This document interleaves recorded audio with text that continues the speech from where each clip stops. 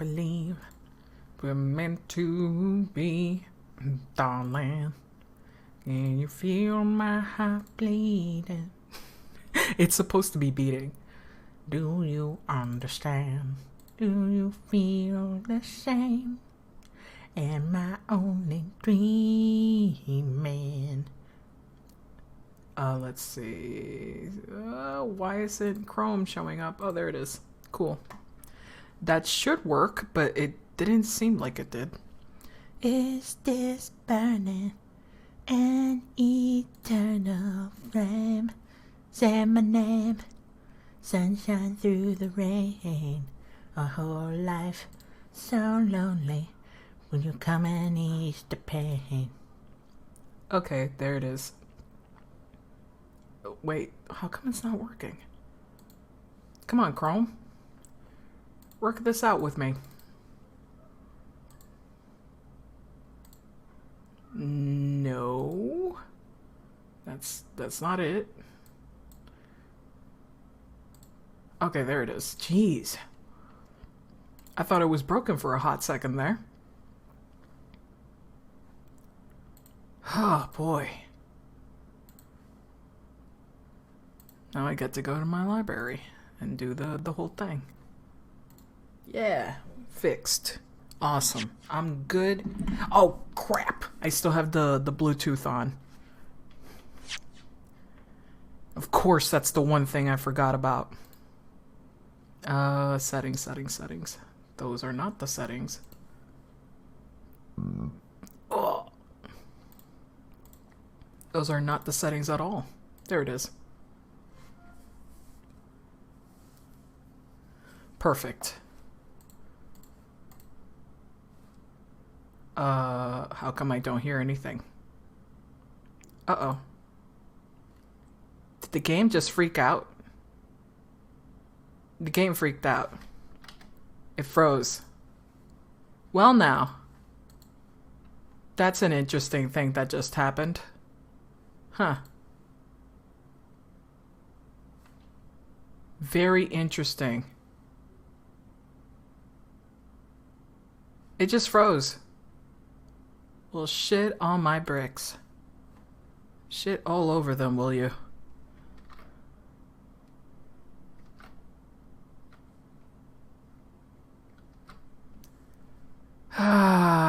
Okay, task manager. Great Ace Attorney, end it, please. End its pain. It's miserable, miserable pain. Okay, let's start that again, shall we? I think I let it alone for long enough. It should be okay now. It should be okay. There we go.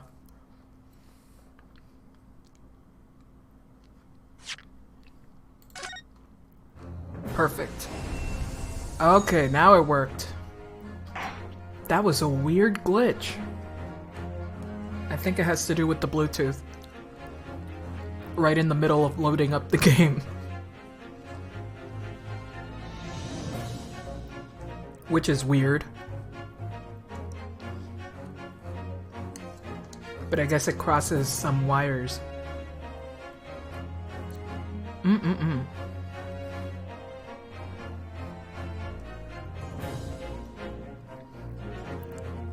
So as always, we wait around 15 to 20 something minutes before I actually continue. In the meantime, I just chill, eat some pudding, sugar-free pudding. It tastes like nothing.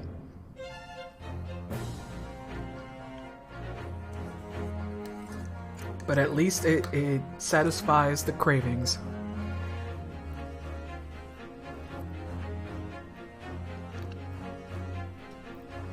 Oh boy, can't wait.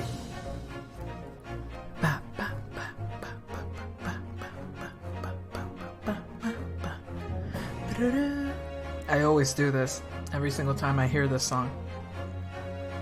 I can't help it.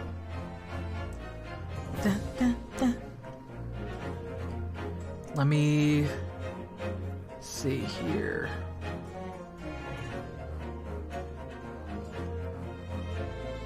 Alright. Beautiful. Oh my god. My old compilation. Too bad I couldn't get more.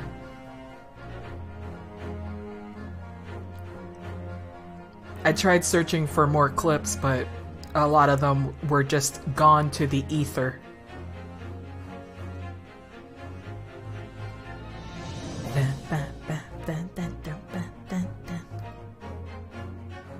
Yeah, there's a bunch of moments that were not captured.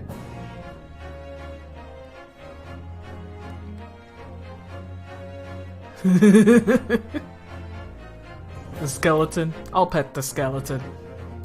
It needs to know that we appreciate its scientific duty. We appreciate the science.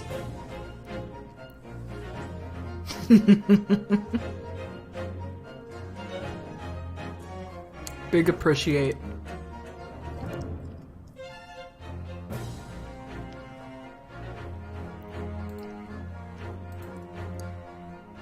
Oh, what is this?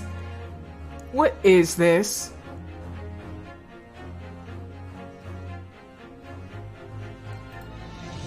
What the fuck is this?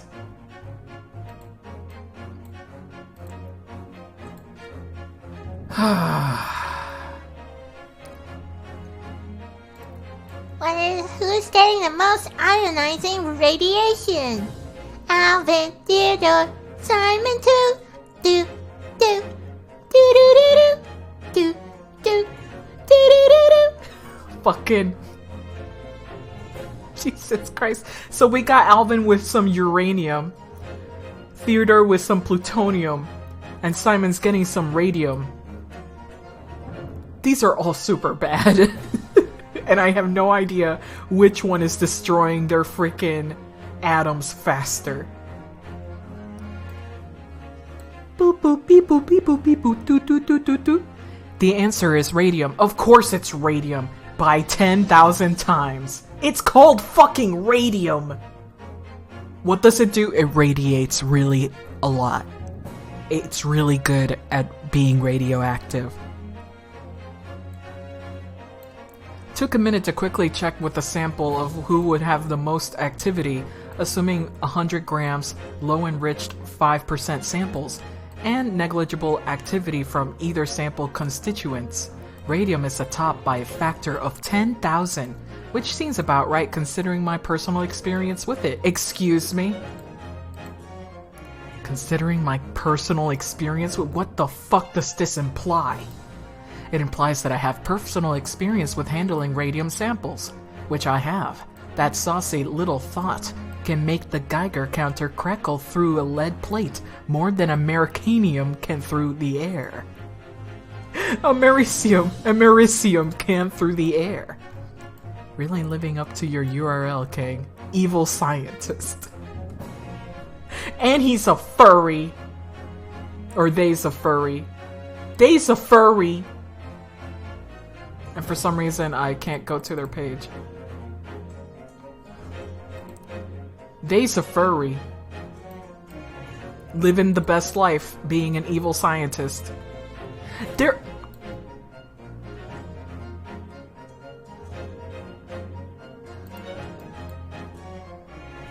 They're 18? Okay, suddenly this is falling apart.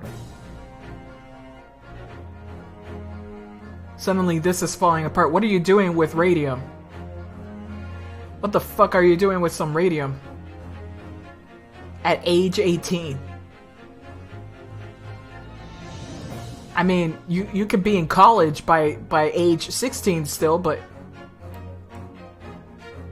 Tim, go to sleep.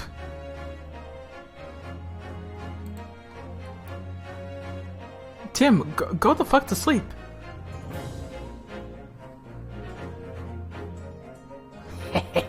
Weak. I like this blog. This blog is good. The fuck are we looking at? Oh, we're just comparing radioactives. You know, we got uranium, which is pretty bad. We got plutonium and radium. And you know, it's the chipettes just getting the life sucked out of them, but with radiation. Yeah.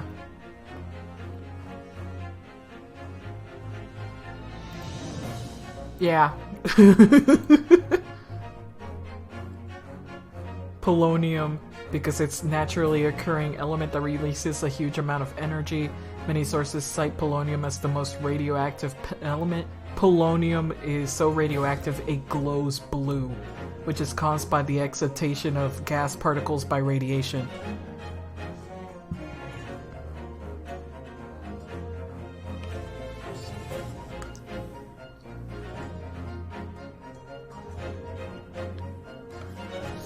There's a bunch of radioactive material.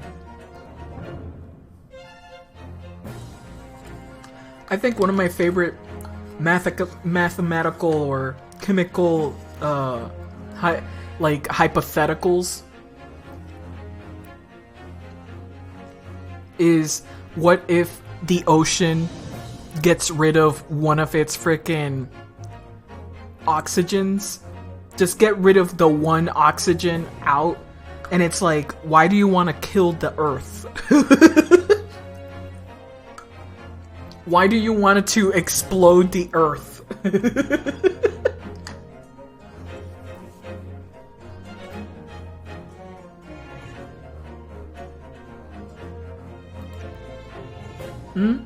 Where's Second Cat? I'm just not putting them on right now.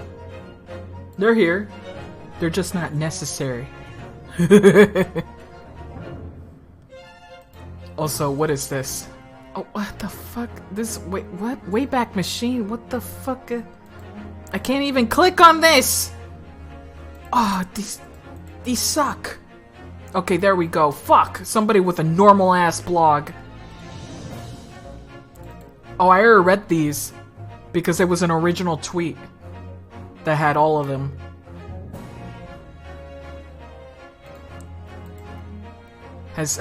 Do men get nervous around a woman they're really into? Question mark. Has anyone here ever met another human being?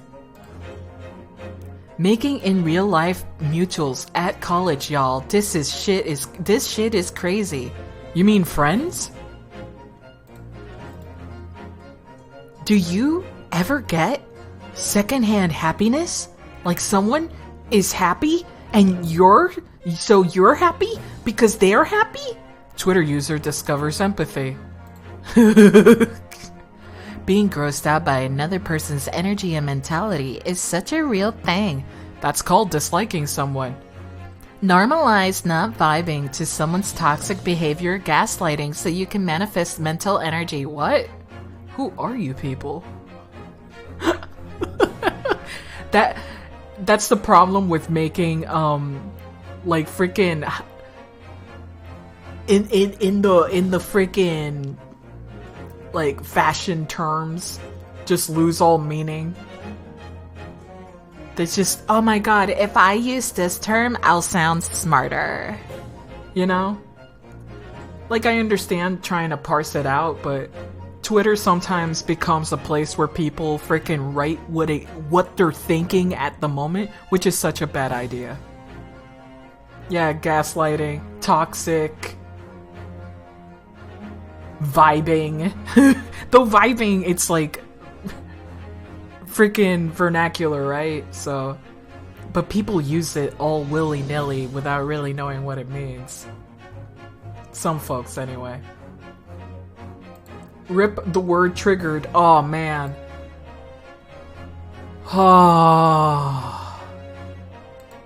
Live, laugh, love sign outside of my yoga studio, but it says gaslight, gatekeep, girl boss. That's the best version of that. Triggered definitely once meant actually like an episode attack on that person's well-being.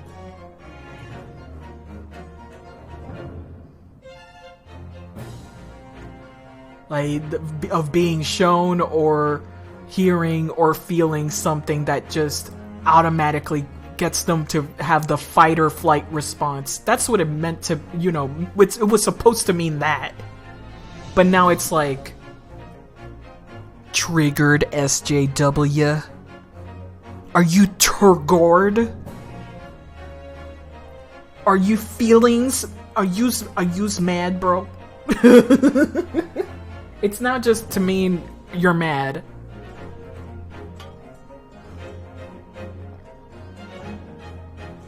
Which is not great. Triggered. Like, to be fair, some of those are funny. It's just when it's used for evil that it's like, come on. Why you gotta be like that? Why you gotta be like that? It sucks even more when it's like, I don't want to mention these people. You know them folks, it's like the meme, like, change my mind meme. That's done by a conservative asshat. And every time you go to his, like, debates, whenever he's losing, he says the most inane shit. And triggered is one of them. Like, it's taken out of context and it got oversaturated. It's what's happening with gatekeeping and gaslighting. Yeah. Yeah, I agree. At least male wife will never go mainstream.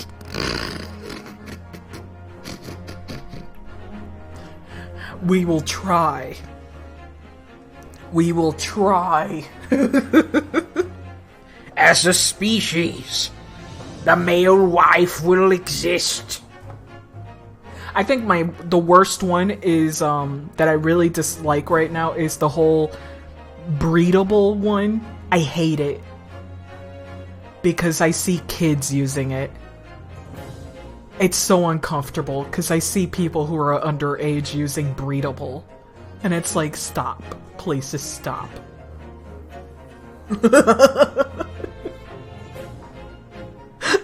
It's so bad.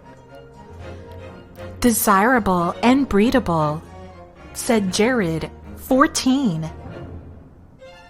I simply refuse to see children. They do not exist. They do not enter my realm. I have this AoE force field that keeps the children's away. Just this freaking force field that just automatically disintegrates any child in its vicinity.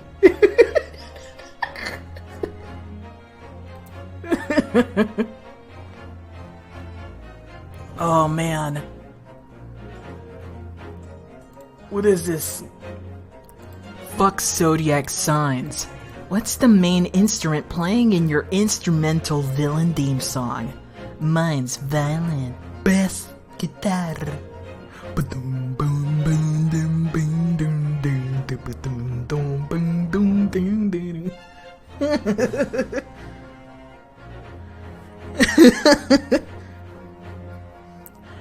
Whatever the sound is for the skull and oh, what's his name? You know, in Power Rangers, Skull and fuck, I forgot the name of the other dude. But you know the trumpet and the other sound? Bum bum bum. That's my villain music. Which is basically Groose, now that I think about it. It's Groose. It's Groose. I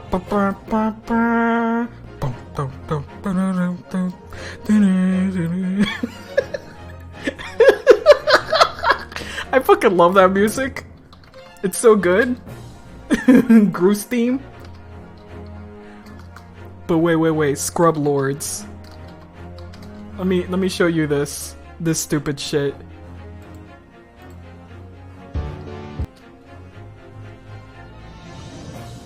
Let me see this dumb shit.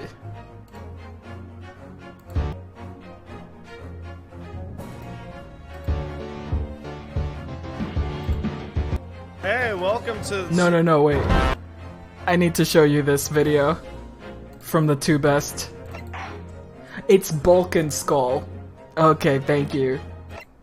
But yeah, they have a very good theme song. But this...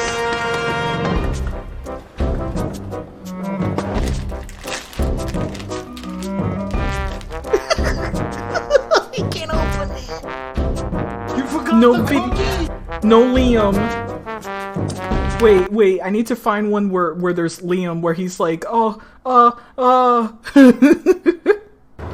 need to find one with Liam.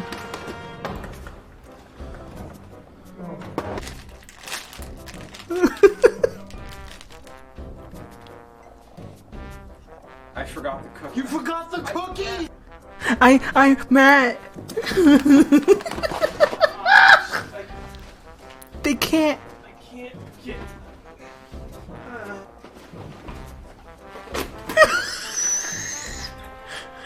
Please, just Oh god, no. Yeah, no, why?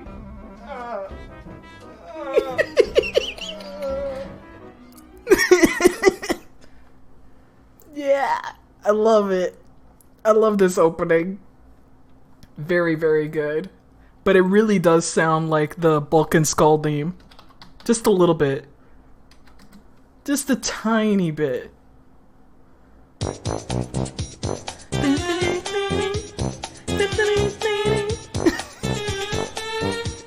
And it's basically Gru's theme.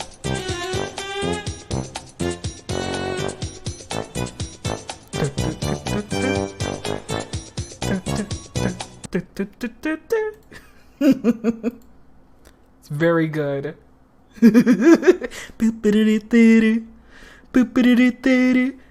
As long as you have a low trombone, just going, and then a really high tune, just you can make any dumb shit. You can just make dumb shit.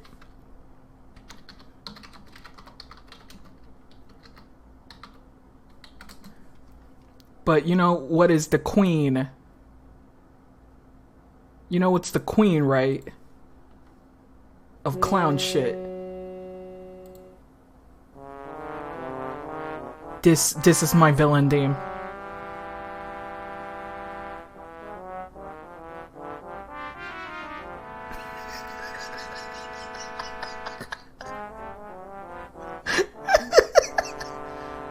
The mansion theme.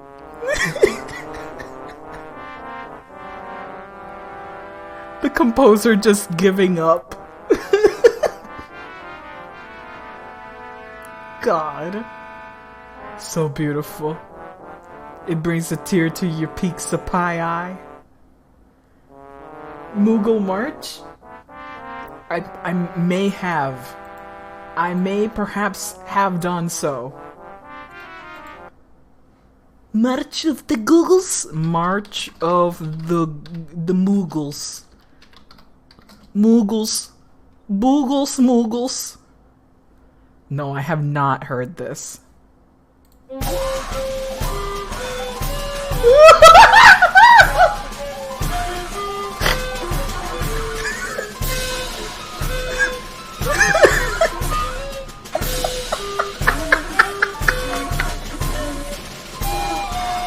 I gotta join. Where's my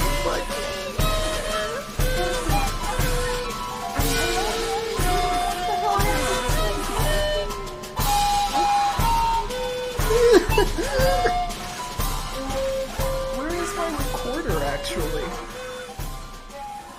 Wow, I can't seem to find my recorder. God damn it. There it is. I found my recorder way too late. What is that? True Music. Also, Lahi's playing again. Oh no, not Lahi. Lahi? I will play Lahi. I was just looking for my beautiful instrument. There it is. Gotta keep it here. Gotta wet the whistle. You know what I mean? Beautiful. Have you ever heard a more majestic instrument in your whole life? Majestic. Grand. Regal. Graceful. Last thing I'm gonna read before we start. Why do that boring crap when you could be doing the cool, weird stuff? In this house, we believe Bigfoot is real. He is Cain who slew Abel. He survived the flood, and he wanders the earth and spoke with David.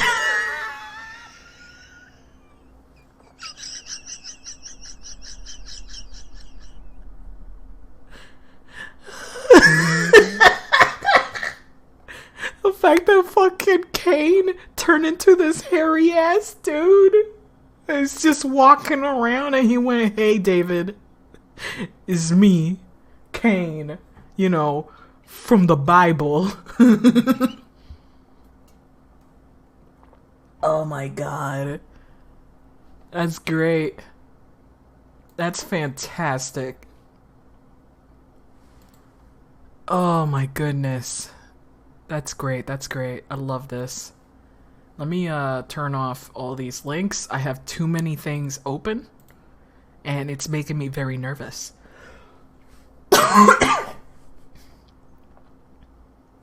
Wow, that was a violent cough.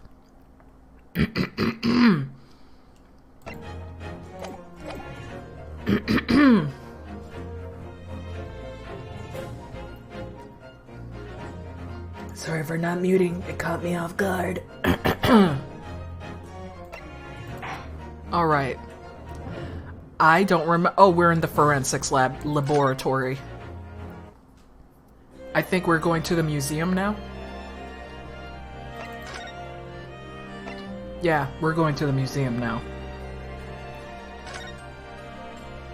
Let's see what bullshit is happening.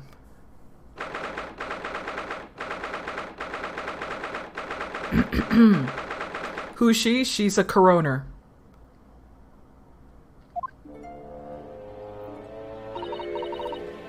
Here we go again at the House of Horrors. I'm afraid I haven't gotten used to this place yet. I'd still like to turn on my heels and go straight home. Via the confectionery, of course. So Santo-san is really after something sweet today, isn't she? I don't like it.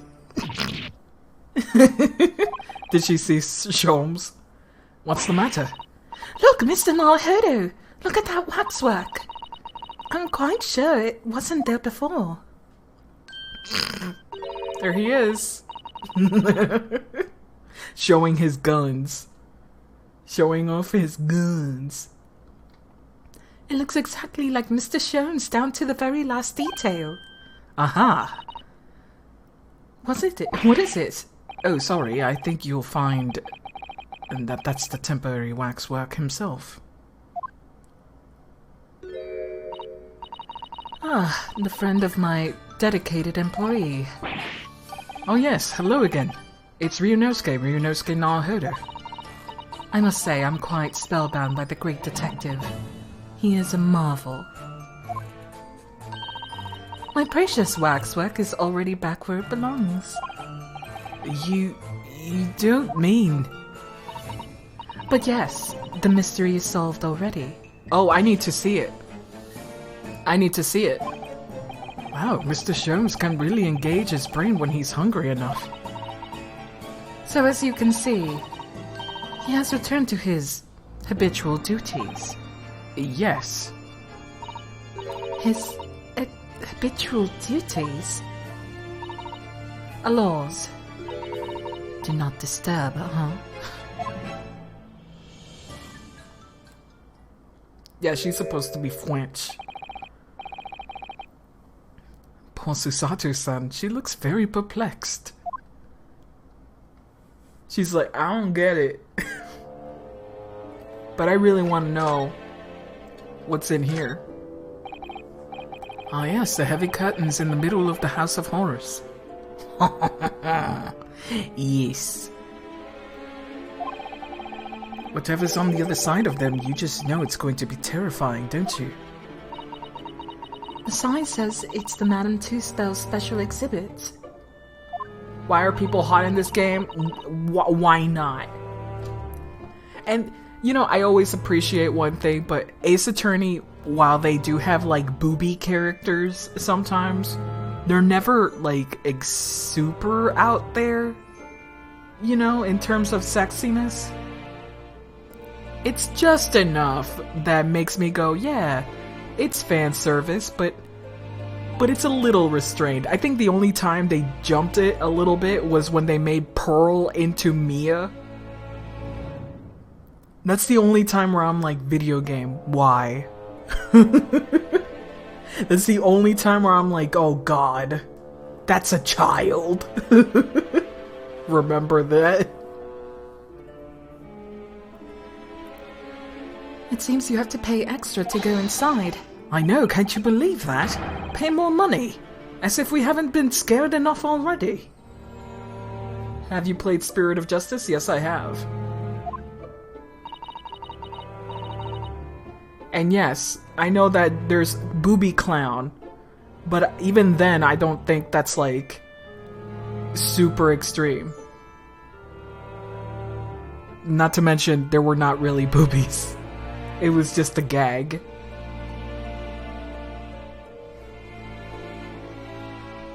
What I mean is, it's like, the costumes are not like, bikini, cowgirl.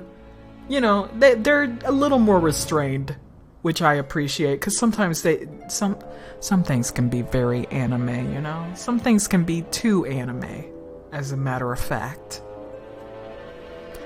What was that one anime that it took place in a school for sorcerers or some shit, and one of the teachers has no magical abilities, but the girls have the fucking worst uniform I've ever fucking seen? And it drives me insane. I'm sorry that I got so angry, but remembering the costume just elicits pain.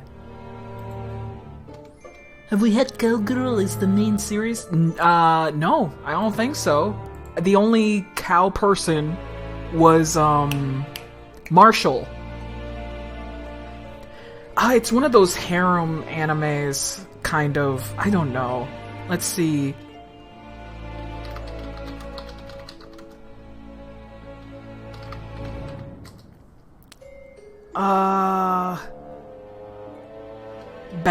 Bastard Magic Instructor, I think it's called. Akashic Records. I want you to gaze upon this trash of a fucking uniform. It drives me insane. Look at this. Look at that uniform. I fucking hate it. I hate it so much. It's impractical. It is just, let's make these underage girls just this. Yeah, it's just underwear. Like, why do they all have to show their midriff? Like, I'm fine with one character showing off their midriff, but it makes no sense that every single girl in this school would be totally okay showing off their belly. It makes no sense. It's trash. Very sensible. And of course the boys get to be all dressed up. Except the one, oh by the way, that's supposed to be a teacher, the one in black. That's supposed to be a teacher, so yeah. It's so trash. And you know what's the worst part? They actually have a pretty decent magic system in place. Too bad the story is ass, just bleh. It's just bleh. You know when there's like a cool idea, but the rest of the freaking thing is bad? That's how I feel about that.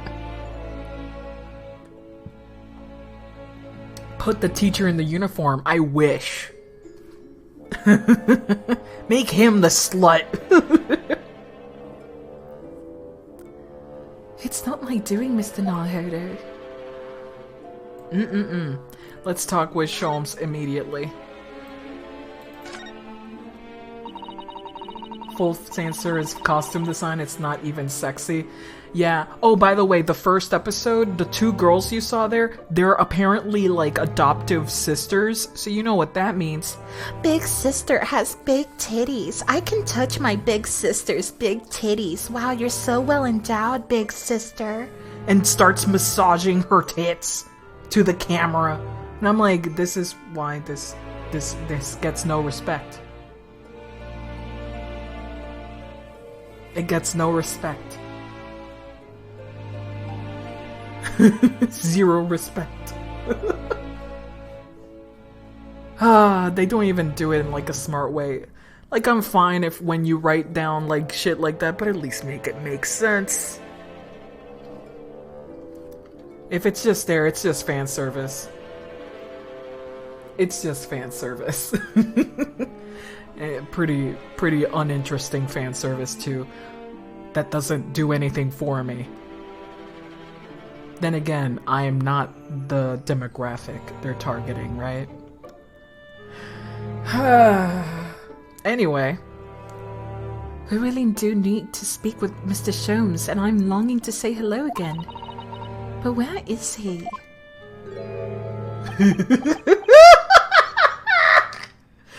Look at this dumbass. Look at this dude. I think you might find that he's quite nearby, actually.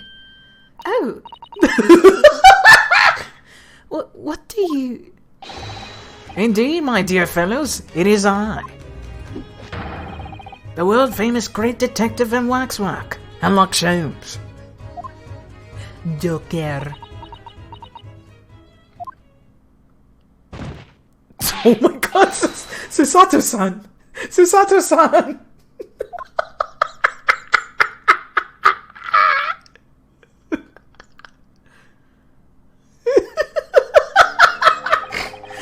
Sholmes feels bad at least. My most humble apologies. Aww. He feels bad.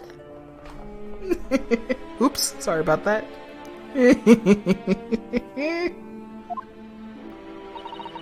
I thought I died and gone to eternal paradise for a moment.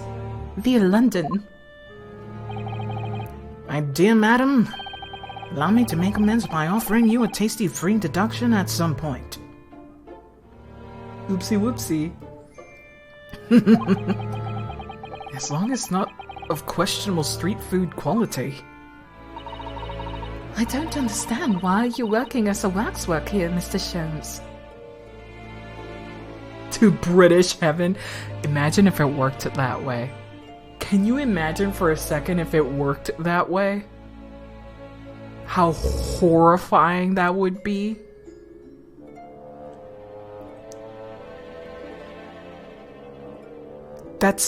I don't like that. British heaven, the world's hell.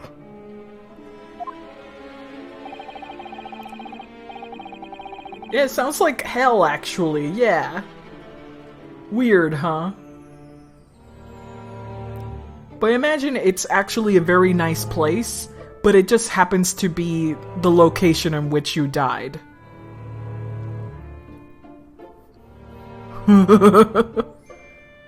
You know?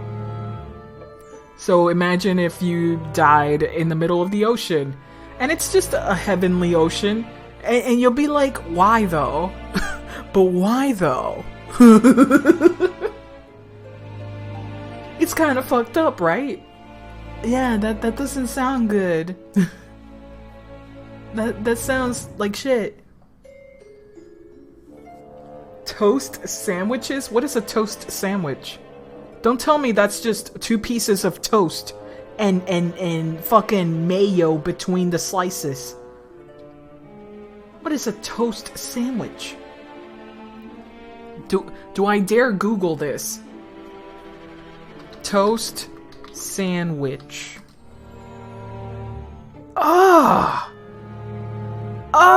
It's just toast! On toast!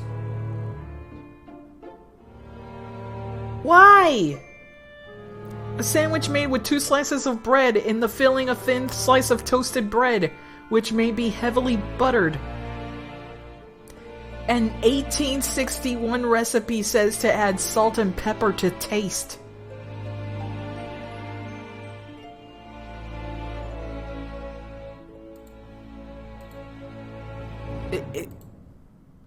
Do British people eat toast sandwiches? Toast sandwich is so British.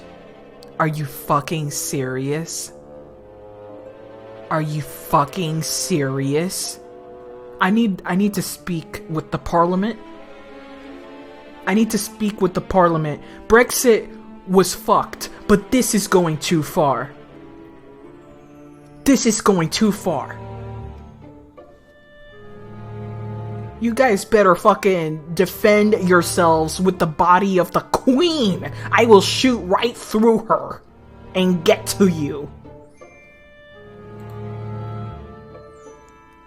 And it's like untoasted bread sandwiching toasted bread. I hate it so much. Toast sandwich. Unbelievable. When Iris is at home. Oh man.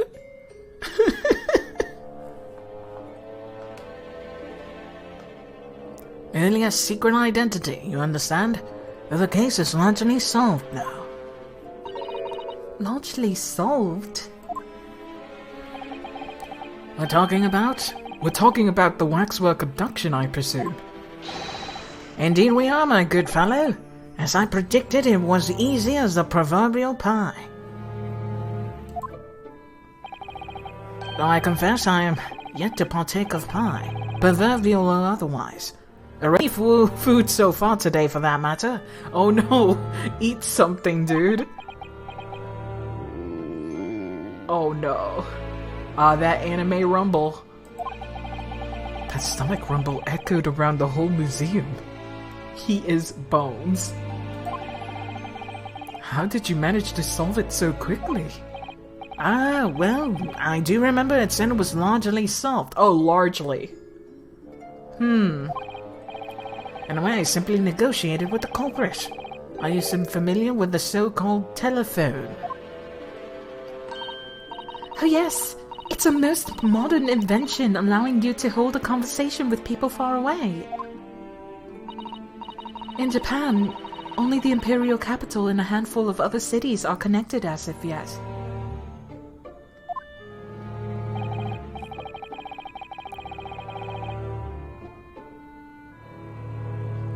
Let's see. This morning a telephone call was received here from the perpetrator of the abduction. As such, I was able to negotiate terms, and in the end, the waxwork was returned. That's amazing. Just between you and I. It would appear the culprit had always intended to return the stolen waxwork in any event. Oh, but I thought whoever was responsible had demanded a ransom, no? Yes, I think perhaps the ransom demand was necessary to avoid unwanted suspicion regarding the true motive. But does that not mean your negotiating was entirely unnecessary? A fact I must ask you to keep from Madame Two-Spells at all costs. He's like, wait, I was useless? Shut up, I need that money. A hungry young Iris awaits my return to Baker Street after all. Poor Iris.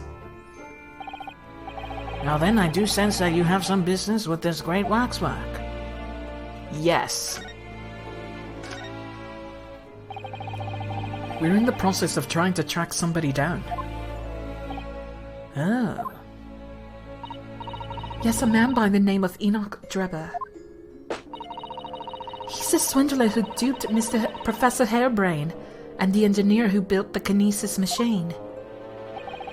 A swindler and an engineer. Quite the modern man. He also seems to be a conjurer of sorts, too. Considerable knowledge of stage magic. To be fair, Hungry Iris isn't accurate. She just calls Gregson and steals fish and chips for a while. Listen, it's fine. We really need to locate him before the trial resumes tomorrow morning. But we have so few clues to go on. That's the trouble. Do you have any good ideas? I have no data yet. It is a capital mistake to have good ideas before one has data. If I knew something of the man's appearance, at least I may be in a better position to help. Yes, Trevor's appearance.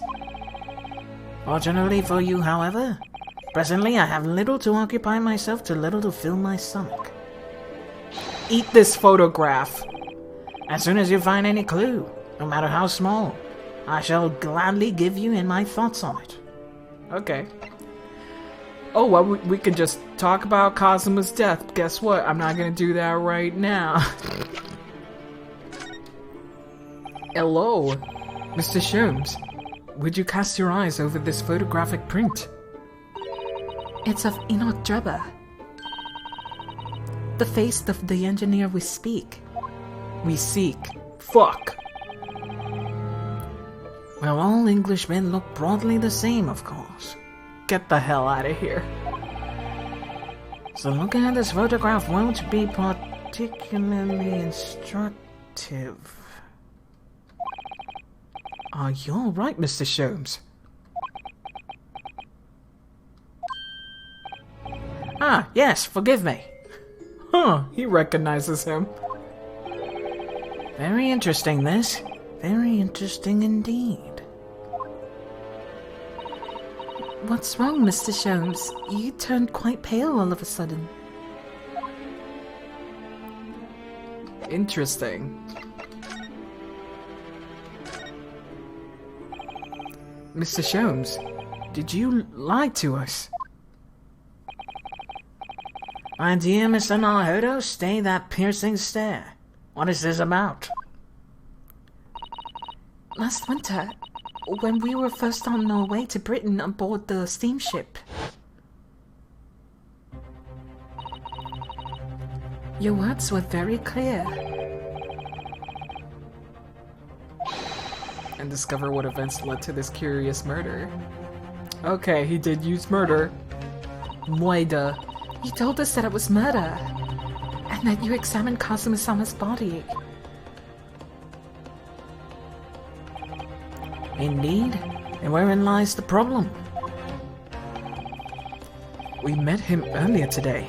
The victim, Kazuma Osogi. You're quite sure? He was wearing some sort of mask, and he was apparently suffering from amnesia. But yes, I'm quite sure. That was Kazuma-sama. Spill out the beans. Spill the beans! You must have known at the time, Mr. Sholmes, that he wasn't actually dead.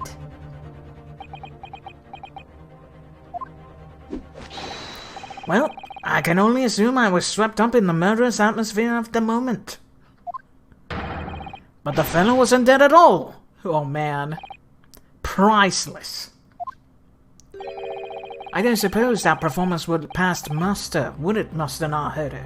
Wow. Wow, okay. Okay. Wow, Sholmes is super.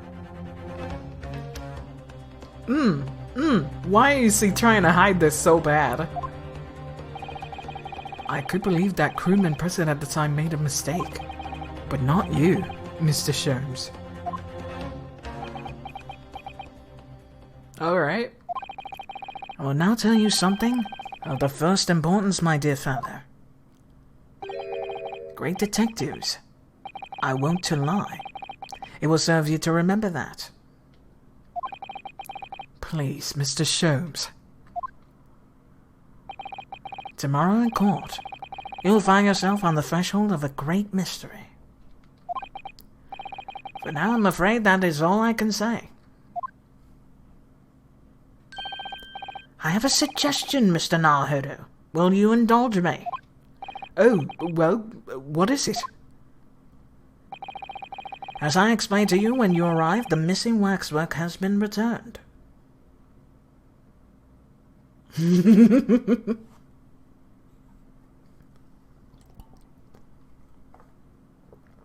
Oh my god. The interpretation, you read it as Great to Texas, look, I want to lie. My interpretation is basically, hey, never mind. Never mind what I did, okay? I'll tell you later, maybe? Never. No comments. And personally, I reinstalled it in the exhibit from which it was taken, behind those thick curtains. Oh, yes, the professor exhibit, isn't it? Would you like to see it? For a mere 5 shillings? That's a special, only one time only price, you understand. What?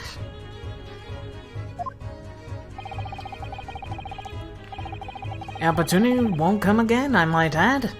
Would you like to see the fruits of my labor? Oh, well, we do have a rather pressing investigation to carry out. Perhaps we could postpone. The price is a very reasonable 5 shillings. I think you'll find it's well worth it. He's really pushing it. Maybe we should look at it. Are you being quite serious, Mr. Sholmes? Certainly, you only need to look at my expression to ascertain this is seriousness or silliness. I can never tell with you. That's the point. Very well, it couldn't hurt. Here's your 5 shilling. Gratefully received. So the special exhibitor waits behind a curtain. I invite you to peruse. Fuck. Can't read. Peruse, persuade, same word. Brain. Peruse it at your leisure. Bye. So, is Drebber the professor? Let's see. Because he seems to, like, stop at that. Well, the money's been spent, so let's go and see the special exhibit. Alright. Big reveal. Those heavy curtains at last. Through those heavy curtains at last. Yeah. Oh, come on. I have to actually click on it? Okay. 5 shillings we had to pay. It doesn't seem right somehow that Mr. Sholmes slipped the money into his own pocket, does it? No. Ah, we could ask Gina to retrieve it for us, using her special skills. Pickpocketing police officers and diddling detectives. Is this what makes Britain great? Not to mention demigod prosecutors taking the law into their own hands, or chip-loving inspectors. Inspector Gregson comes off rather well at list, I think. Yeah, Sholmes just went, give me your money. Give me your fucking money. Come on, let me see it. I wanna see it. I wanna see that. Oh, fuck. Okay, missing a head. Cool. Well, shit.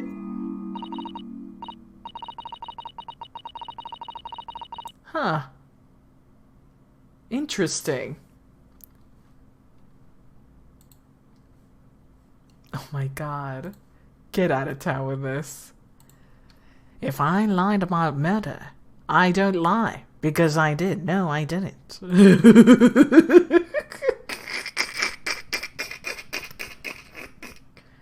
I don't lie, because I did. Oh my god. Ah, boy. Oh dear, I felt a shiver run down my spine as soon as we walked in here. Mr. Sato, I say we turn on our heels and straight home via the really big confectionery. We certainly can't do that. We paid 5 shillings already. True. Paid money. Gotta see it through. Actually, now that I'm looking a little more closely, we've paid good money to see an exhibit that's clearly incomplete. The nerve of the great diddling detective is far more terrifying than anything else in this place. This must be what Mr. Sholmes meant when he said the case was largely solved. Be that as it may, Mr. Sholmes...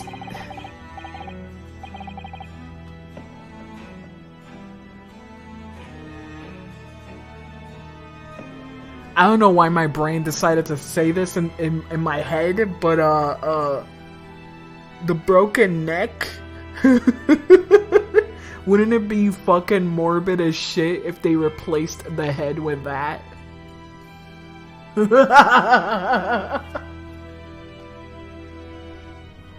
I don't think that's what's gonna happen. I just had the idea.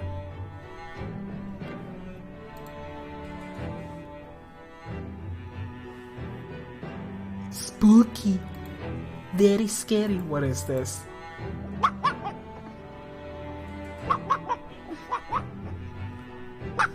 Amazing.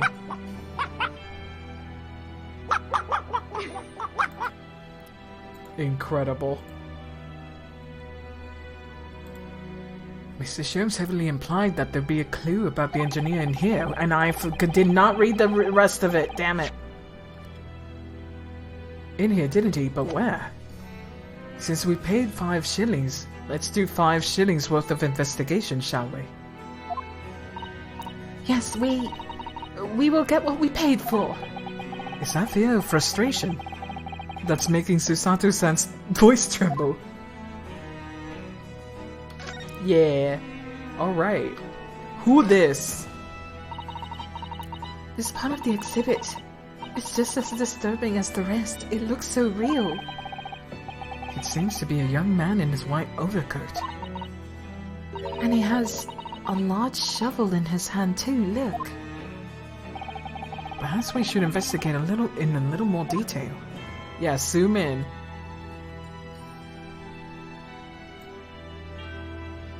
He has a camera.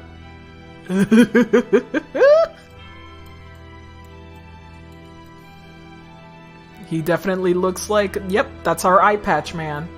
There he is. That's definitely our eye patch man. What's this here? Well, it would appear to be the lens in the middle, so I believe it's probably a camera. A camera? But it's so small. British technology is incredible, isn't it? I mean, what about Mr. Sholmes' skin print? I think perhaps you should treat Mr. Sholmes' inventions as exceptions to the rule.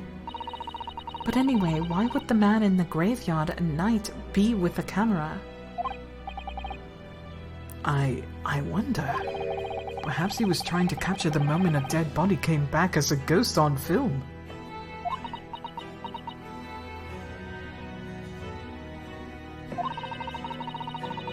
We'll just borrow this for a little while, I think. KKK. Alright.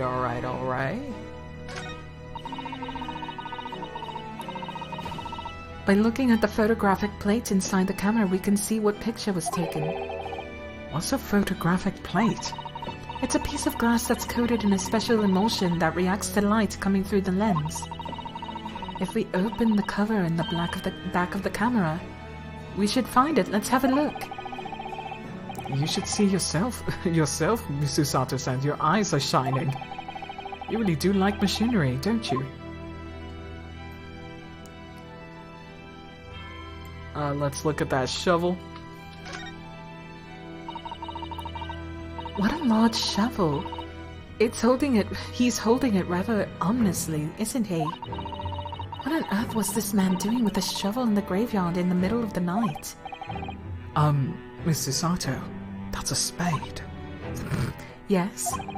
That's a spade, isn't it? No, it's a shovel. No. Shovels are for digging. That's for scooping up loose material. It's a spade. We've been through this, Mr. Nahodo. It's a shovel. No. Although, we haven't considered trowels. Oh my god. We've allowed ourselves to be distracted, I feel. Perhaps we should concentrate on what the man was doing with the implement. So we're going to bury the hatchet. You're right, though. What was the man doing in the graveyard in the first place? That's the real question.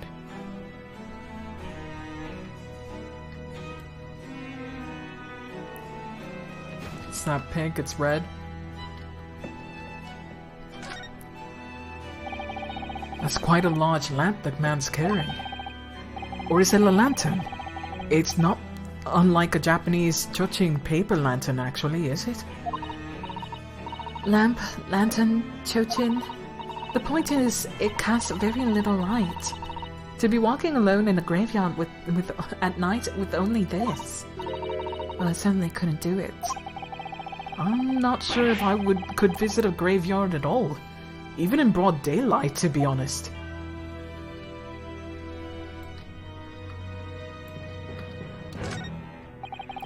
I can't see his face very well, can you? Can you? Perhaps if I just... Oh, do you think you should be manhandling the exhibits, Mr. Nahodo? I'll put it back exactly as it was, don't worry.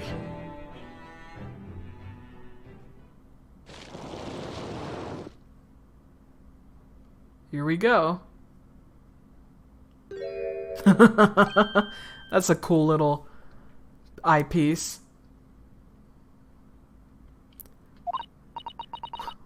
What on earth? How can... I don't believe it. A black monocle. Mr. Nahodo, is it possible that this man is... Yes. It's Enoch Drebber. The color of his hair is different, but it's unmistakably him.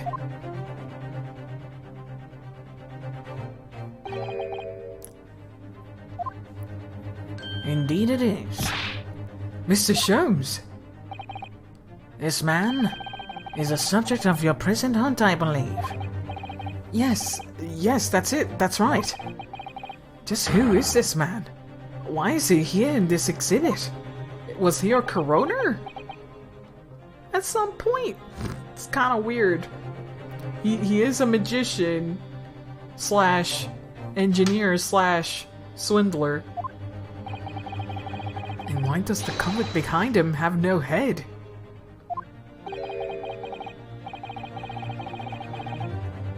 The head was missing when the model was returned by the thief who stole it. What a surprise.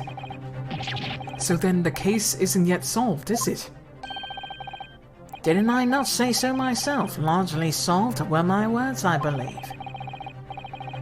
But I must locate the missing head to the suite.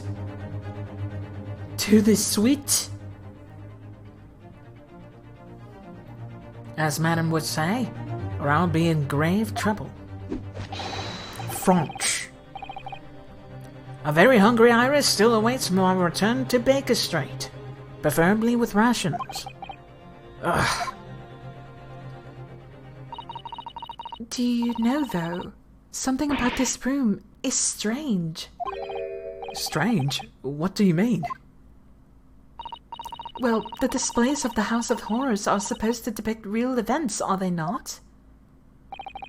Indeed they are, Miss Sato. Do go on. And as terrifying as they are, the scenes in the other exhibits are believable. But this one... This surely couldn't have really happened, could it? I think it's time I educated you a little about the nature of the incidents involving the professor 10 years ago. Please do. Please freaking do. Also, I haven't finished examining the place, so let me do that. This must be the killer. The fiend known as the Professor. Yes, I think so, according to what Madame Two-Spell said. He killed 5 victims, all of noble royal blood. Or royal blood, I should say. The waxwork is so lifelike, is it? Like all the models in its place. I know. It looks like it could start moving at any moment, doesn't it? If only it had a head, that is. Perhaps we should examine it in a little more detail. Yes, please. Let's look at those hands for a second. Oh, I can't move around? Okay. I really wanted to look at those hands. Hello. I see them fingers clipping through. So this is the condemned man. Yes, a so-called professor. Then perhaps his head was chopped off by a guillotine. But unable to find peace, he emerged from his grave as a headless ghost. do we have to entertain such terrifying ideas, Mrs. Sato? Anyway, I'm sure the model had a head once. There's a metal fitting for it, see? Then perhaps Mr. Sholmes absent-mindedly forgot to reattach it. That's an extremely absent-minded detective you're describing, isn't it? Or perhaps the thief absent-mindedly forgot to include the head when he or she returned it to the museum. Yes, I already knew that the music for 13 Sentinels was made by the people who do some of the Final Fantasy stuff. It's not the first time. Odin's Spear has the same thing. They worked together before.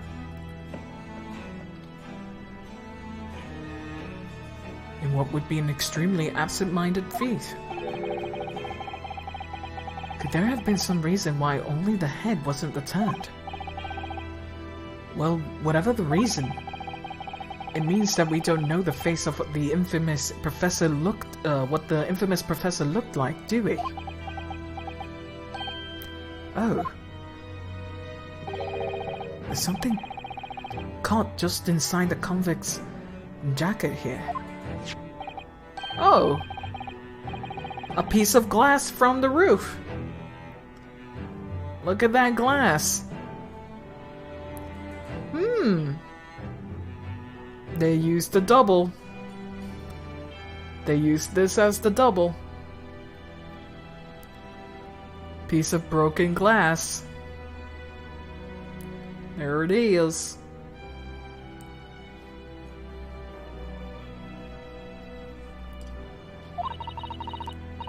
It's very thick, isn't it? About 5 times thicker than any normal welding glazing, I'd say.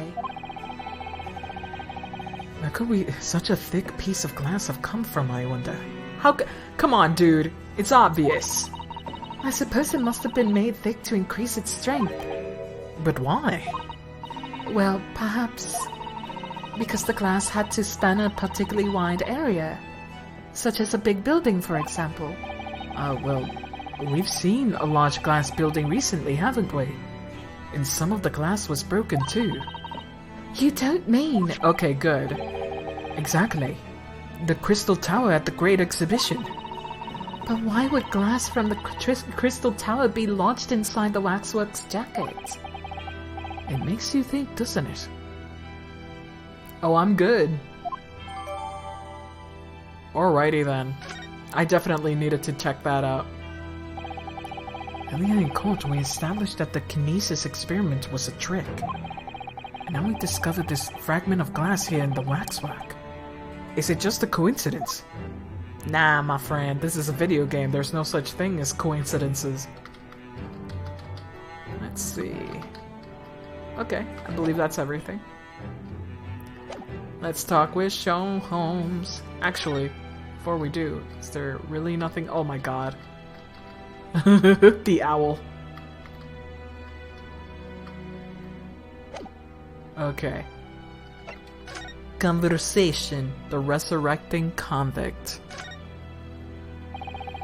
I believe I told you a little more about the professor yesterday, did I not? He took the lives of 5 victims, everyone being either a member of aristocracy or royalty. All were attacked by an enormous hunting hound that had their throats ripped from their bodies. Oh gosh, an enormous hound. How awful.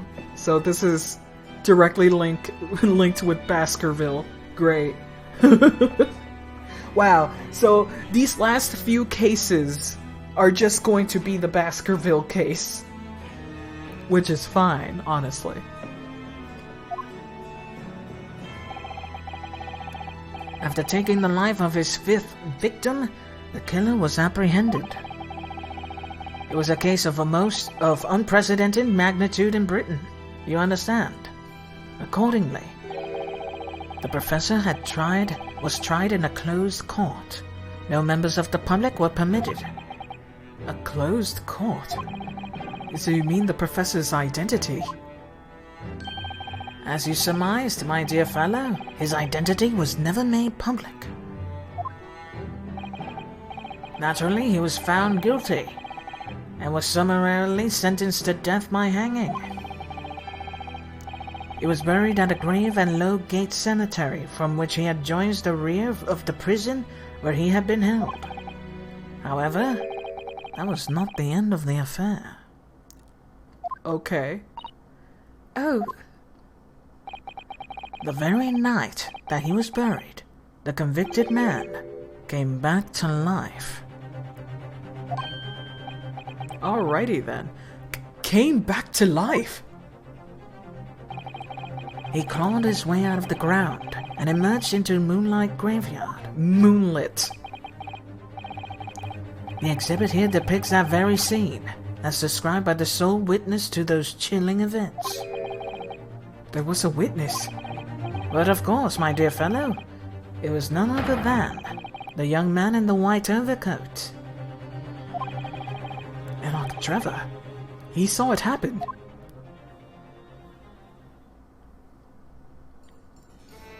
Alrighty. The young witness. So this is a waxwork model of Enoch Drebber. 10 years ago, the convicted professor, having been gibbeted and buried. Gibbeted. I like gibbeted. Gibbeted.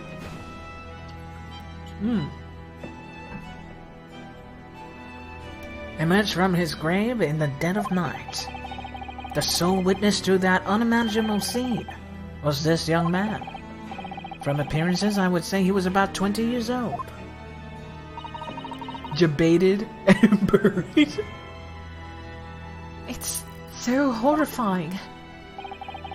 Scared out of his wits, the young Drebber ran to a nearby police station to report the incident. And the sheer terror of what he's seen is said to have turned his hair white overnight.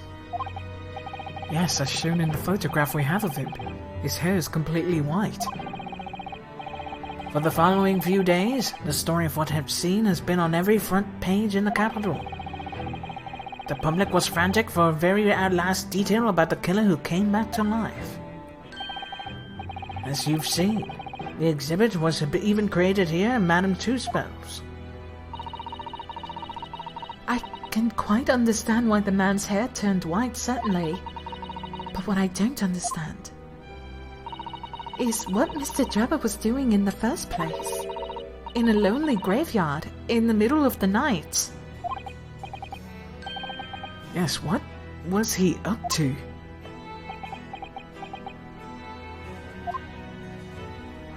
Alright.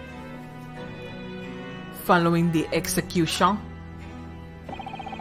The professor's acts of terror and threw London's upper classes to complete panic 10 years ago. It was a great scandal, one might say, at the very highest levels of society. And since the killer's identity was never made public, rumors abounded. After all, no killer had never before systematically employed a dog as a weapon of murder. Yes, I can imagine the impact the case must have had. But in time, of course, the rumors abated. So too did the talk of shocking witness account of the convict who came back to life.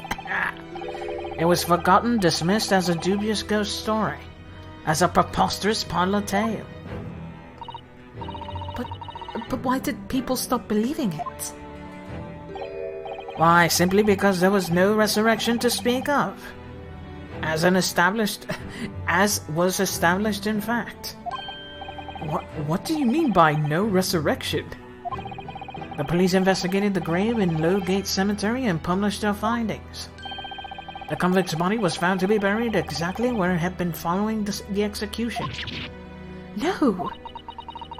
But that would mean Mr. Drebber must have lied to the police and the newspapers. That would appear to be the only logical explanation, yes. The young man subsequently vanished from society and nothing has been heard of him since. It's rather striking, then, that he will resurface now, don't you think? Of course, the convicted murderer couldn't really have come back to life. That's not possible.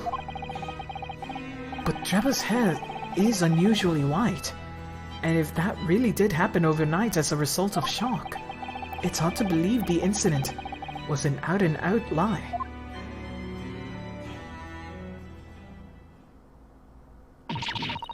A story of body doubles and mistaken identities. What's the bleeding Nora, Aldo? What you've done? What you gone and done?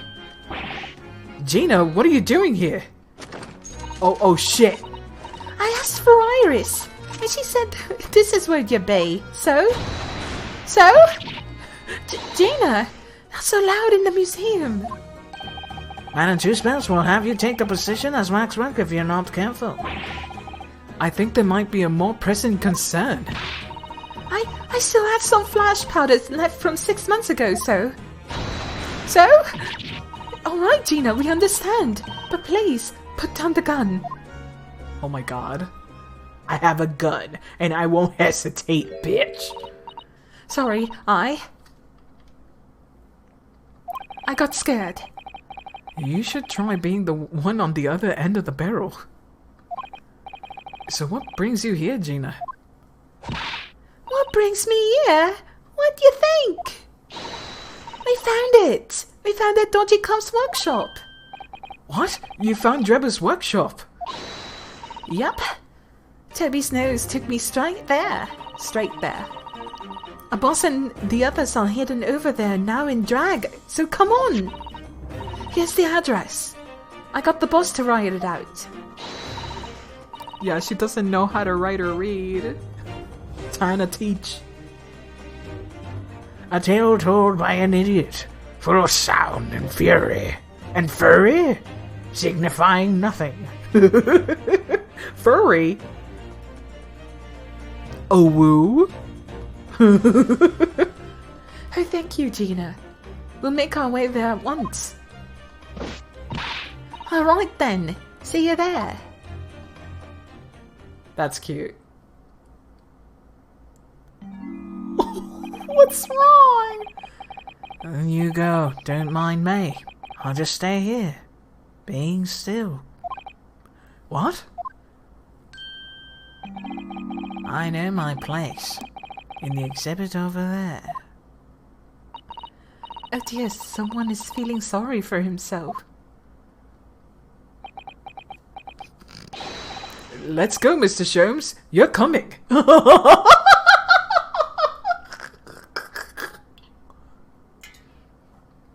Gotta invite him. Your words hearten me, I must say. But if I were to shirk my duties here, Madam would have me pay momentary recompense. And Iris's dinner plate would... Forget that! I'll pay for everything! Then there's not a moment to lose, my dear fellow. I shall hail a carriage at once. That's great. I love Sholmes. I love him so much. I'm so overwhelmed by looking at this. What is this? Madoka?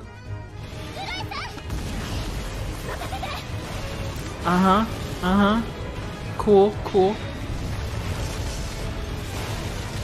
TV second season. Jesus Christ, what is even going on?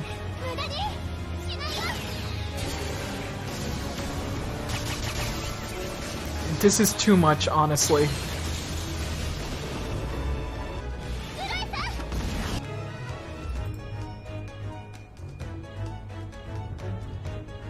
It's so fast and bright. It's almost too much, honestly. Almost. Like, there's too many close-ups. So I'm like, what is going on? Yeah, it is another anime. It's Magico Record.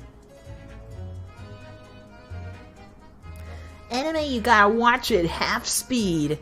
Yeah, there's just a lot of zoom in.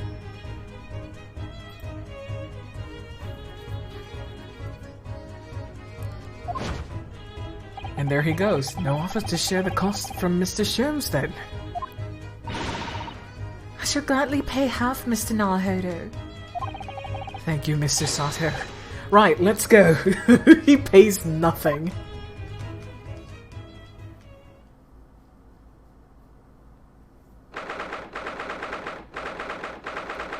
It's fine, you know, it's Sakuga. It's just a little hard to understand what the fuck was going on. I'm like, wow, that's real shiny. That's a bunch of bullshit.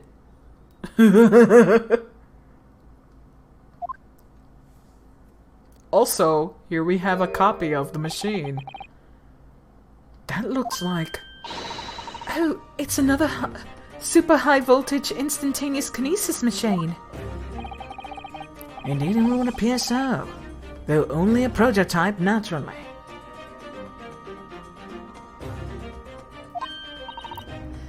Ah, so you got here then.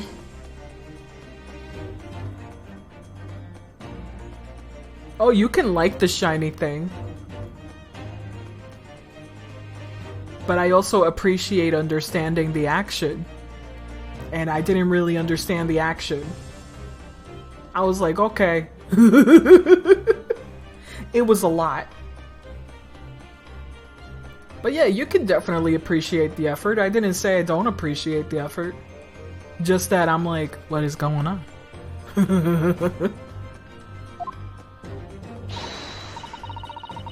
You know, you just have to slow it down to see exactly what happened. Gina, well done for finding this place. And in such little time, you've really worked miracles.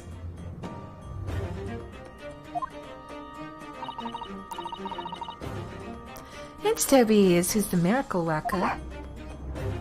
I forgot something very important. I have to do this every time.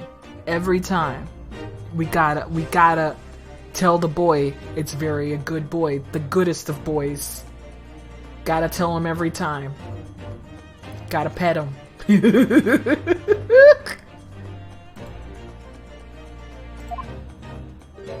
What's wrong with you? What's wrong with your eyes? What's wrong with your eyes? Ah, I thought you lot would show up here before long. Hello, Inspector. That is one knitted brow. He's squinting. It looks like he's eating a lemon and not a bag of fish and chips. So, Inspector, is there any sign of the engineer? Sadly not. We didn't find a soul in here. Oh, what a shame. Well, thank you for letting us know about this place and giving us the chance to investigate. According to what Gina tells me, we only found it thanks to a clue that you lot turned up. I wouldn't want to say. Go to Paris with a debt of gratitude unpaid now, would I? Oh, you know what? Okay. Gregson is cool sometimes, you know? He's like, okay, I'll let you investigate because you kept the secret. There you go. Thank you. Anyway, if you're hopping to snoop around in here, I'd get cracking. All Van Sykes and the forensic investigation team are on their way here as we speak. Them again. I imagine you've got a picture by now. You don't take too kindly to lawyer types. Right. So then, my dear fellow, let's turn this place upside down and whilst we have the chance. And you, Mr. Sholmes. Pardon? They take even less kindly to great detectives than they do to lawyers. Oh my god. Very droll, Gregson. Very droll. But you may consider me nothing more than an inconspicuous waxwork model. God. Right then. Let's see what we can find in here. Let's click on everything. Also, those are the arrows. We got this. We got a choo-choo train. We got a little aeroplane. We got a ladder. We got a wardrobe. We got a door over here. We got so much to investigate. There's so much shit in here. Let's start with the arrows. This is the European-style quiver of arrows with steel bolts inside. Oh, do you suppose? Crossbolt stays. And just the right side for the bowl you turned up at the exhibition grounds. Let me actually make sure something has not happened. Okay, we're all good. For a moment there, I thought that we lost electricity, which tends to happen, especially at a hot day like today. In other words, Yep, that's more evidence to support your theory. It all goes to show that Drebber was the one pulling the strings behind the scenes of the whole scam. the details of the crossbow. Let's see. That was updated, alright. What else do we have here? Let's look at the door. This door doesn't want to open. Yeah, looks like it's got a pretty hefty lock on it. There's a specialist locksmith on the way here from the yard, so hands off until he gets there. With permission, Inspector, I could have that lock open in less than a minute. Well, you don't have permission. And no one's giving it to you. Sholmes wants to be useful. Gregson looked as though he really enjoyed that. Look at Gregson! Look at his smile! Gregson is so smug! I actually really like this. He's DreamWorks facing. Oh, that's fucking great. They added new little details to these models. That's great. So smug.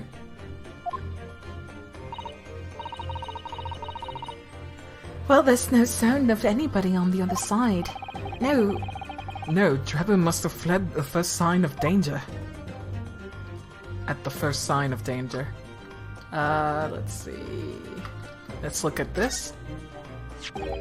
Ah, this appears to be most interesting, yes. Most interesting indeed, wouldn't you say? It's an impressive looking back massager, that's for sure. I've no doubt that if you hit your shoulders a few times with that, your aches and pains would soon go away. Ryunosuke? What?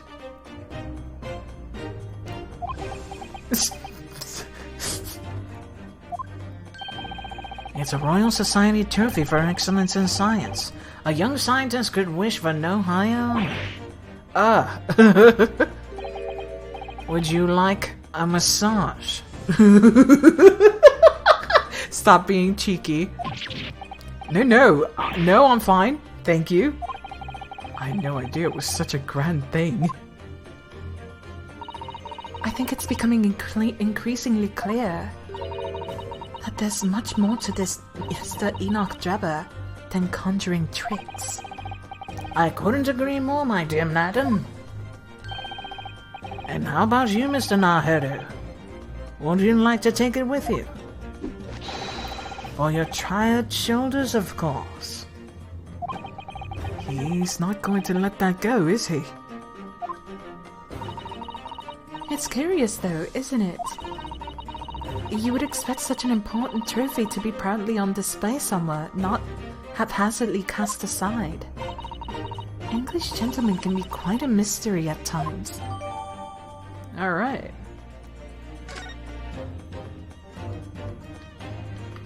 And let's see this. What on earth is this?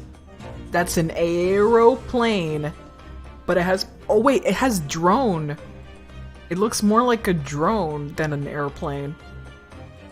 The propellers are upwards. That's an aeroplane, Mr. Naheru. One day, scientists believe that it will allow humans to fly freely in the skies. Drones. In the year 1900. Is that how the trick will be described, is it? Sorry. Well, it's actually suspended by a thin but very strong cable, isn't it? Oh my god. Oh my god. Ryu, sweetie. Sweetie. Good, you boy.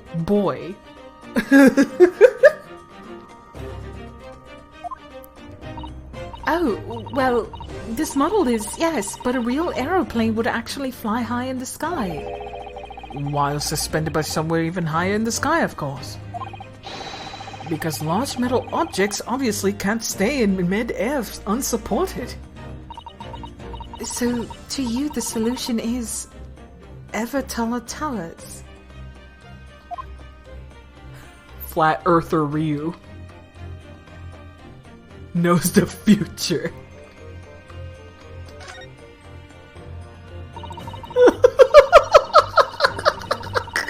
Yeah, because they keep saying that flying is fake. Have you seen those maps of flat earthers explaining why airplanes fly the way they do? And it's just complete nonsense. Well, I imagine Ryu doing that exact same theory for flat Earth. God, so fucking stupid. I'm sorry, Mr. Naheru, that machine is covered by the Special Dispensation for Scientific Equipment Act. I really don't know how they do it, but I know it's fake. There would be serious repercussions if you were to examine it, from the Crown and the government. Oh my god.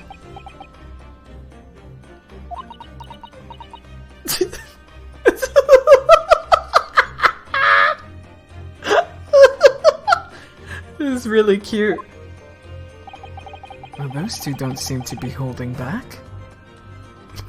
They don't give a shit.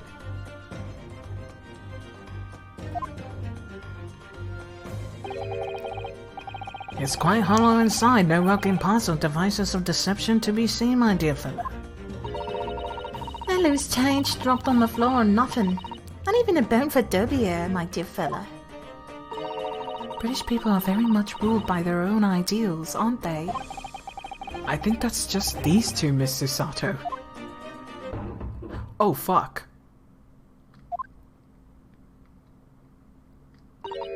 Oh, Is something wrong, Mr. Sato? well, I thought I heard a noise from the far side of that door. Well, Gina, did you hear it too? Yeah, I heard it and all. What do you reckon, Toby? Right, mind the grace. Okay. Whoever's in there, open up. This is Scotland Yard.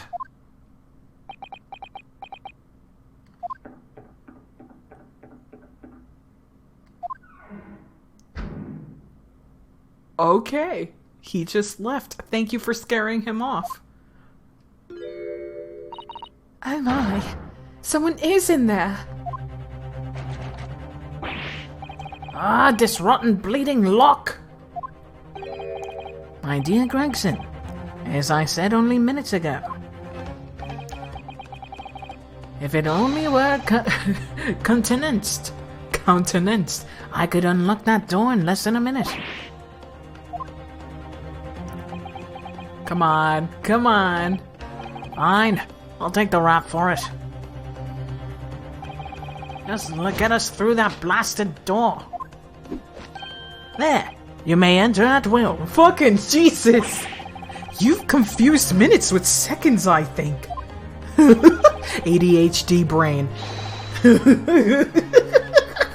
His ADHD brain. What are minutes? What are hours? I don't know. Time is also of the essence, I feel. What are we waiting for? Nothing for it, I suppose. This is an emergency. There's a strong possibility that beyond that door is the engineer you all seek. Be prepared for action, my dear fellow. Channel the lock licking. Did I say lock licking? Oh no. Lock licking! Lock licking! You know, advanced technique. You gotta tongue the lock to open it. Suck on that, master.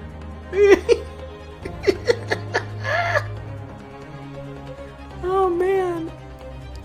I'll drink some water. Oh my god. Of course, of course. Imagine if vaginas actually worked that way. Like there's some kind of lock. You tongue it, you press the buttons, and then you push in the clit. She opens up to reveal the treasure.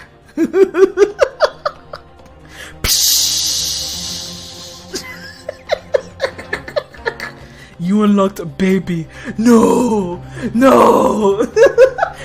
A goo goo gaga. I don't want that. Turn it back on. Turn it back on. Come on, come on, just we're gonna put it back in there. Put that thing back where it came from, or so help me.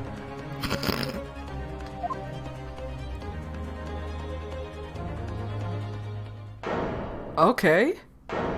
Alright. Oh shit! Ah! Get out of there, guys! Ah! Oh no! Bomb. This sure got a little hype. What's happened in here? Why is everything upside down? Oh. It is upside down. There's footprints over there. Weird.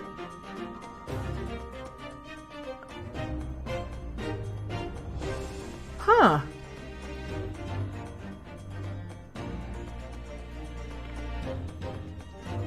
Weird.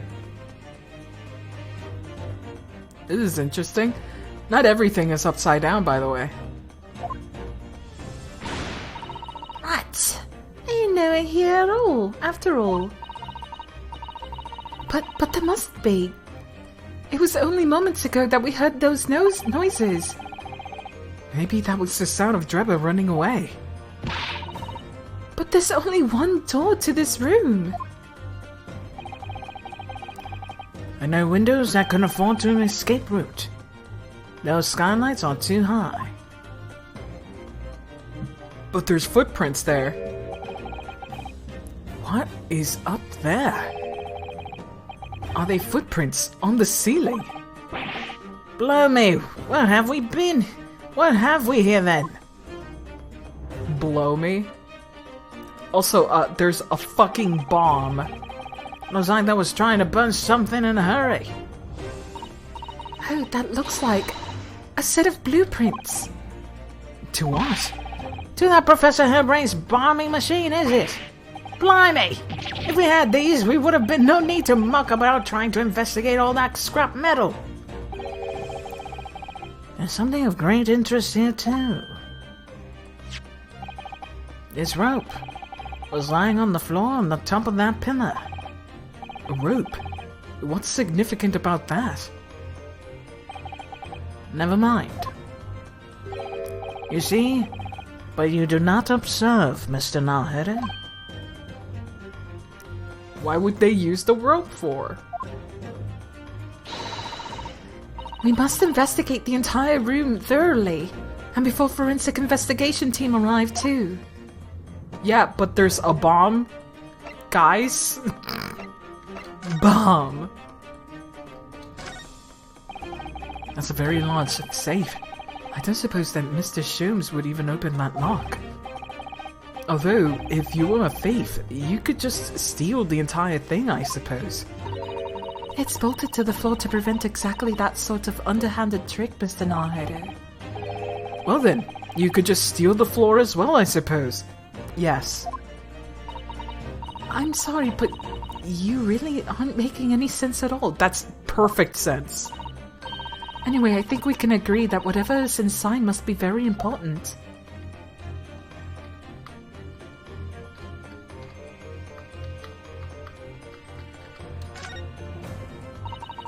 Almost every piece of furniture is upside down.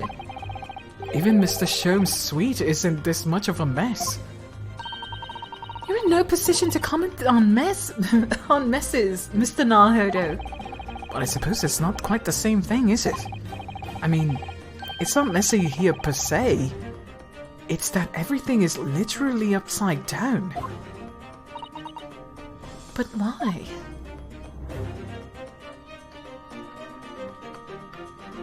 Let's see what else we can click on. There's no denying it, is there?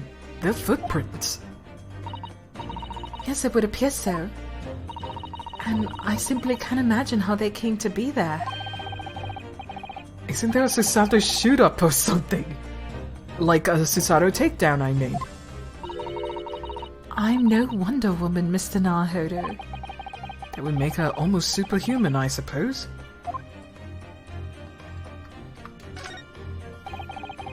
That's a really lovely model. It looks just like the real flying balloon. So, can you tie that thing to the bomb and let it fly off, please? I think it's probably staying aloft in the same principle of a full-sized balloon using gas. A green flying balloon? Yep. It's green, alright.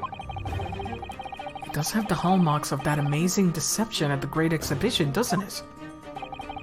Could it be that the whole thing was planned here in this very workshop?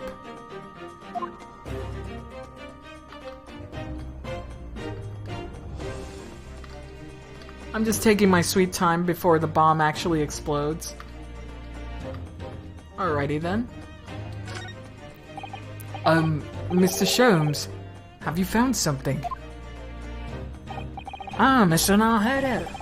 Yes, in point of fact, something rather fascinating. What do you make of this? That's a fucking bomb. Let's see. I've never seen anything like it before. It looks like a bundle of thick cigars wrapped up in Mr. Sato, what's the matter? That's a... Surely that's a time bomb, isn't it? What did you say? A time bomb? Sorry, but what is a time bomb exactly? Oh boy. You're truly one of a kind, Mr. Nahede. I won't take that as a compliment. You don't know nothing, do you, Hardo? You haven't got a clue of what it is either, have you, Gina? I invite you to consult a dictionary later, Mr. Nahede. But this particular specimen is no time bomb, though I confess it has a very similar appearance. Oh. Well, thank goodness. But then, what is it? I see. So that's it. Goodness, Mr. Sholmes. Have you seen to the heart of the matter? At times when I consider my lot most unfair. For I am fated to never to know how it feels to flounder as you do when a puzzle presents itself. But I have learned to accept the hardships that come with being a great detective, Mr. Sato. Shut the fuck up. Be wrong. You're wrong like half the time. Well, here we go. I feel a great deduction coming. Once again, I can draw two conclusions from the scene we see before us. The first is that the inverted nature of the furniture in this room is the work of Mr. Drebber himself. Oh, but how could you? And the second conclusion is that the small device on the floor is, without question, completely genuine. The fuck? Please, Mr. Sholmes, you must explain everything. It would be a pleasure. After all, it's a great detective's civic duty to teach Scotland Yard's the final pencil of the trade. Gravity ball.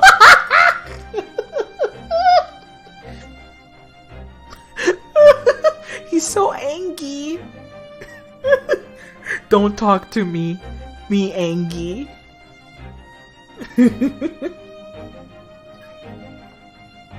All pinched up. Well, Inspector Gregson seems delighted with the idea anyway.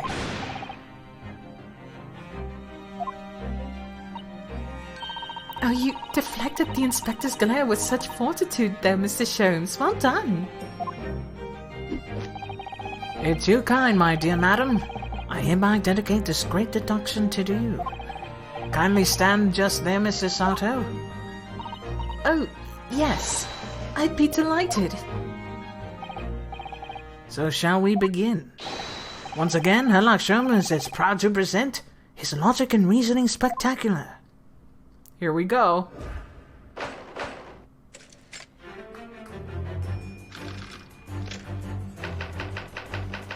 Flipped furniture. It's plain to see that this room is in complete disarray. The bed, the table, the chairs, the lamp, everything is upside down.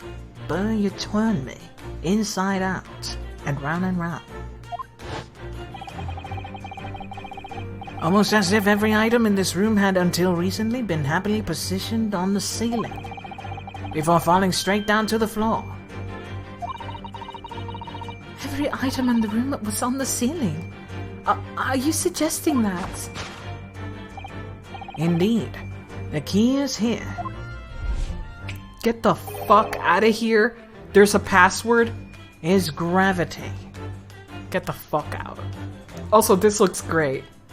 There's a freaking password. It would appear that technology has last succeeded from freeing us from the great pull of the earth. Also, this looks awesome.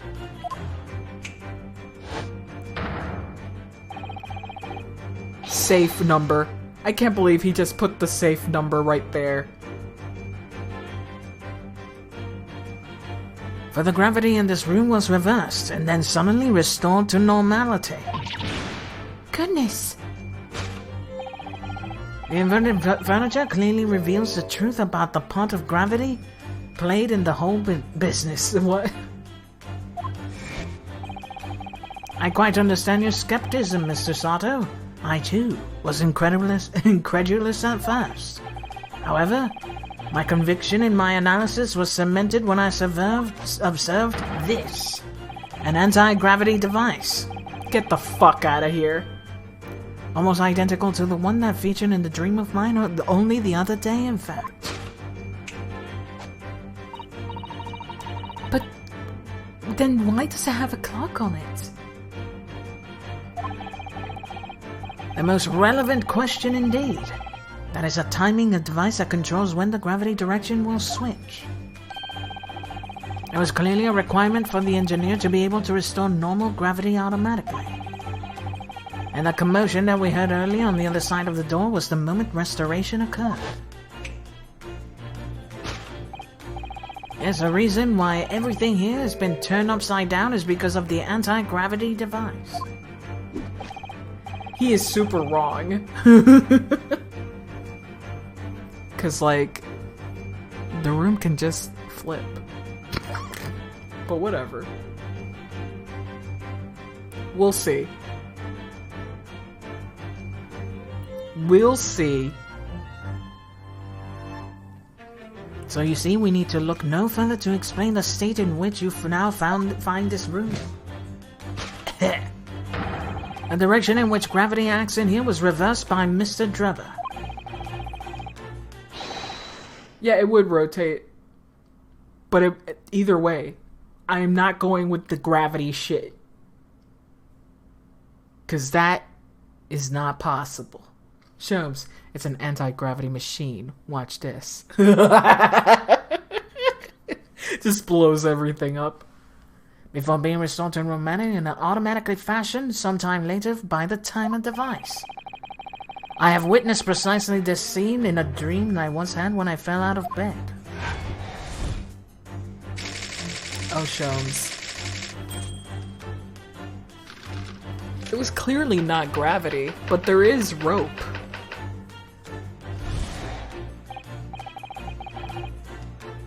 Now let us consider the next conundrum.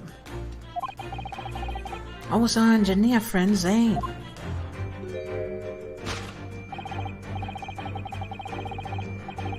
Undoubtedly, the greatest clue we have to explain his actions is above our heads. Yes, how is it all possible that there are footprints all the way up there on the ceiling? And only one set of footprints, too. Which is weird. A question whose answer will lead us neatly to the truth, my dear madam. The reason there are footprints on the ceiling is because there's a nearby skylight. What? Of course, Mr. Drebber's aim was singular, to escape. However, there's only but one way into this room. Escaping the skylight, that is.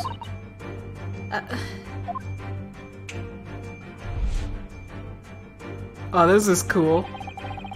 By inverting the gravity here, Drebber was able to fall conveniently to the ceiling and make his escape via the otherwise inaccessible skylight, leaving those footprints behind on the way. This is really neat. But the ceiling in here is very high, Mr. Shows.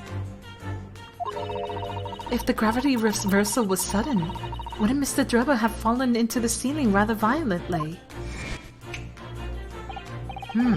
Falling up is both scientifically and philosophically a rather interesting concept, I feel. But the man was cornered with nowhere to run, so escape through the skylight was the only option. You may recall that I found this in the room earlier, which I believe offers a solution. Oh, the rope. Oh, the rope. Well, I thought Ryunosuke would talk, but no. This is Susato's time only. To reach the intended destination, what better tool than this rope? By anchoring one end to the wall, the man was able to lower himself safely to the ceiling.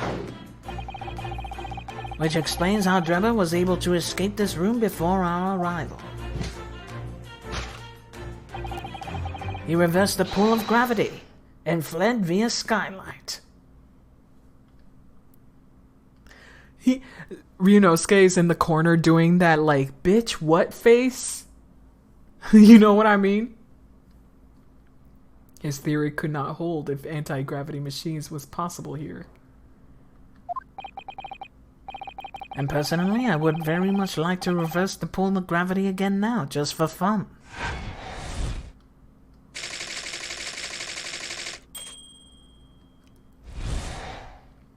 No, let's see if we can find a better solution. Thus concludes Sherlock Holmes' great deduction of this very topsy-turvy puzzle. Just for fun.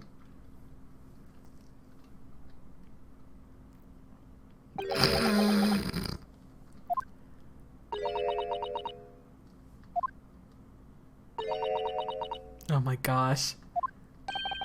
She's completely spellbound. Mr. Sholmes, There's just one thing that troubles me. I would expect nothing less. You're destined to be troubled by just one thing for the rest of your life. The thing is such a thing actually possible? An anti-gravity device, I mean.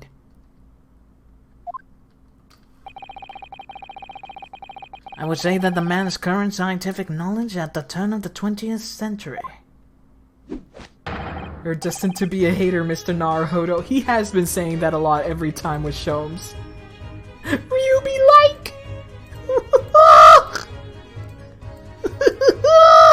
That's Ryu. Yup, that's him. It's no more possible than instantaneous kinesis. Exactly, meaning not possible. But your whole deduction hinges on it. Ah, but my dear fellow, when you have eliminated the impossible, whatever remains must be the truth. However improbable it may seem. Huh. It's a marvelous line, wouldn't you agree? One of my more endearing pearls of wisdom. I had Iris come up with the exact phrasing. My original was, clumsy. Yes, I have a feeling I've read it in something that Mrs. Sato lent me once. How is he still alive? Listen. Just don't worry about it.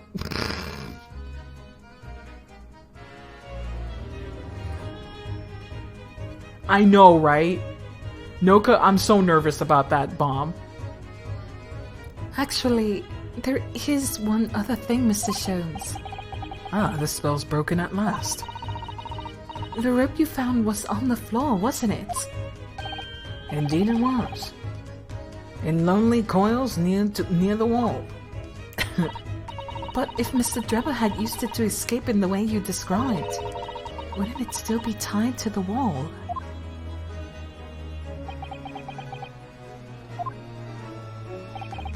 Mysteries are inevitably unraveled in the end. As I think you'll find, do ropes. And as evidence of such, you need only to look at the mystery we've faced in this room, now skillfully unraveled. That argument is as circular as the coils of rope. I think perhaps we might need to give Mr. Shones the usual little helping hand. With some minor corrections, the great detective's great deduction will lead us to the truth. Yes, you're right. And we must do it quickly before Enoch Drebber gets too far away. If you're ready, then let us resume. Sherlock Holmes, logic and reasoning spectacular. With a Naruhodo. Here we go.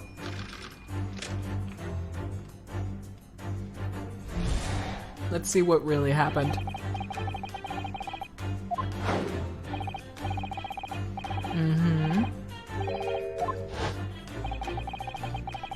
Man, the password is right there. I think everything was flipped over because he was looking for the password. That's what it is. He flipped every furniture over to read the fucking password. He didn't remember which one had the password. He went absolutely apeshit. Yeah, it makes more sense that he flipped everything looking for that password unhinged. It's so extreme.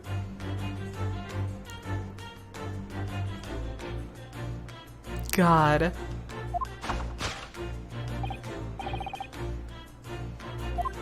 Even the lantern.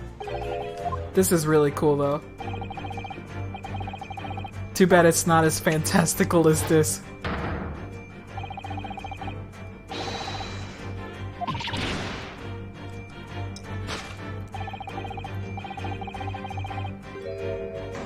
Nope. To think gravity could have been reversed in this very room. I find the whole idea utterly enthralling. It's a very good visual, yes. Only Mr. Sholmes could have conceived of such an explanation. But the man himself admitted it was a scientific impossibility, so... Yes, you're quite right. We must completely discount the idea at once. Oh, that's unusually merciless of you, Mr. Sato. When you have eliminated the impossible, whatever remains must be the truth. The great detective himself said so, didn't he? While refusing to part with his dreams of anti-gravity devices. Yes, I suppose so. Well, let's see if examining this topsy-turvy scene a little more closely reveals some proof that shows exactly what the gravity in this room was or wasn't doing. Alright. Oh, I can't... I can't click on the other... Oh, wait. Oh no. Oh no. Okay. So, the Voss is absolutely fine. Well, I wasn't expecting to find a bunch of pretty flowers in here, that's for sure.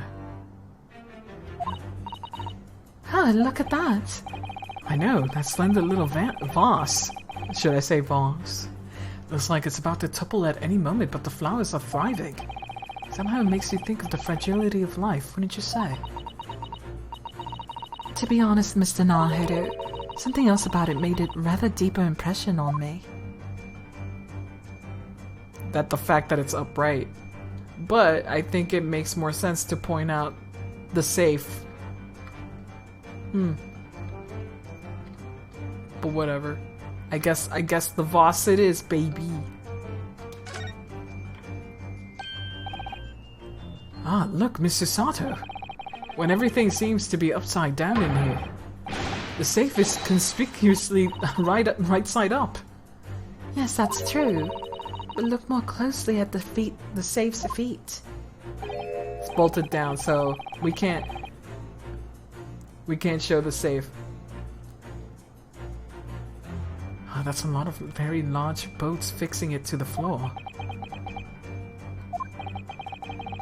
Think before you speak. That's what you wanted to say, isn't it? Really put my foot in my mouth there. Certainly I wouldn't say that. And we can't look any further that way.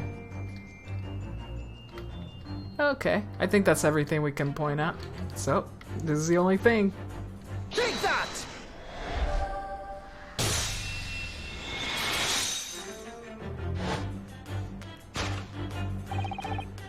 The upright vase clearly reveals the truth about the part gravity played in this whole business.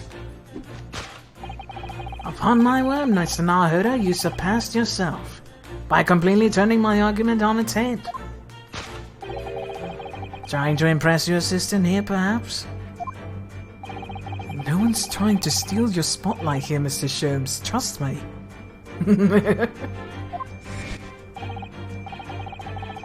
As you rightly say, though it appears at first glance that the furniture in this room is upside down. This unassuming slender vase is standing keenly to attention.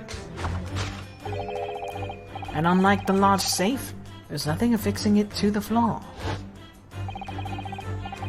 Extremely sassy. And it's the exception that breaks the rule. Look at these two. Look at these two. Just mirroring each other. Naruhodo doesn't have to do that, but he does it anyway. In short, much as it pains me,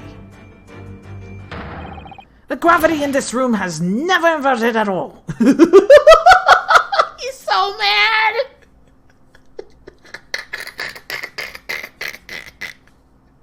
He's like, God damn it! It would have been cool. You know what? I feel for him. I would also want the cool thing to happen. My deepest sympathies for your loss. Oh, poor Mr. Sholmes. Why are you crying? Why are you crying? But the show must go on, so let us continue with our deductions. Wow, he recuperated fast. Now that we know that the contrivance is not in fact an anti-gravity device, there remains but one possibility. You don't say. Someone deliberately turned out over every piece of furniture in here.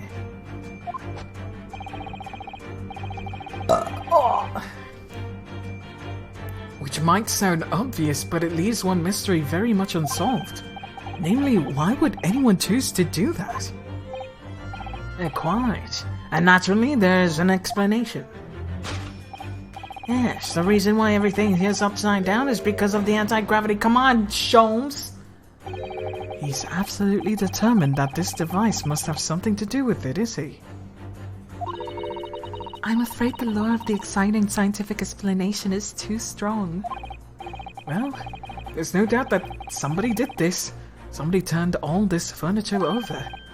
So whoever it was must have had a reason. I'm afraid nothing comes to mind at all, though. Well, let's take a look around and see if the answer presents itself. Alright, let's look at the... yes, there it is.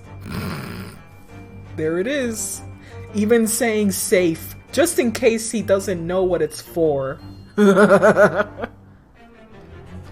that! Oh shit, I was gonna click... well, never mind. Oops. Yes, the reason why everything in here has been turned upside down is because of the safe combination. Precisely. I believe, Mr. Naruto, that you had a very similar experience once, did you not? Yes, last year. When I bought a lottery ticket and noted the ticket number down in the inside cover of a book, just in case. That's it. For people who are forgetful souls and heart, and always make a written note of important information. Just keeping the ticket itself safe would have been more sensible, I think. I'm not gonna listen to you, Susato. I'm just gonna pretend I did not hear it. And what, pray, happened next, Mr. Naruto?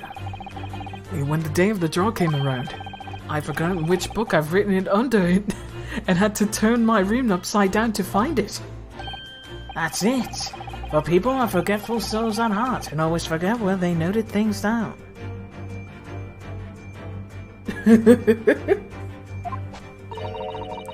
Not if you're always note things in the same place. I actually won the second prize, you know. But I couldn't remember which magazine I slipped the...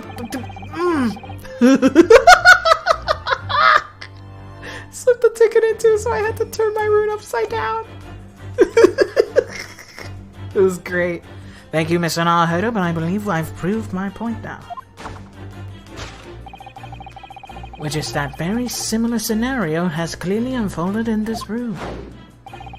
Finding himself requiring access to the safe, the occupant of this room needed the combination code.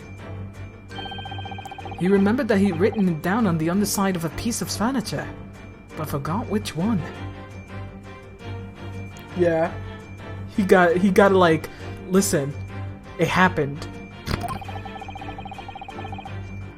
Leading to the state in which you now find the room. Yes, that Mr. Drebber overturned all the furniture in here in a desperate hurry to locate the combination code that would unlock the safe. They're very precious indeed. Alright. Where did he go? Now let us consider the next conundrum. Where was his aim? Let's see. Up there. Yeah.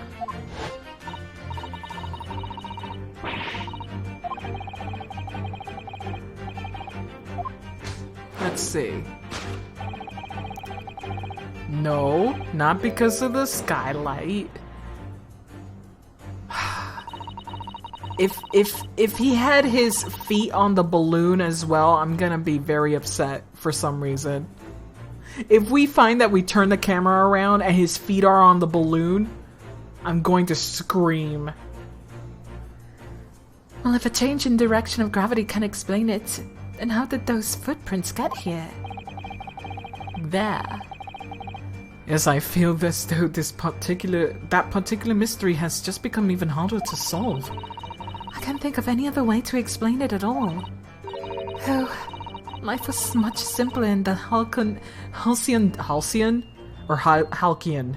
I do not know how to pronounce this word. It is weird and I don't like it. When gravity could be reversed. It was minutes ago. And those days never existed in the first place. Halcyon? 4. Well, I suppose we must simply put our faith in Mr. Sholmes and observe the area in more detail. Putting our faith in Mr. Sholmes is what gets us into situations like these in the first place. Here we go. Fucking. Okay. Motherfucker! Motherfucker! The shoe and the balloon with the feet! I am very upset. I knew it.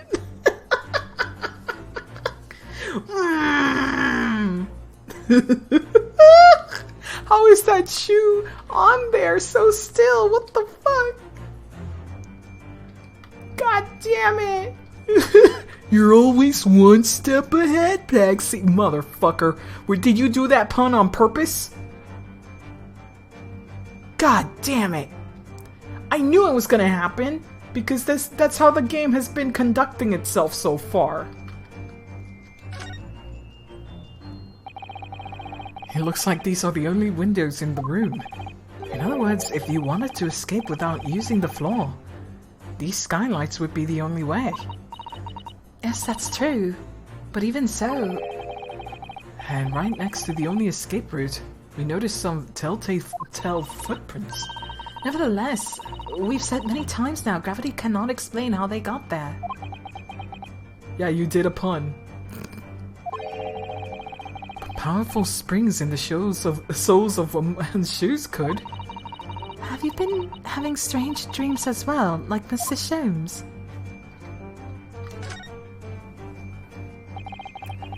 This is a gas balloon, is it? Isn't it? It's tiny, but it does seem to be a real balloon. Yes, I think you're right. I think it's helium that's keeping it up. A green gas balloon?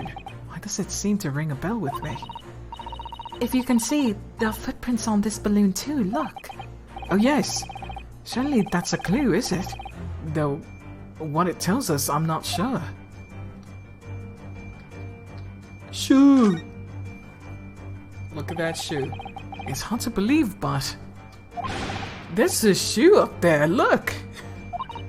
Hey, yes, and there are more footprints on this little balloon too.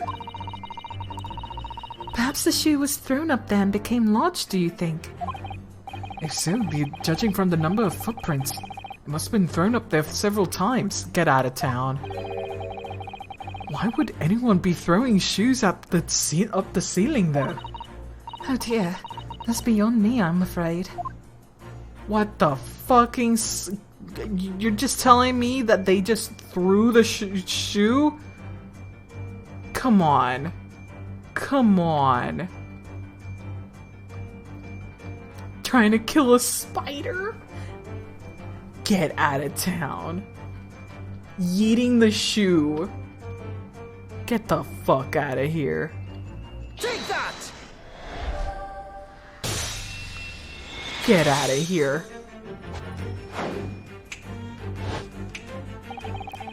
The reason those footprints are in the ceiling is because of this nearby shoe, which is so fucking stupid! That must be the dirtiest freaking shoe. And on closer inspection, there are clearly footprints all over the balloon as well. How is that balloon survived so much attacks?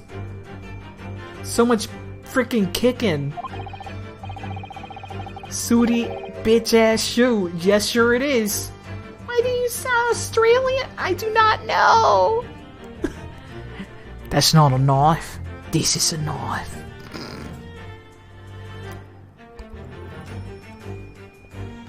Oh my god. Ah, jeez. In other words, the aim was never to skylight at all, but the balloon. But for what purpose? A green balloon. That seems somewhat familiar data. It's the piece of this balloon's envelope that Mr. Naruhodo and Iris found at the scene.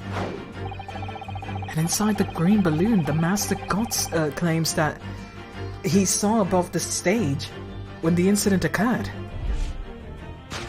It was the second birdcage. The crux of the whole instantaneous kinesis deception. You mean to say... If we assume the balloon is a model of the one used that day, there's a strong possibility something may have been maybe concealed inside it. Something Skanda was desperate to retrieve before making his hasty getaway. Yeah, but where the fuck did he go?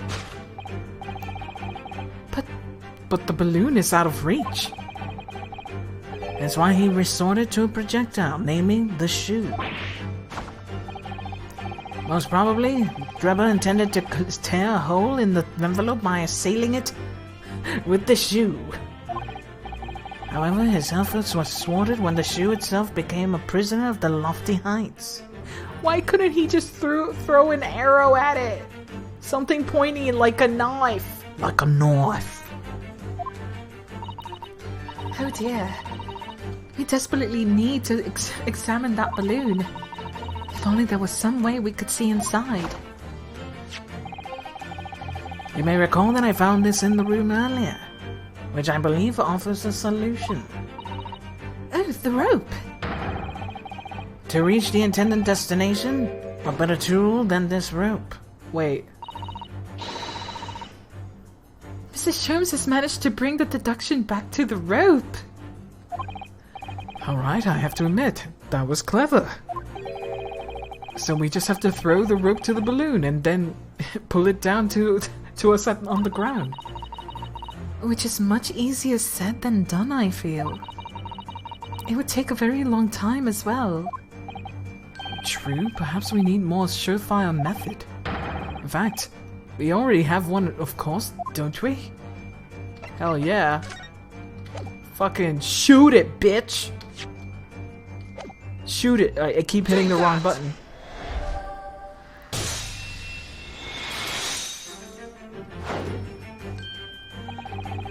To reach the intended destination, what better tool than this crossbow? That's what we found in the scene, in fact. In all likelihood, it belongs to Mr. Drebber. If the man had only brought it away with him that day, he could have avoided using the shoe at such a critical time as this. Shoot it! Come on, shoot it now. So, shall we? Your curiosity is deeply stirred, no doubt, my dear fellows. What is it that Enoch Drebber has hidden inside that balloon?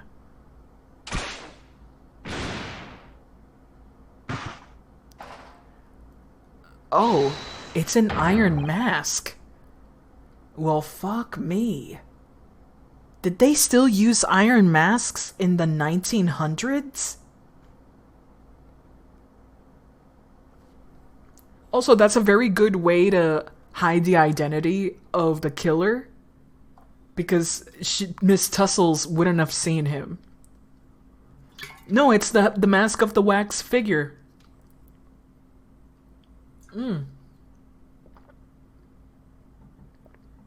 I don't know if you were here, Deaf Dude, but we were at Madame Tussles, and the wax figure that was returned was missing its head.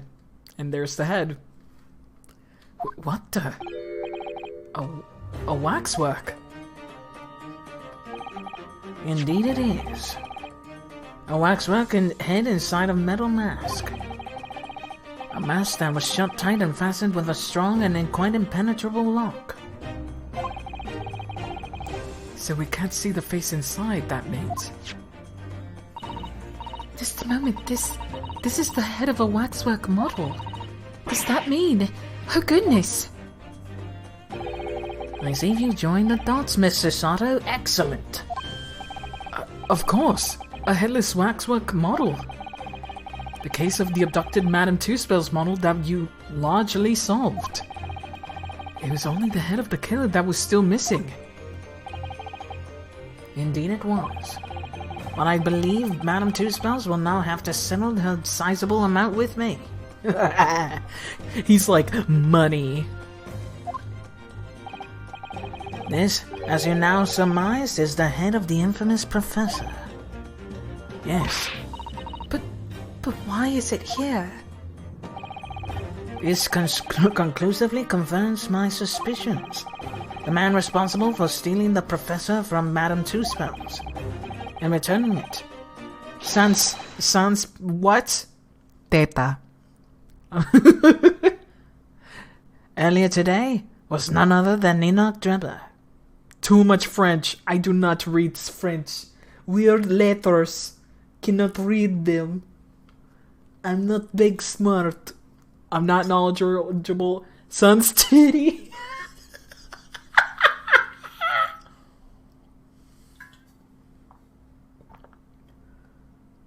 Oh my god. Without head.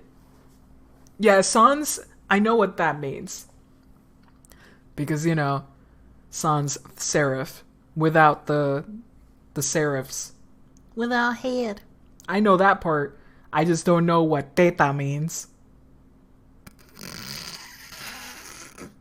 Sans. So no head? Babe? Tete. Yeah, I know. I could surmise that. I just don't know how to pronounce it. That's my question. That's my question. How the fuck do you pronounce that letter? La cabeza. Yeah, cabeza. Sin cabeza. Oh man. I'm just gonna say teta forever. Tete. That's how I would pronounce it in Spanish. Tete. Rhymes with bet. Tet. Amazing. This is incredible. Professor Hairbrain's case and the waxwork abduction are... they're inextricably linked by Enoch Drebber's workshop. Let me see. Let me see.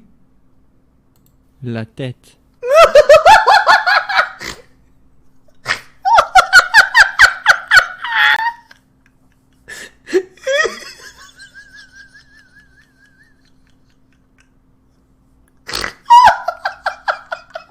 La tête.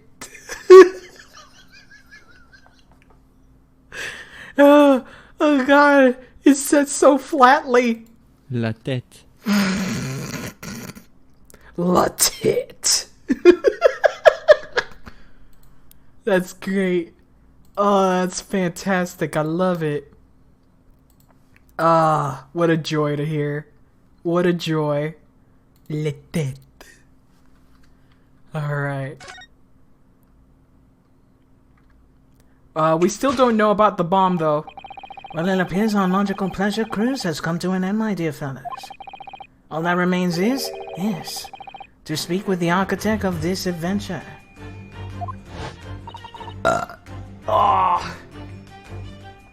We still don't know what the fuck is that bomb doing there. The architect. You mean Mr. Drebber?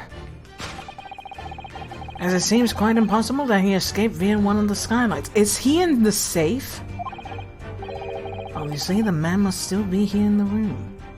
If the man is in the safe, that is insane.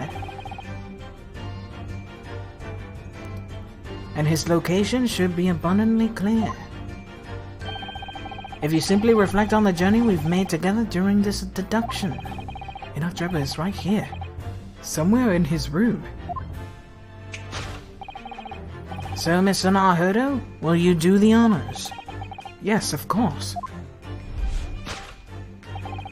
Mr. Drebber's hiding place must be the Well, you get to choose. The cupboard. The skylight. The wardrobe. Wow, if it was the wardrobe again. The wardrobe would make more sense to me. But also, so would the safe, even though it's a little too small, I think. Yeah, I'm going to examine these. Examine all of them. Don't worry. It makes sense because, you know, Naruhodo would do that. Look at all the mess in front of the safe. Yes, plans and accounting ledgers. Almost as if someone was in a hurry to empty the contents of the safe, in fact.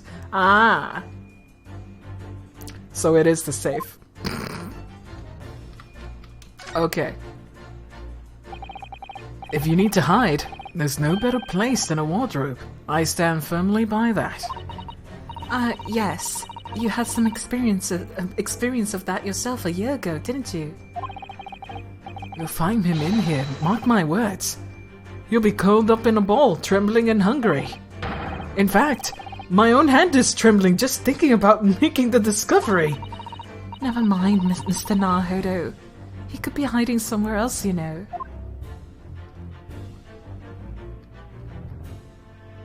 You just have misclicked and presented before your cursor was on the safe. Oh yeah, you misunderstood, huh? How I was clicking? This looks to be a cupboard for cups and saucers and the like. Ah, an ingenious hiding place. Oh, is it? Well, when you say cupboard, board, you automatically think of cups and saucers, right? Don't you? And the clever engineer knows that, so he knows you'd never look for him in there, because he's not crockery. Though sadly, it does seem to be full of only crockery. What are you showing me, Nap? Go to sleep.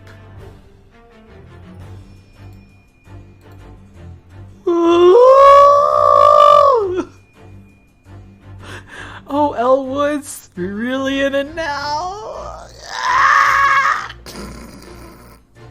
Fucking Elwoods.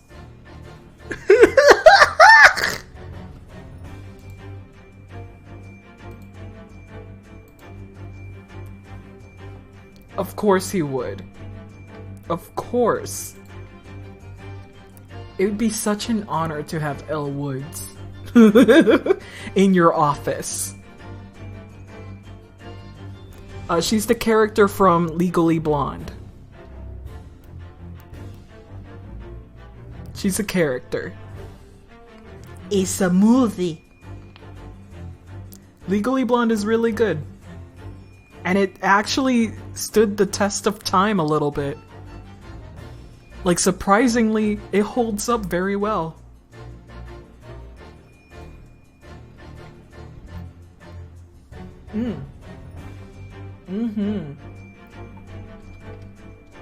It's very cute.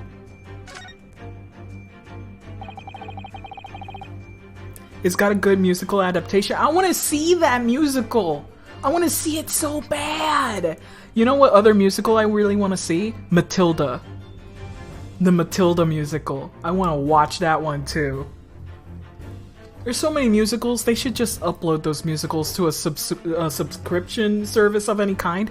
I would fucking watch that shit. There's a full copy on the YouTube of the movie. I want to watch more musicals, damn it. Oh, the musical. Really?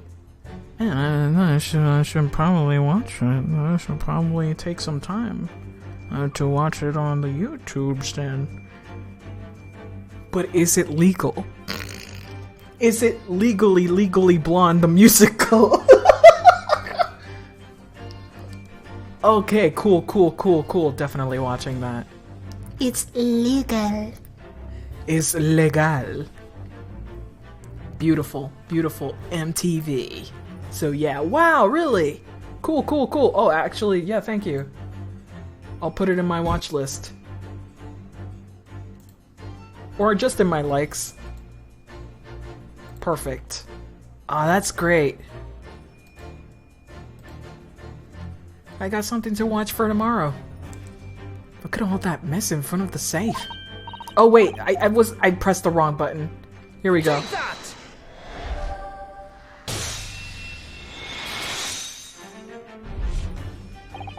We thought we gained access to the back room. We heard noises from in here. Which tells us that the engineer is still in the building at that point in time. He was in fact searching for the combination to his safe. This is cool. And pressed for time, made no attempt to right the furniture that overturned in the process. From which we can deduce that his search for the combination happened very recently indeed. In summary, Mr. Enoch Drebber.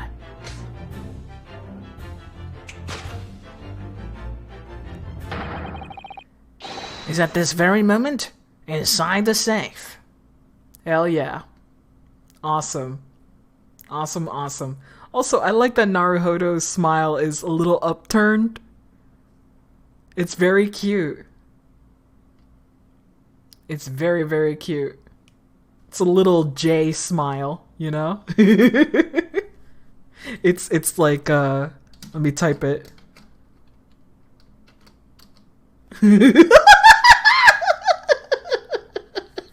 Yeah!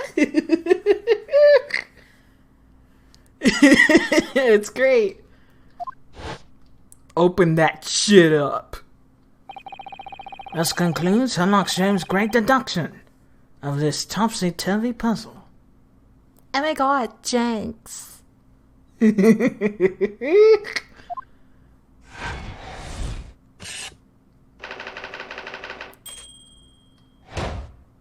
Beautiful.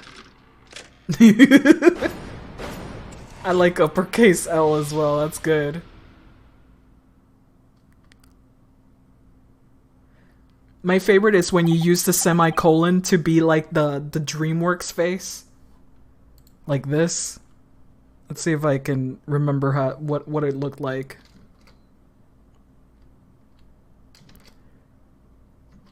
DreamWorks face.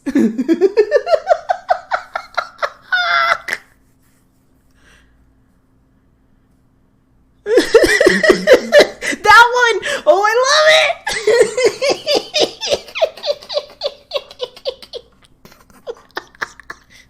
I love it!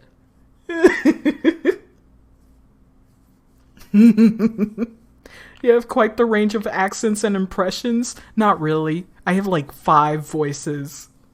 I have the old man, the woman, and then all the other dudes are just my normal voice. In varying degrees of how deep I can go, and it's not that deep. So in reality, it's like 3.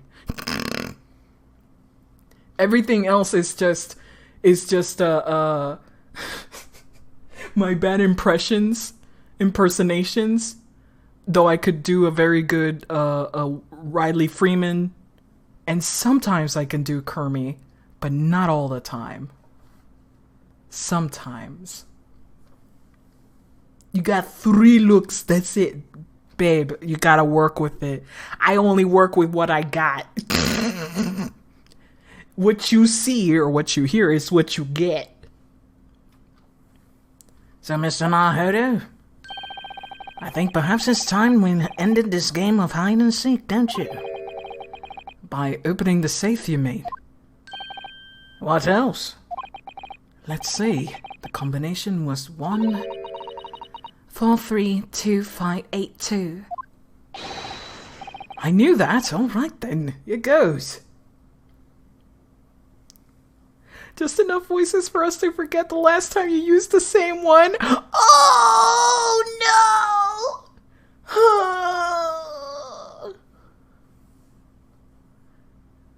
Oh yeah? Oh my god, he looks awesome. Oh, cool. This dude looks fucking cool. What a great design. Man, so freaking good. You found me.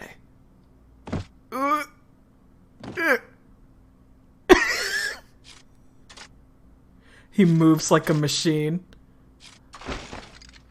Holy shit! He popping and locking, baby.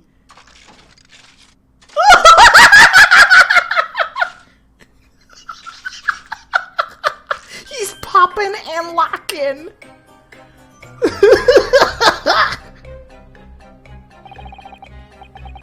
That's a bottom if I ever did see one. Hey, he can do the splits.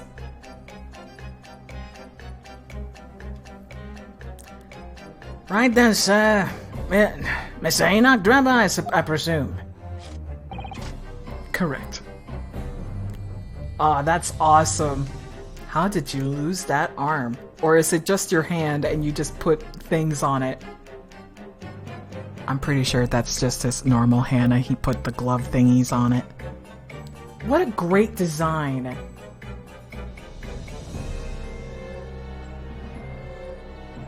I love this design. Super good.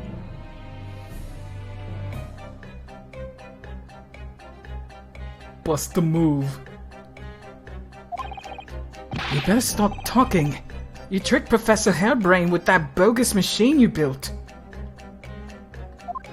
Steampunk Gauntlet. He's a steampunk cosplayer! Literally everybody in this story is a steampunk cosplayer. Literally everyone. Let me tie up my hair. It's a little long, and it's like 90 degrees over here, so... Go to bed, Nap. Holy shit. And you have to explain the theft of the waxwork from Madame Two Spells as well. Yes, I would be delighted to answer your many questions. Oh, shit! Personally, I would advise that you deactivate my little parcel first. Deactivate? Your parcel? The bomb. I prefer, of course, to the time bomb, left in the most prominent position. Ha ha ha. I see. Stunned silence. Oh my god, I love this guy. I like that he actually laughed like a robot, because I'm like, he has to speak like a fucking robot.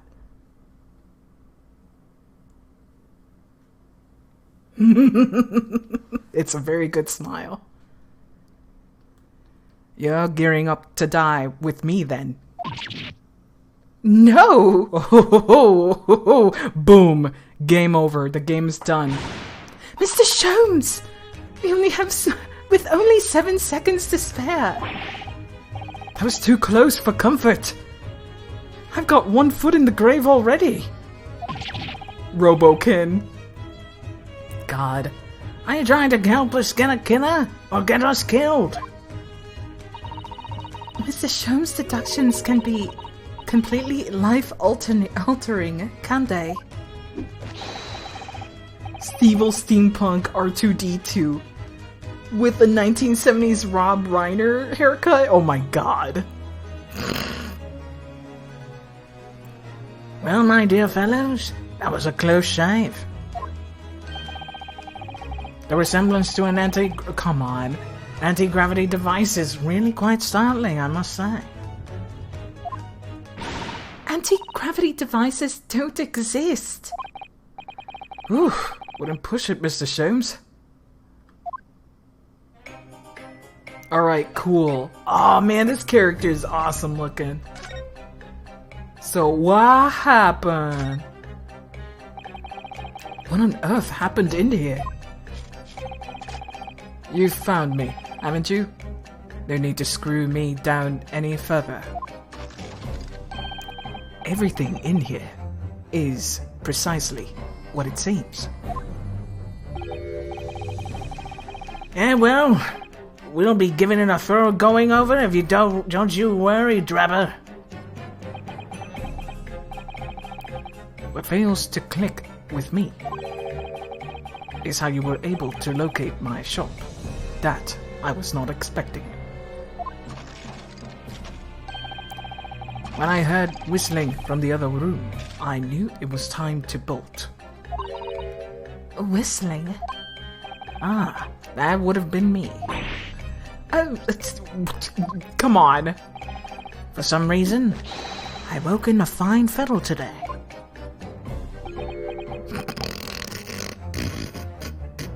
It's freaking Shom's fault that we're in this mess. No words, just tightly squeezed lips.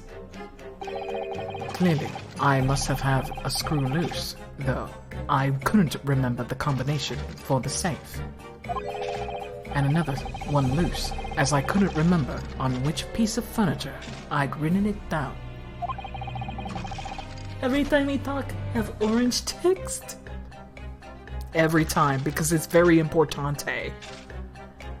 We also found a rope over by the wall. Yes, I had hoped to exit through the skylight, but sadly, the rope was too short. So I then set about searching for the combination code to open the safe. And burning the incriminating blueprints, don't forget. Regrettably, though, you failed to retrieve the head from the balloon among the rafters.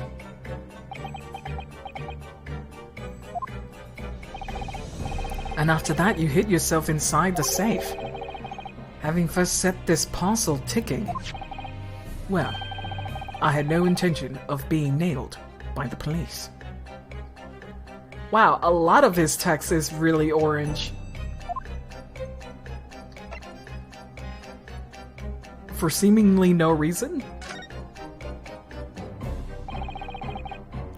Got a death wish, have you?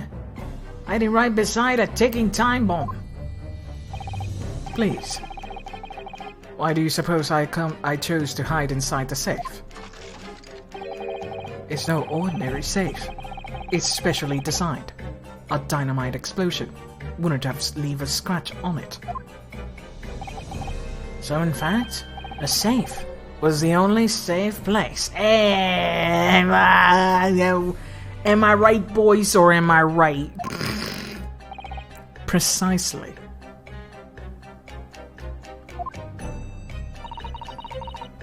But once you climbed inside, you wouldn't have been able to get out again. I invite you to look more closely. The safe is fitted with a handle on the inside to allow the door to be unlocked from within. Oh, so it is. I had always intended to blow this place to smithers, in any case. Yeah, he has a lot of orange text. I just wasn't expecting an invited guest to come along and screw up my plans. You mean to say you were planning to blow all of this up?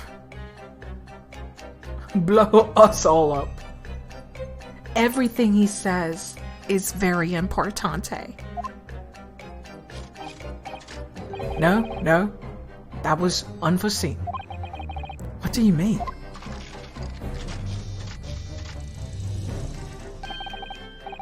Most people run, you see, when they see a ticking time bomb at their feet.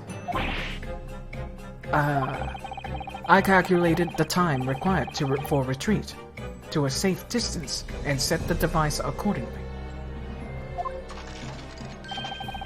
But your seemingly endless discourse in here threw a spanner in the works.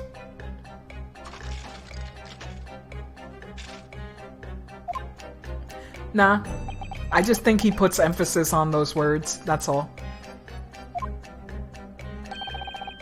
Is something wrong, Gregson? Do I have something on my face? Besides the usual eyes, ears, nose, and mouth? Yeah, I figured it's just a quirk of his character. That I like Gregson is like, it's your fault. Yeah, Gregson's face is really good.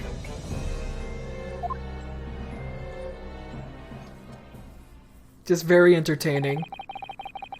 I think we have a fairly good idea of what's been going on here now. But what about the 2 incidents that you've evidently been involved in recently? Professor Hairbrain's instantaneous kinesis experiment at the Great Exhibition. And the waxwork model you stole. With which its head it belongs to. That's no ordinary head, you know. That's the head of the professor. Clad in a mask, with a lock so strong, I'm unable to open it safely to reveal the killer's identity. I've been considering carrying it around as protection, and also fuck! They're in here. What's going on here, Gregson? I'm sure you're aware that I have sole jurisdiction to investigate here.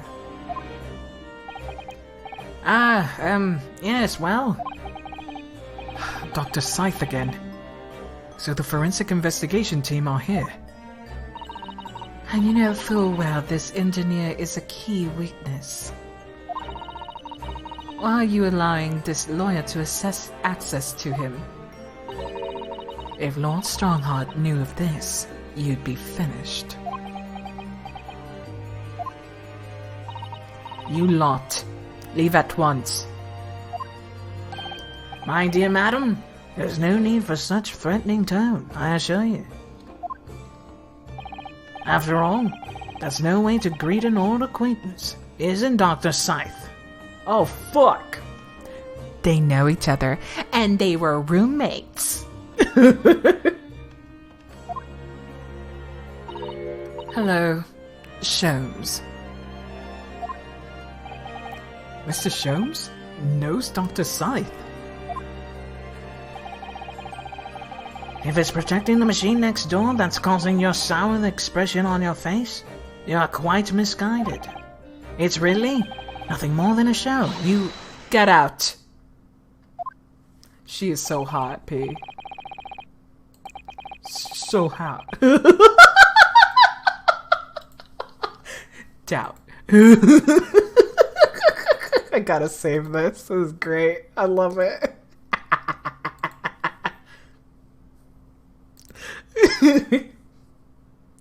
I will always think of oh, what was his name? L.A. Noir's face. Just his no bullshit taking face. Like, I doubt that.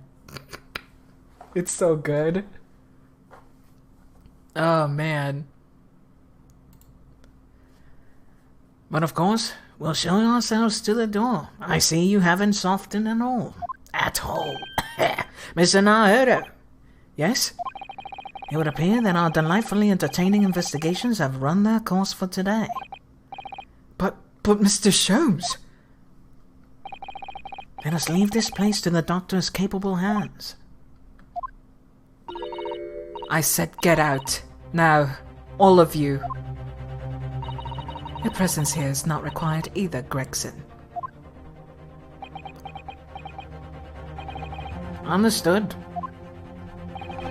I'll just say one thing before I head off. If it wasn't for this lawyer and his companions, we'd never have found this place. And the whole workshop would have been blown to bits. Gregson is pretty cool in this case. There was a time bomb set in here that had this lot disarmed. Inspector.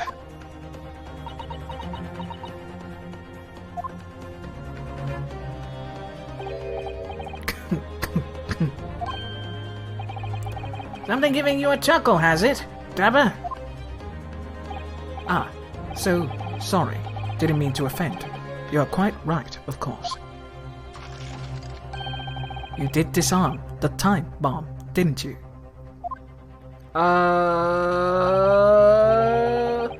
Yes, you did disarm that one. Gina. What are you?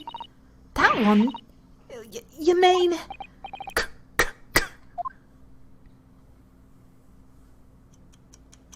Well, shit. Bye? Oh, fuck.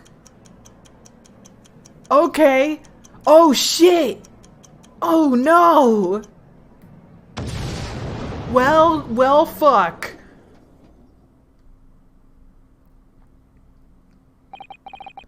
It was an hour later that we heard the news.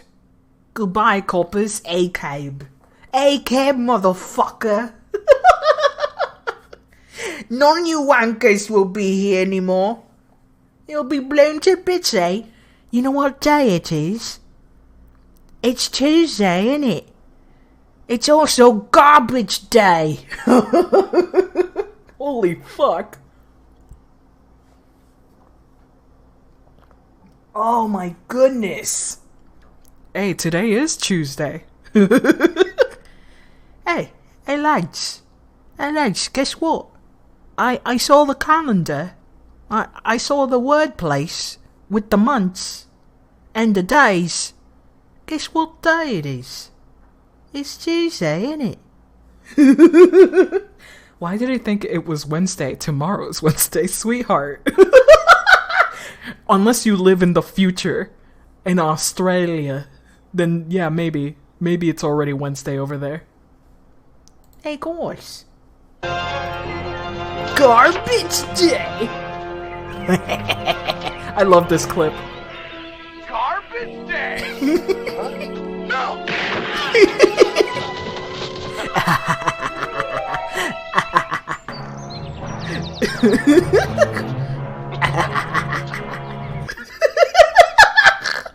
The way he laughs. The way he laughs cracks me up. Blows the dust off this clip. I know, right? Mother, you're alive. Too bad you will die. It's just all part of the great clips. Garbage day. Oh, man. Incredible. Also, speaking of incredible, I have very important things to do. I can't talk right now. For a very simple reason. Very, very simple reason. I'm making piss. Be right back.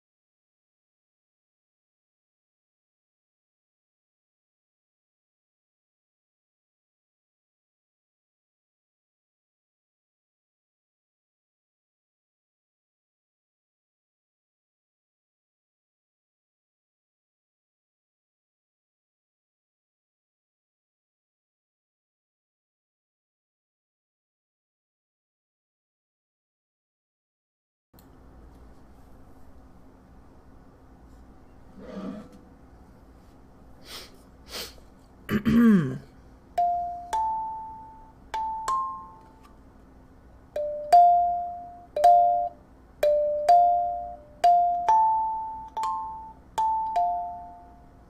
there it is. Yeah.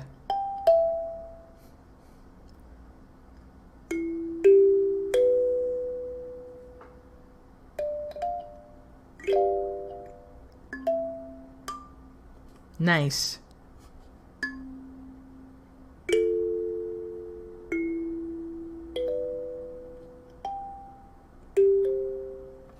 Alright, let me put this down. I'm returned from my break. I am relieved, refreshed. Hands are still wet from the water. For whatever reason, I forgot to rub my hands on a towel. So I'm just wiping my hands right now. I'm like, shh.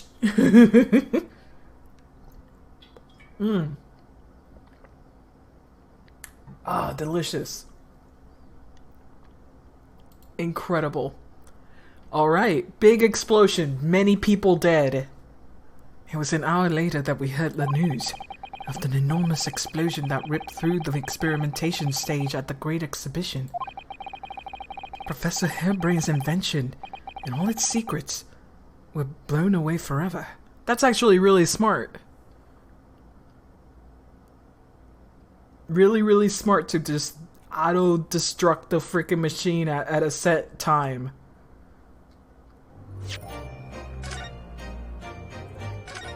But we're gonna keep playing.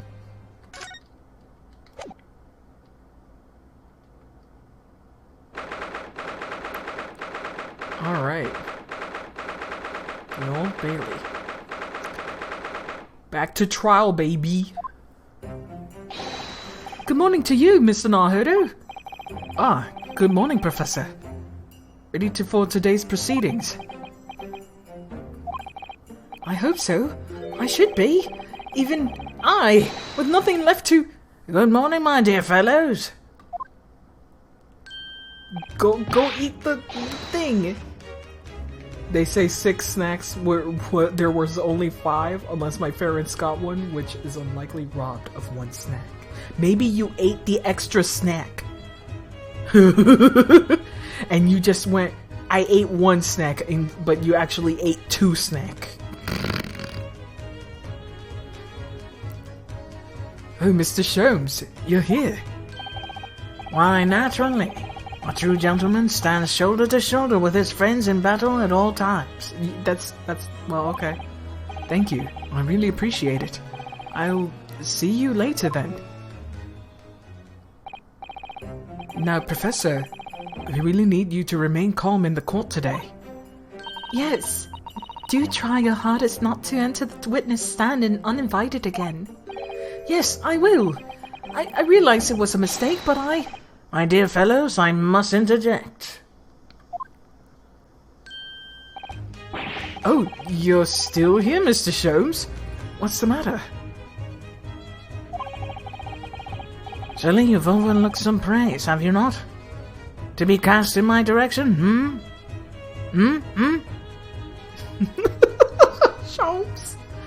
Sholmes, you're a good detective, thank you. Now go home. Sorry, I don't follow. Must I spell it out? I, the great Herlock Sholmes, the greatest detective, a worldwide acclamation. Arose at some ungodly hour to be here now. First thing in the morning. A miracle, you must agree. Okay. Hey, despite my ADHD, I got here on time. It is true. Well, if I must agree then. As you know, my sleep is quite impregnable. Iris had to employ her full gamut of tactics. She pulled the covers off, shook me, poked me by both cheeks, punched me, and then kicked me from the bed. Then she poured a boiling cup of her latest experimental blend on my face. And at last I was bestirred. Oh my, Iris has been busy. Iris doesn't have it in her to go that far. She's too nice. Ah, I sense the spirit of a fellow scientist. One who relishes the infinite possibilities of blending tea. I'm the only one up here praising, not Iris. This is my victory. I love Sholmes. It took so much work to wake the fuck up. Honestly, Sholmes, I feel you. Okay, sorry to cut in. Who this? It's Greg. Oh, Inspector Gregson. Good morning. Gregson, my dear fellow. Why the grim expression at this delightfully early an hour? Oh, I don't know. Maybe because you've been confirmed with a grimier expression, eh? I've been confronted with a grimier expression, eh? I couldn't read that sentence. Dear me. Are you going to take that insult lying down, Professor? What? What? I don't know. Poor Professor. Anyway, here's the paperwork you asked for.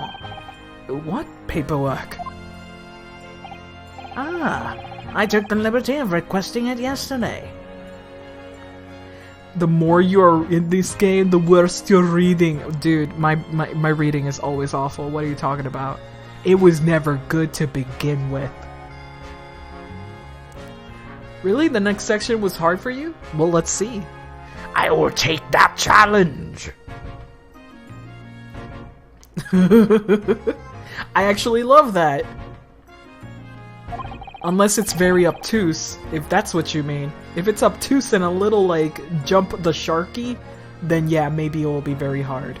But if it has some logic, I'm pretty sure we'll get there. I have a feeling it may prove useful.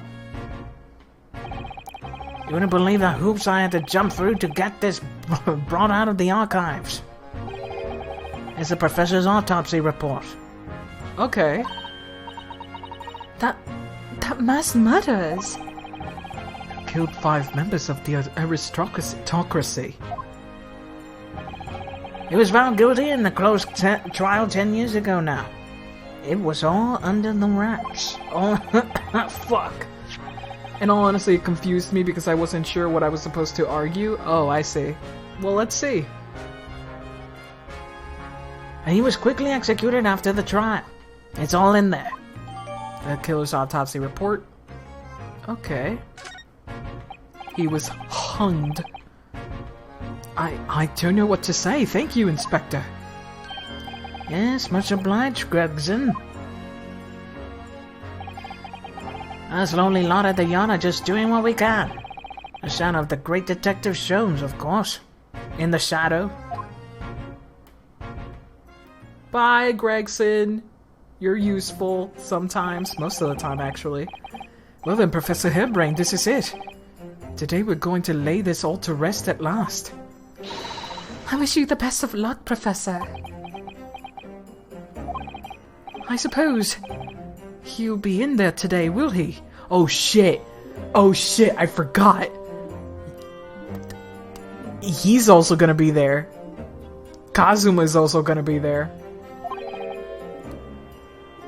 Dreba. Yes, we expect the prosecution to summon him as a witness. I'm still amazed that you managed to find him in just one day. I really owe you both so much. Counsel and the defendant. The trial is about to resume. Kindly make your way into the courtroom at once. Wiggle those mustaches. This is it then, the final chapter. Funny, my heart is racing a little. I've not felt this before, actually. It's strange foreboding. As if something's going to happen in this trial that I'm not ready for. But I can't let that distract me from the only thing that really matters. Finding the truth. Alrighty then.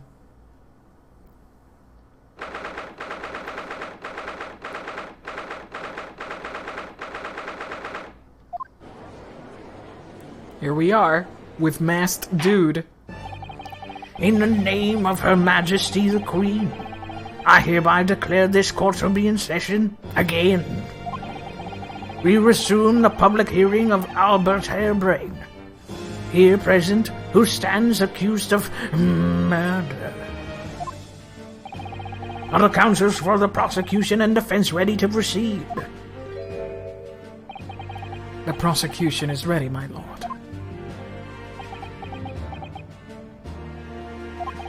The defense is ready, my lord. As promised, Lord Van Sykes has his apprentice with him.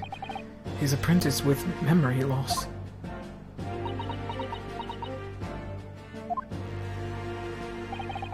If I may, Lord Van Sykes? Yes, my lord. There appears to be someone standing by your side. At your side, sir. Ah, yes. My apprentice and assistant. The prosecution believes today's proceedings will see the complexity of this case rise considerably. Get the fuck out. That's really good. That's really fucking good. So goddamn extra. So extra. Oh my goodness. I therefore instructed my assistant to attend to ensure the smooth running of the trial. And the smooth running of liquid refreshments by the look of it. The way he holds himself, the way he moves. It couldn't be anyone else. But he's still suffering from amnesia. So there's really nothing we can do at the moment. I know, but... Oh, this is so very hard. It would appear the prosecution has done a fine job responding to the demands of the court made yesterday. He didn't do shit! Van Sykes was just standing on there just going, I'm so upset. I'm so dark and troubled by my dark past. That's all he did. Though he did give us the photo. That's the one thing he did. He gave us the photo. That's it. I understand you have successfully secured the engineer, who disappeared from the scene on the day in question. Yes, my lord. I intend to call him as a witness shortly. Very good, very good. Now then, ladies and gentlemen of the jury, who have been chosen at random to present the will of the people in this courtroom today, are you ready and willing to proceed? Of course, my lord. I'm sure we all understand the importance of doing our civic duty. Hot. I'm sorry? I'm sorry, I can't read? She's pretty. I do so despise deception and deceit. I find it so very wearing. To take a man's life with a conjuring trick. It is against the magician's code, not to mention the law. Any fake scientist would feel the wrath of God, if you ask me. Science and God. I have the power of science and God at my side. And we have to listen what's said on both sides on the fence and then settle on one. That's it, is it? Wasn't like this back in my day. Wasn't like this.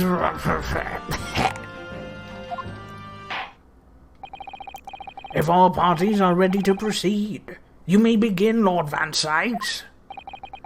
Before I do, my lord, there is a report I must read to the court. Pre-boomer. Oh my god, pre-boomer. This is so extra. This is so fucking extra.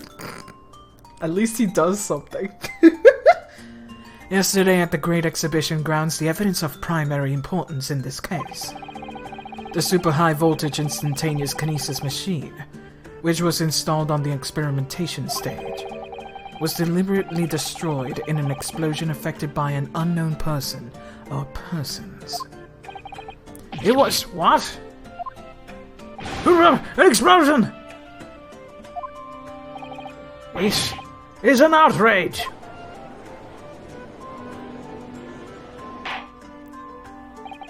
Yes, I heard of this grave news yesterday. News yesterday. Scotland Yard submitted a report to my office in the evening. I know, right? I read the machine was blasted to smithers, and the wreckage reduced to ashes in the flames. I have here photographic print of the scene, taken in the wake of the explosion. Oh, cool. It shows what little remains of the machine. Yes, a terrible business. He did it to destroy the evidence, didn't he? That Enoch Drebber. The court will take this print as evidence, counsel.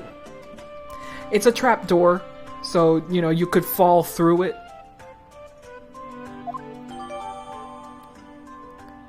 It was probably just hiding a decoy. Let's see here. For what purpose? Well, there was one in the green balloon. That was the real one.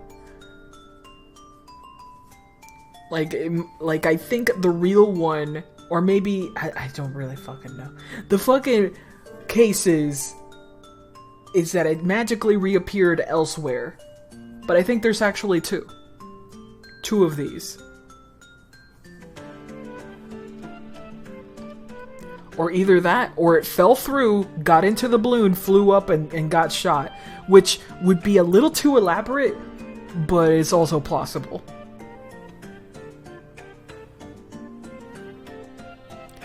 Late yesterday afternoon, the protection afforded to the machine by the Special Dispensation for Scientific Equipment Act was revoked. You really should shorten it to like SDC.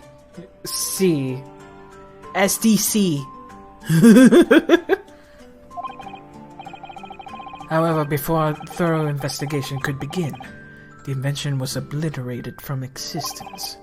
As such, this will become a very different trial. Fancy law language. I know, right? They should, make it, Act 3-2 or whatever. As it stands now, with no evidence on which to draw meaningful conclusions, the authenticity of the kinesis machine will remain forever in obscurity. Indeed. Most unfortunate state of affairs. However, one thing remains clear. The victim's death was the result of the actions of the accused. Of that we can be certain. For it was the accused himself who was operating the machine, and who ultimately caused its loss of control. Objection! As Lord Van Sykes rightly says, this is a very different trial now. The accused accepts the responsibility for his part in the events that transpired. He acknowledges that Mr. Assman died as a result of the accident caused by his machine's malfunction. However, unbeknownst to the professor, he was being deliberately deceived by a pair of very clever fraudsters. Names, counsel, if you please. The engineer, Mr. Enoch Drebber, and the victim himself, Mr. Odious-man. Odious man. Ow, ow, ow, ow, ow, ow.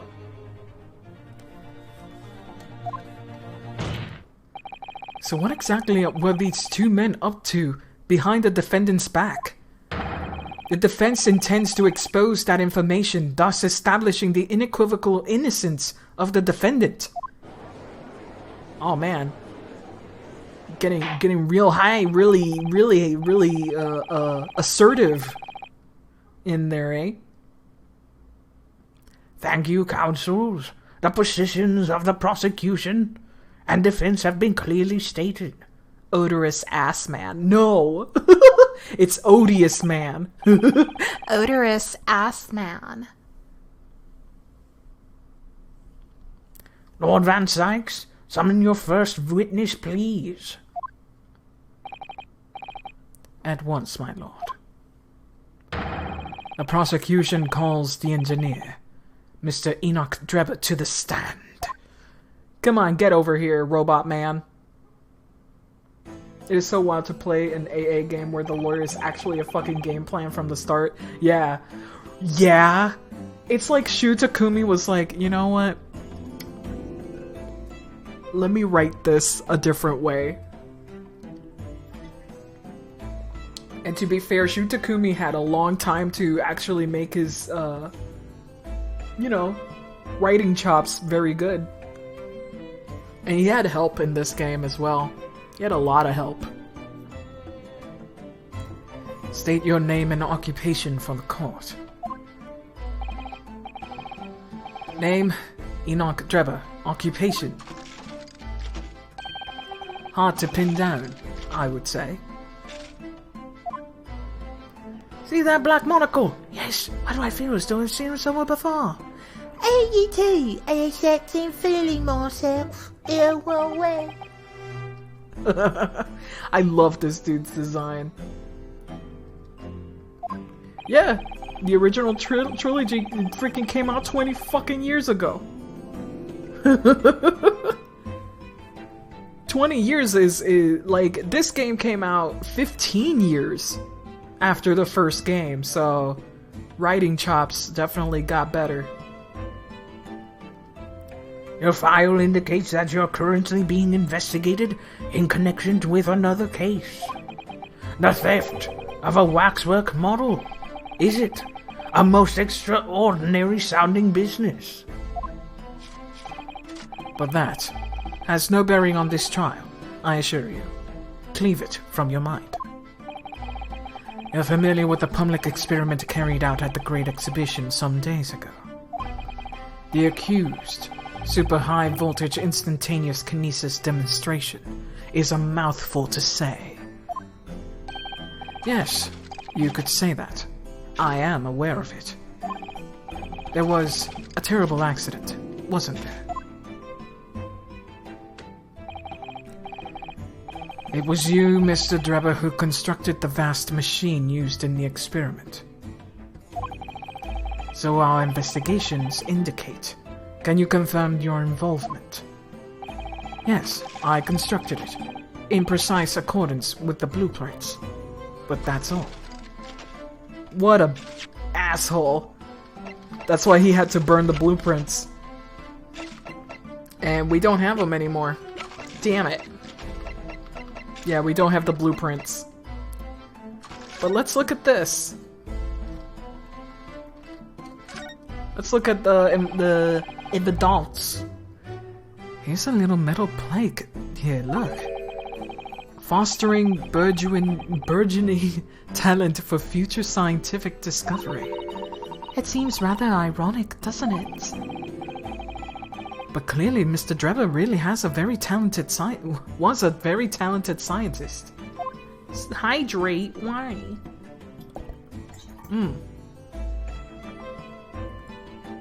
Let's see if there's anything interesting here. Nope. Only that he was a big scientist. Now this. Boyo boyo. This lock does look very strong, doesn't it? We gotta send this to the lock-picking lawyer. There's definitely no way you could have removed the mask yourself if it was put on you. What a terrible way to treat someone, even a convicted criminal. I know, it's starting to make me livid, actually. Mr. Naruto, please. I mean, just think about it. Imagine if you had an itch on your neck all of a sudden. You'd be utterly helpless. Oh my god. Well, yes, that's true. But I'm not sure that warrants quite so much anger. Oh, right. Sorry.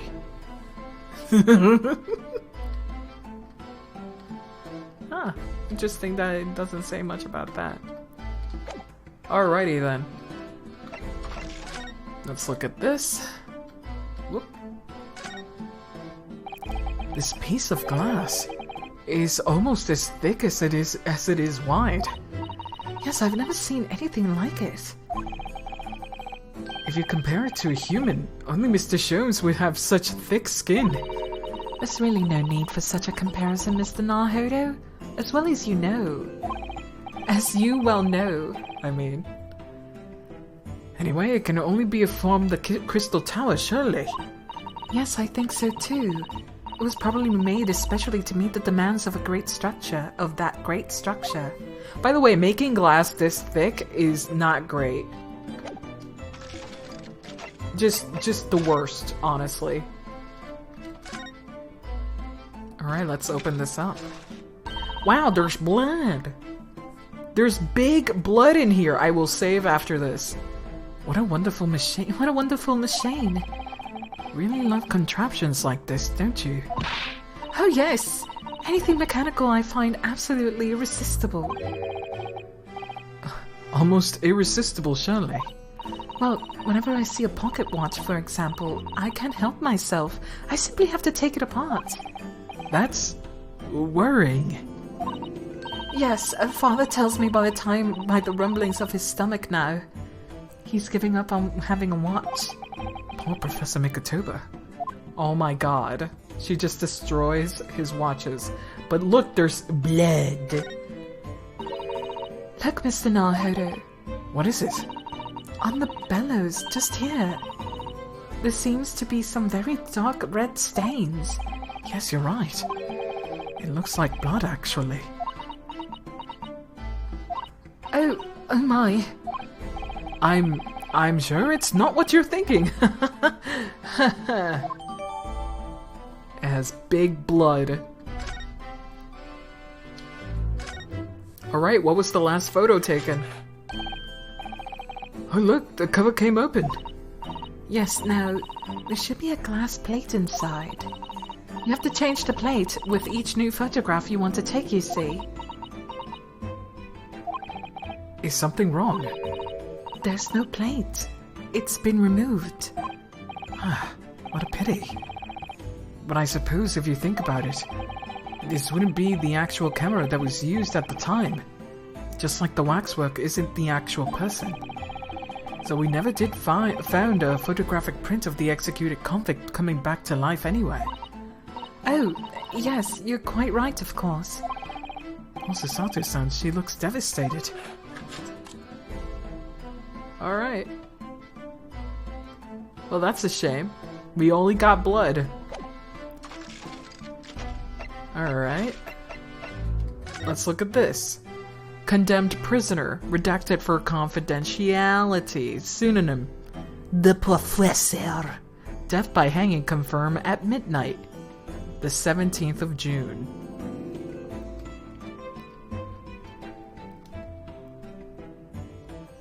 Huh.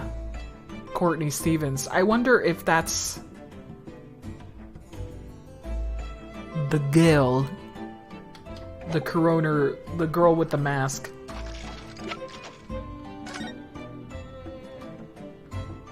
Look at that. Wowie zowie.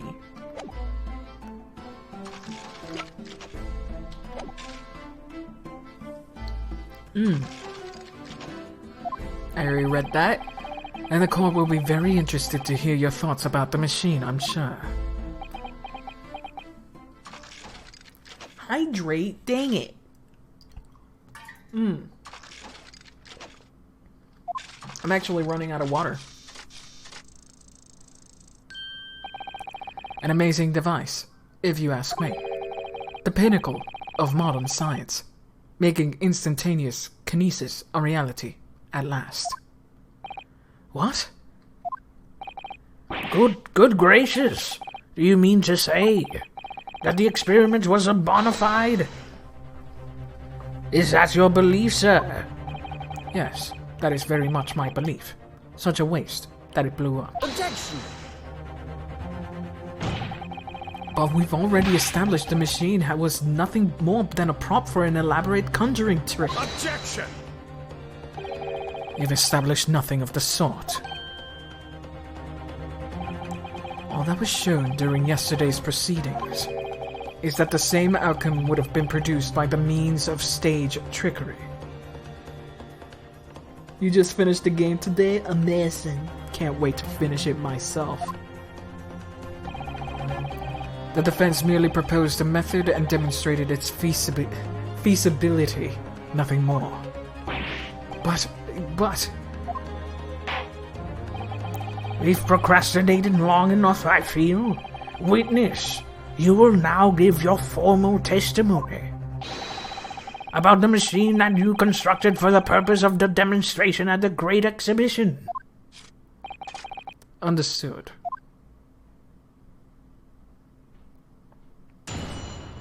Here we go. The kinesis machine. I met the young professor approximately 1 year ago through Mr. Asman's introduction.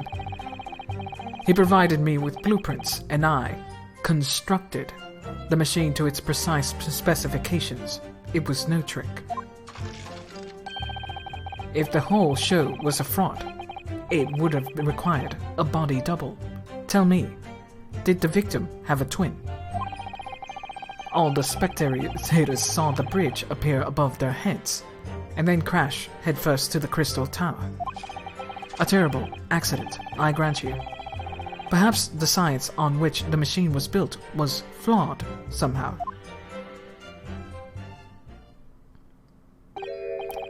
A body double?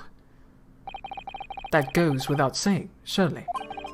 To give the impression that something has moved, when in reality it hasn't. It's a basic conjuring principle. The deception cannot be achieved without substituting the original with the fake at some point in the performance. But would I be right in saying you haven't managed to establish anything along those lines? Incidentally, the prosecution has already confirmed that Mr. Asman had no twin siblings. It is my understanding that this witness is well versed in conjuring artfulness. But such talents do not indicate that he was actually able to accomplish what he claims. Namely, the construction of what by all accounts must have been an extremely complex scientific machine. Whatever do you mean? Yesterday's proceedings brought the true nature of your past exploits to light, Mr. Drebber. Indeed it did, my lord. As a swindler who preys on innocent scientists to elicit government grant money through conjuring know-how. Yes, it is true that I possess considerable knowledge of stage magic. But crucially, my scientific knowledge more than matches that of any academic in the field. Investigation of the witness's workshop attests to that claim, my lord. Get out of here. As evidence, the police found this Royal Society trophy for young talent in the science here.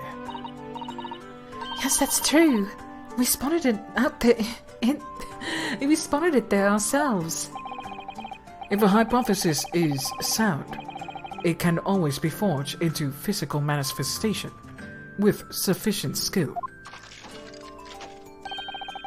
Though I may have sold the secrets of some deceptive wills to sniveling, talentless scientists in the past. Would you therefore assert that the explosion of the machine was an unfortunate accident, or, of course, a deliberate act of murder carried out by misuse of the science? Get out of town. Counsel for the defense? Your cross-examination, please. Yes, my lord. Here we go. Time to press everything.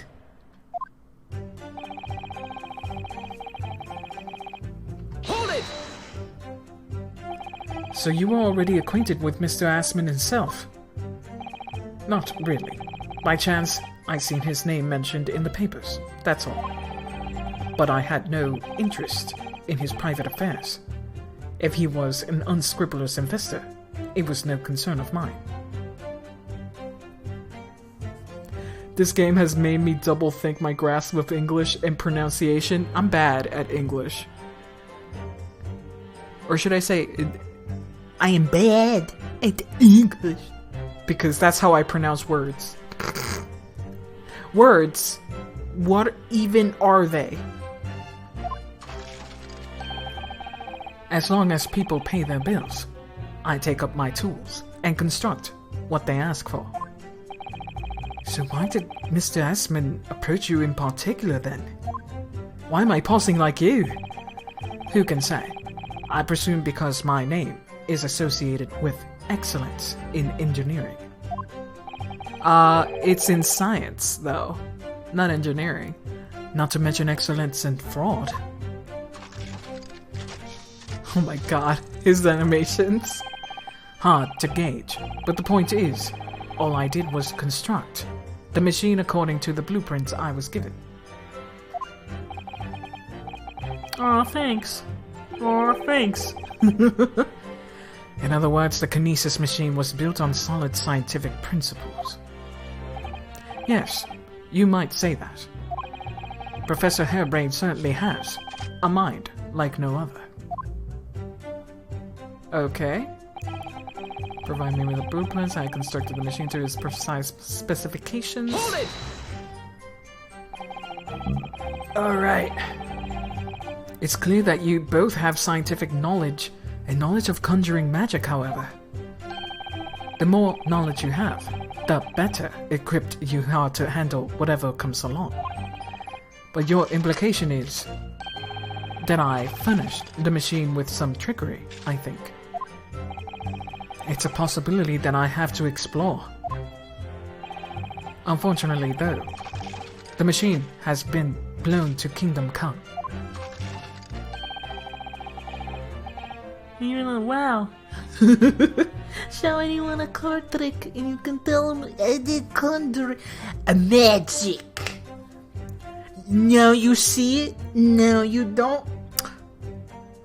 That is what we call magia, dudes. That what we call here in the streets some wizard shit.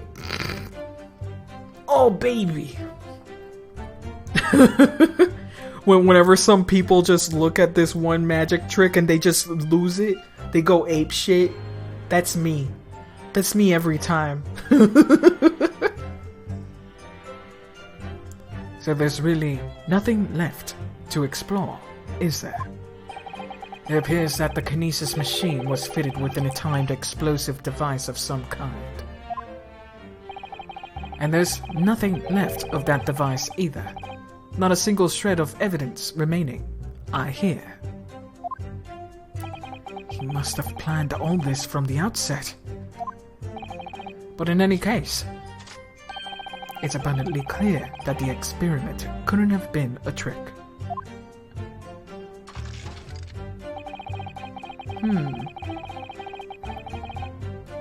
Hold it! Of course, that's it! Mr. Assman has a come on, Ryunosuke. Objection! Perhaps my learned friend wasn't listening earlier. Mr. Assman had no twin siblings. No, I heard it before, but the thread of hope hadn't quite left me. I like that little animation of him, going back a little bit. The demonstration could have been a trick if there was somebody who looked sufficiently like the victim.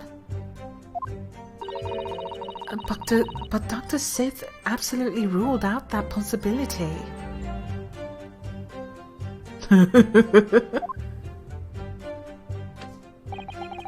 It is beyond question that the victim himself, Mr. Assman, did move from the stage to the Crystal Tower. The fingerprints found at the scene attest to the fact. So it can have been orchestrated by using someone who looked identical to Mr. Assman then.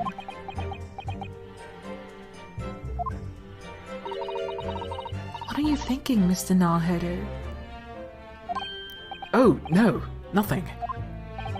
Just that the idea of someone who looked identical to the victim is playing on my mind.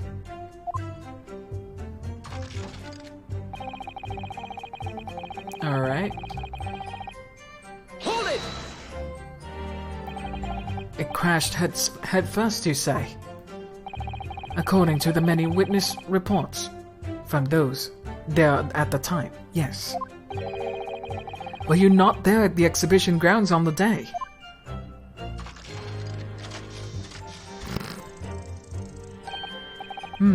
Unlikely.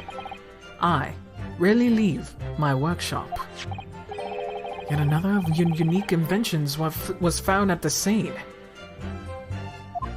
Odie anal, bro? Get out! Shut up! Knock it off!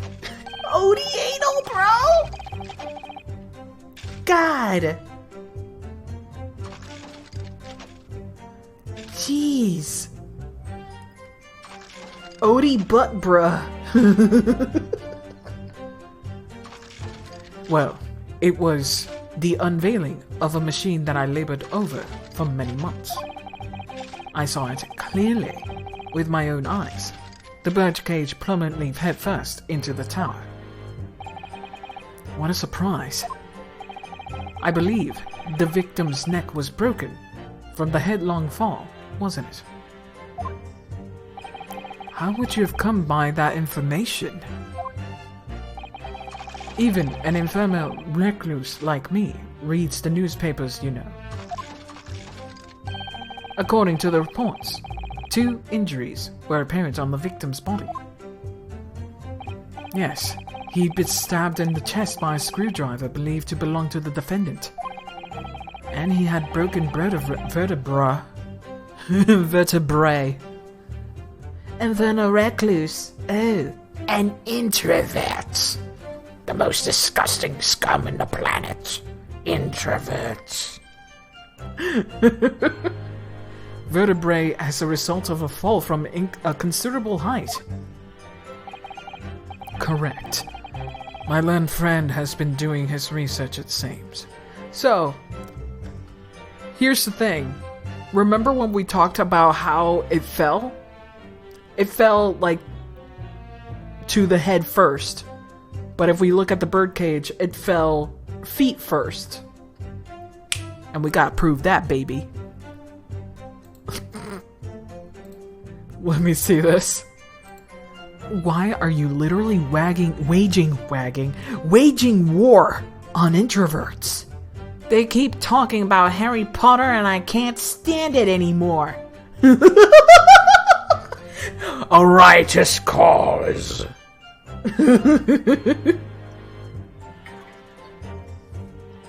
Oh man. Talking about Harry Potter. And they just can't. They just can't anymore. They had enough. Also, let me check something out. Okay, no, there's nothing here. Cool. Thank God.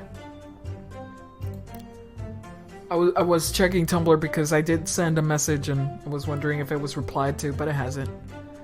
Correct, my learned friend has been doing his research, it seems. Do we know which injury was the fatal one? Sadly not. Forensic science is not yet at a level where such things can be determined.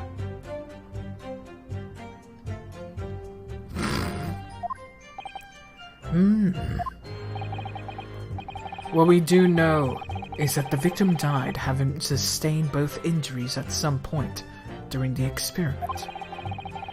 And since he was found at in the bird cage with his neck broken, it's obvious that he fell from a considerable height. I suppose that's hard to deny. Alright, last thing to press here. Hold it! So you understood the science, did you? Not in the slightest.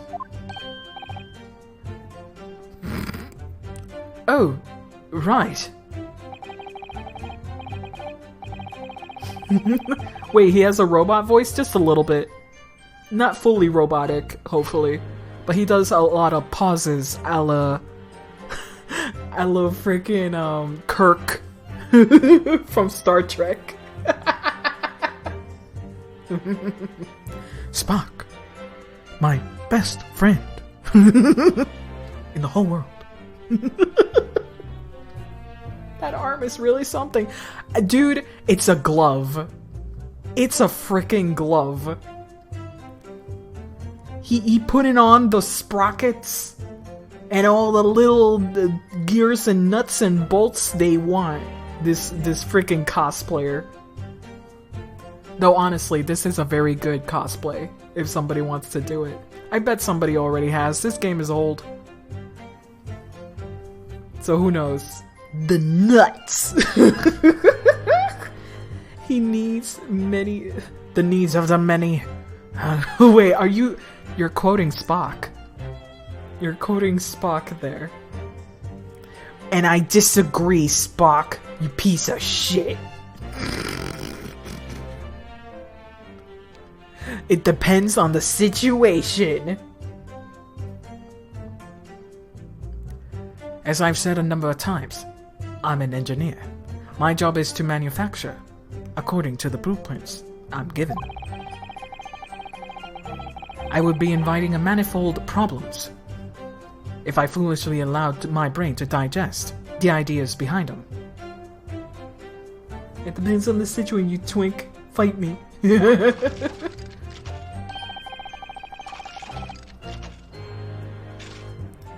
I could be accused of stealing those ideas, for example. But how is it possible to construct a machine without really understanding the principles it relies on?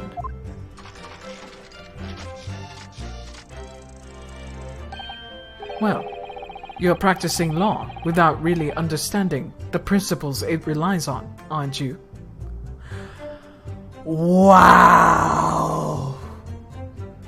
Fuck, that is a burn if I've ever seen one. Can you imagine somebody walks up to you and you're drawing? And it's like, you know, sometimes I just draw without really understanding, and it's like, how are you practicing art without really understanding what you're drawing? And you're like, I don't know. I don't know. You just start fucking crying. It is a mood though, when you're drawing and you're like, I don't get what I'm doing. Why does it look wrong? Art is hard. That's the lesson of the day. Damn, Ryu. A very good point. Stand up for yourself, Mr. Naruto. The point is, the experiment resulted in instantaneous kinesis taking place. As such, the science must be sound. It's not, though. Yes. And really, the experimental results are all that matters when it comes to proving a hypothesis. Get out of here. He's certainly very sure of himself. What do you think, Mr. Naruto? Well, now that the machine has been completely destroyed by yesterday's explosion, it's going to be impossible to argue the authenticity. Why can't I say that? One way or the other. But if we are unable to establish that it was a piece of staged trickery rather than a genuine science, we will have no grounds on which to demonstrate Professor Hairbrain's innocence. Authenticity. Perfect. Replace word. Webster. It's authenticity. Authenticity. Oh man, tittle me this, tittle me that. Both Mr. Assman and this man in the stand tricked the professor and used him. They took advantage of his naivety, and then his unbinding belief in his work. And I won't let them get away with it. And seeing that as the professor is an old friend of Lord Van Sykes, what on earth must he be feeling towards Mr. Trevor? Alrighty then. Okay. So what do we have here? We got the blueprints. It was no trick. We don't have the blueprints to prove that wrong. If the whole show was a fraud, it would have required a body double. So I wonder, do we already have to show the head?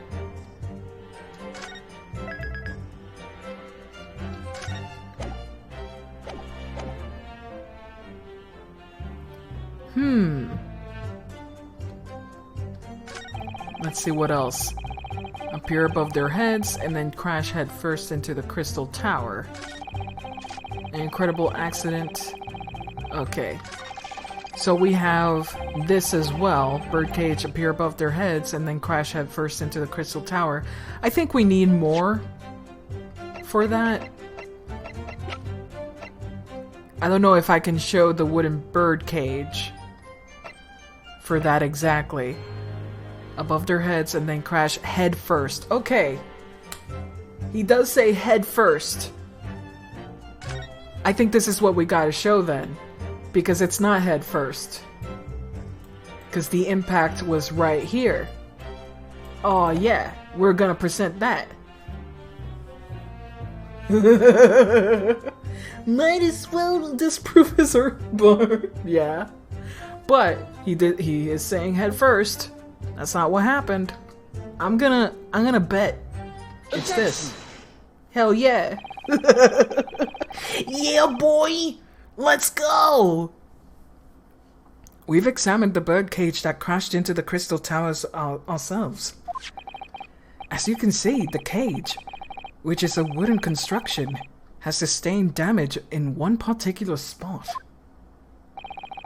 Following the explosion, it fell some 30 feet into the glass of the crystal tower. Oh, Paxi, did you play Apollo Justice? Yes, I did. Yes, I have. The level of damage is to be expected, surely. I agree. The damage itself is entirely understandable. Phone. I used my phone. Oh, on what? I am very bad at reading. Reading comprehension, not my forte. I will skip words. But yeah, you can find Spirit of Justice, Dual Destinies, Investigations, and Apollo Justice on your phone. Any Ace Attorney game you haven't played? I haven't played Investigations 2 because it's not localized. I might emulate it. Maybe I'll eat pant and just, you know, get an emulator going. Commit crimes. I would have loved to buy it instead. I am more than happy to buy it, Capcom.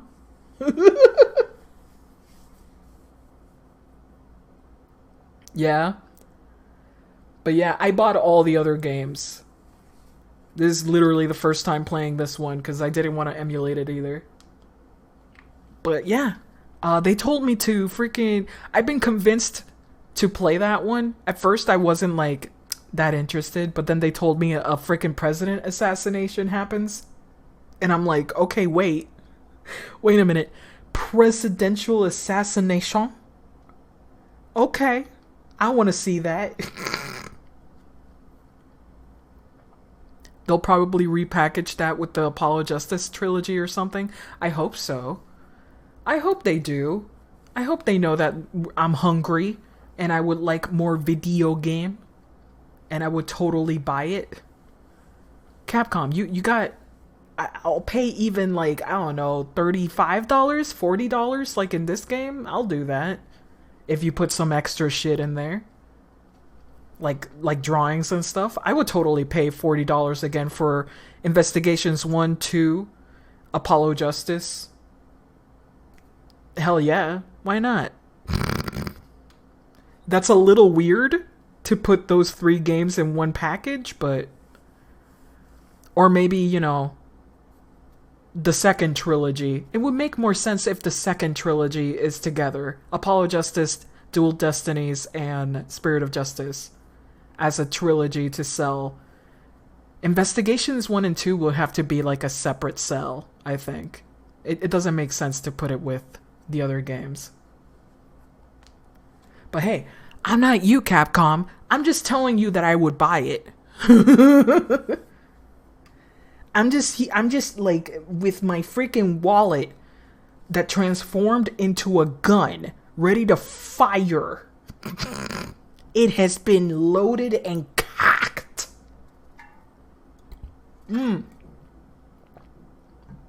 Gotta drink some water. I agree, the damage itself is entirely understandable. What doesn't make sense is the location of that damage.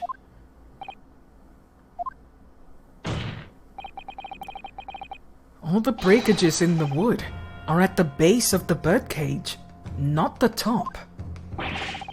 What are you saying? That's the opposite of where they should be. That's right, my lord. The birdcage that was at the scene is damaged at its base. So we have reports of the birdcage falling headlong into the crystal tower, yet the damage is at the bottom. The only way to reconcile these two facts is to accept that there were 2 birdcages in play that day, which at some point were at some point switch. I can't read anymore. Switched during what wasn't a scientific experiment at all, but an elaborate piece of stage trickery.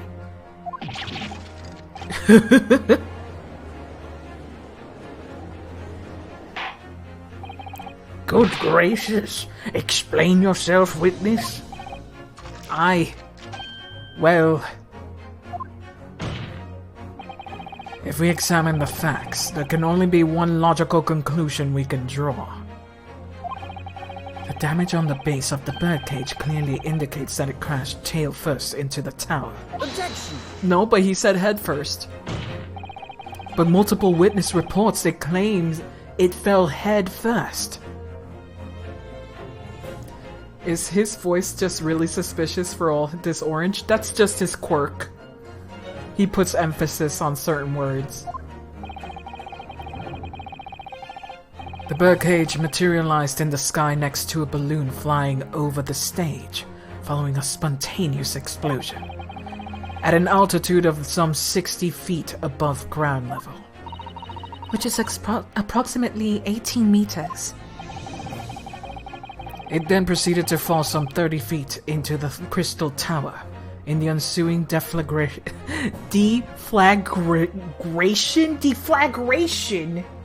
Wow. Sykes, I know that you're very cultured and smart, but I am not cultured or smart. Be nice to my brain. The witness reports amid such chaos are notoriously unreliable. Objection! Really? But the victim's neck was broken. Objection! He plummeted 30 feet inside a heavy wooden cage. His steampunk eyepiece gives him +3 intelligence and his ability to color. His dialogue at will? Can you imagine playing D&D and you're like, I'm gonna write what the word I highlighted here. I highlighted the word. So you know. That's my character quirk. However he fell, it would be unsurprising to find 1 or 2 of his vertebrae crushed.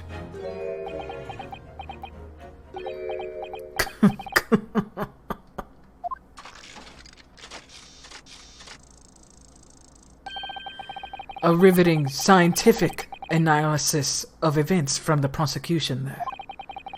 Though to be even more rigorous, you would have to say it was only one vertebra, actually. He wasn't quiet for long. One vertebra? Wait a minute. Wait a minute. Is there something I didn't read? This is the autopsy report. No, this is from the other killer dude. Where's the other autopsy report? There it is. Broken vertebra. Vertebra. Okay.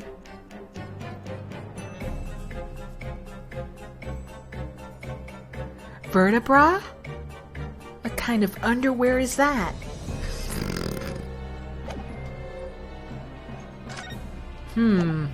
Okay.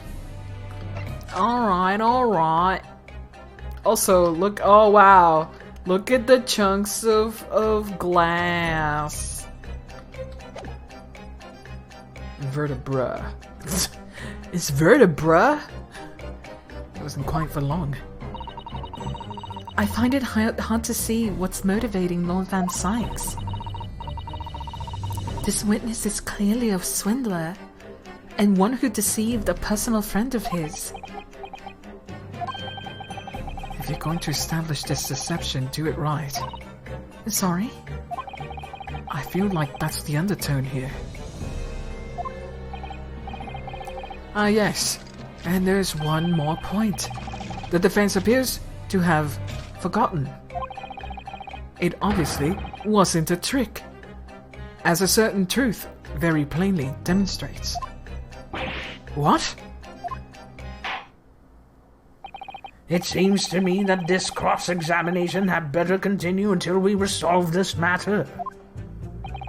Mr. Drebber, you will amend your testimony with details of this truth.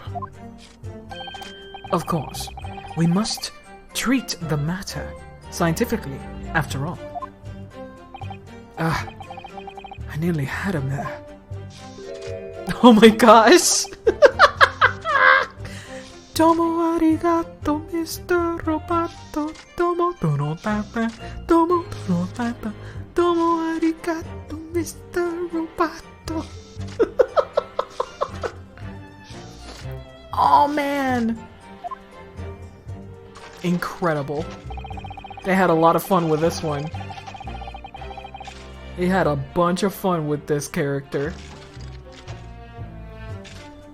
Okay, the kinesis clearly took place because there is nowhere else 30 feet high for the birdcage to have fallen from. Are you making this easy? You're making it so easy. Too easy, my friend. I'm just gonna go ahead and show it. I'm just gonna go ahead and show it. Easy. Are you for real? Really? Really? Get the fuck out of town. Too easy. Fuck. Unbelievable. Unbelievable. Alright, let me read the rest of this shit. Okay, now. Time to freaking press it, motherfucker. Hold it! I fell for that as well. I was like, huh? Oh, they duped us real good. The swindler wins. What do you mean? Well, before the demonstration began, the victim was alive, on stage, in front of the audience. Yes, there were lots of witnesses who saw Mr. Aspen on the experimentation stage. That's true.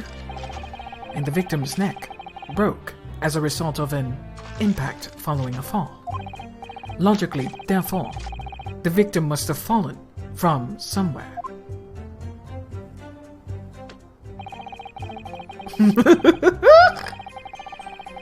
The balloon that exploded was at the altitude of 60 feet.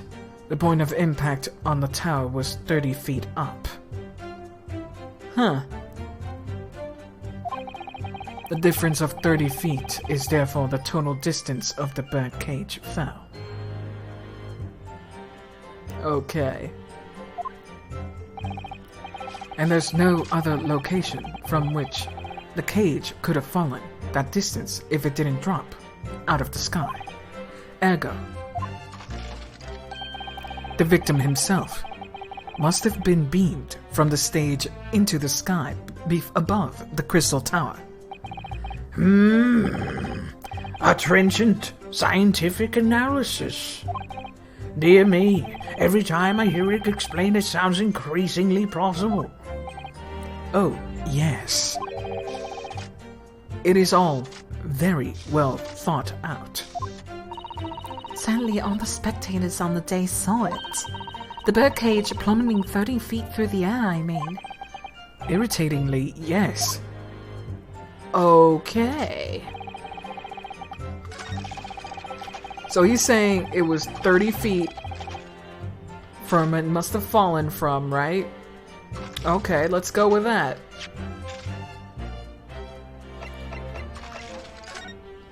Alright. But it could also be...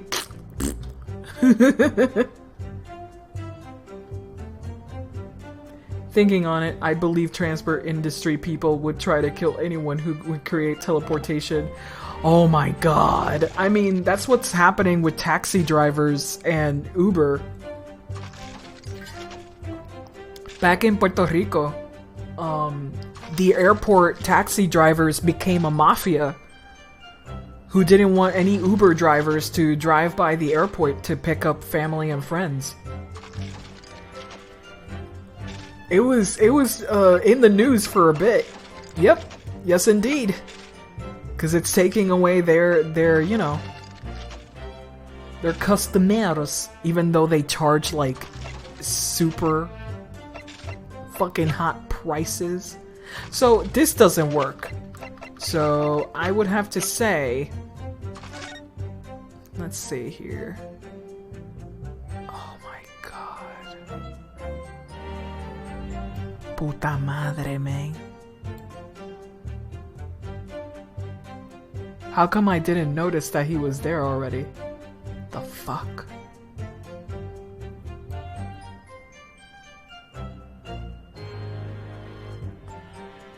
Get the fuck out. How come I didn't notice that before? I guess I didn't look at it for too long. So I'm gonna guess two things. Either show that photo, I'm probably not supposed to show that photo, or show this. Because I'll have to indicate where he could have fallen from.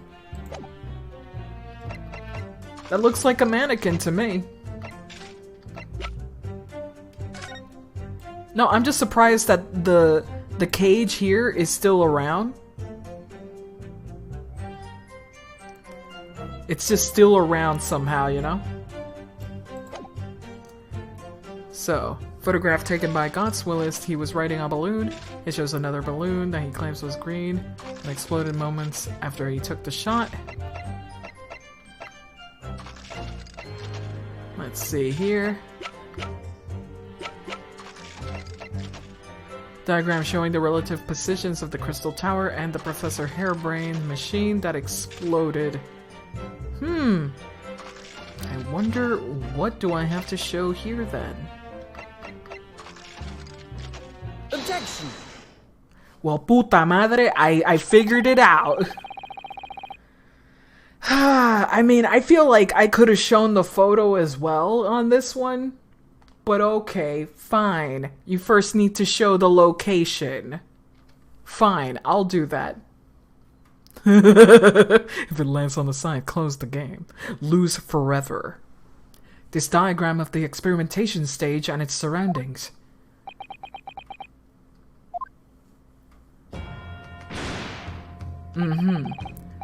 We know that somehow the birdcage appeared mid-air before falling down into the Crystal Tower. A fall about 30 feet, or 9 meters. However, if you examine the diagram carefully, you will see that there's another possible location from which the birdcage could have fallen. The same distance of 30 feet. No. Yes. No. No. Yes. Can you imagine his yes just sounds like Megatron from Beast Machines? Yes. Yes. I always love that freaking... I love that show. I want to see it again, but it's aged a little poorly. Not because of the dialogue or the story or even the characters. It's the visuals. The visuals did not age very well.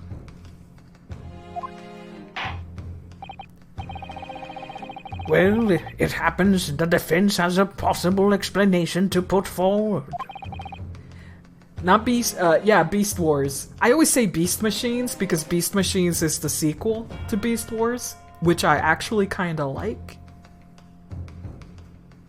Dear God, there's more. No. This is the evidence, dear God. There's more. No. Go ahead, counsel. Yes, my lord, of course.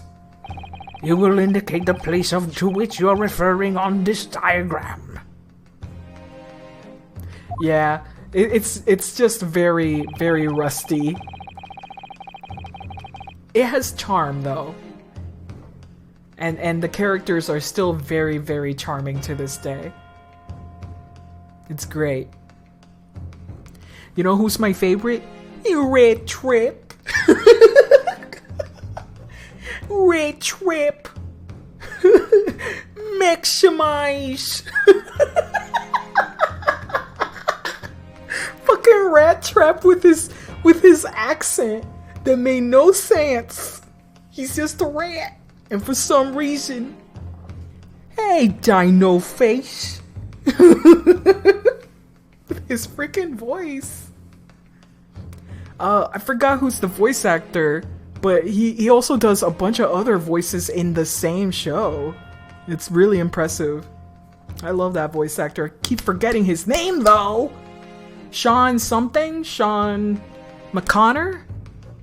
Something like that? I forgot his name. God damn it. I always forget it. Anyway, he wears a cowboy hat in his photo. I just remember Raptor Guy using him as a go-kart later in the series. Oh my god. You mean Dinobot? I fucking love Dinobot. Every time I see Dinobot, I get sad. He was one of my favorite characters, god damn it. Why do they always have to kill him off? Always! It's not fair! Ah, Dinobot. But yeah, Raptor, Dinobot, and Rat Trap. Mwah. Best couple. A bickering old couple. They did him dirty. Like, I know that's his entire, like, character development, like, being evil and then realizing that Megatron just has no honor. So he switches sides, but nobody really trusts him, so he's still in that nebulous middle. I thought that was really cool. But no, they just fucking kill him. After doing heroic sacrifice bullshit. It's not fair. It's not fair, man. I like them so much. Anyway, enough Transformers. Oh. The alternative location in which the birdcage could have possibly fallen, the requisite 30 feet. Okay, first of all, are we pointing out where they would have fallen, or from where? Like where they ended up? Oh, jeez. Where are we touching here? God damn it. Let me save.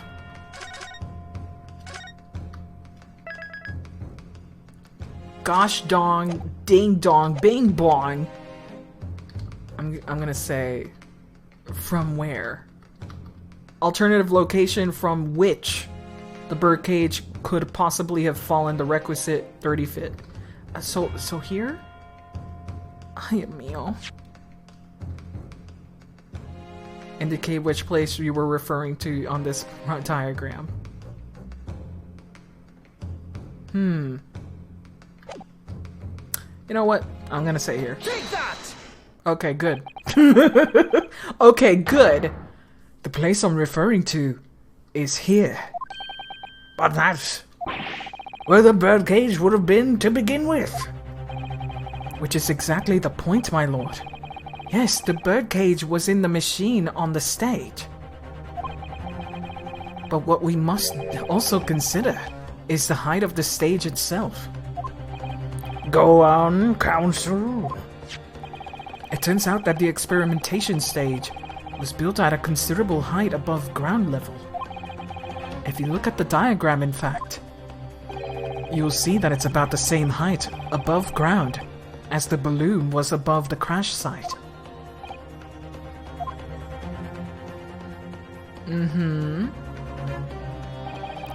When the experiment got underway, the machine and the birdcage were engulfed in steam.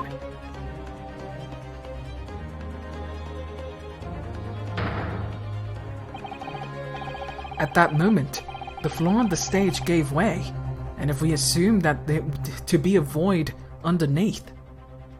Did Kazuma do anything? Not yet. He's being a very helpful man.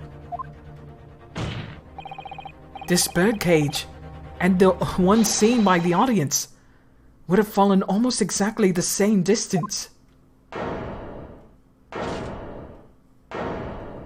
Very good. Once again, my lord, this all points to the fact that there was not one birdcage, but two. Objection! My learned friend has no evidence of that stage had such contrivance in its design.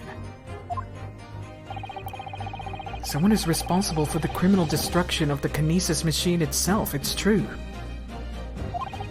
However, the stage still stands.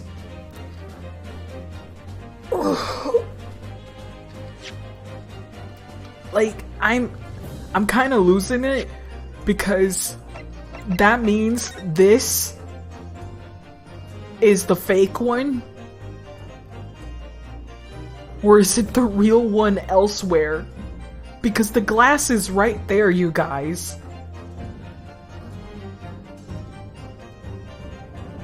Like, which is the double, really?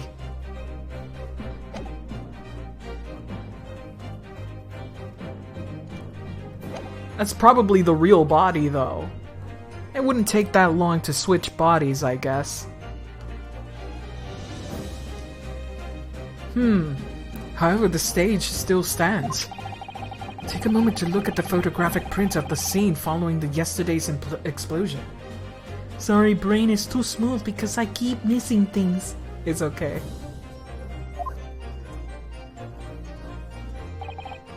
Good lord! The metal grill that formed the floor of the machine is undone. Yes. Most likely blown open by the force of the explosion that destroyed the rest of the machine. The defense calls for the space below of the stage to be investigated immediately.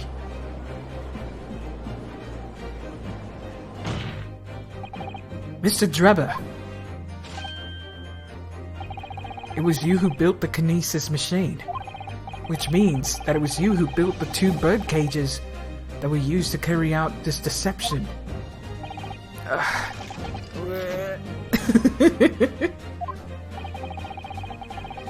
Whether Professor Hairbrain's hypothesis is sound or not makes no difference, because it's the construction of this machine that matters. A machine designed to take Mr. Asman's life. Including Naruhodo, wearing that good old pea suit.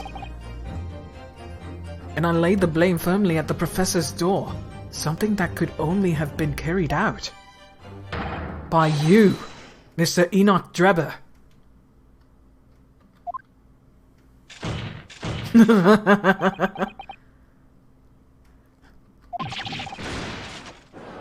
That's great.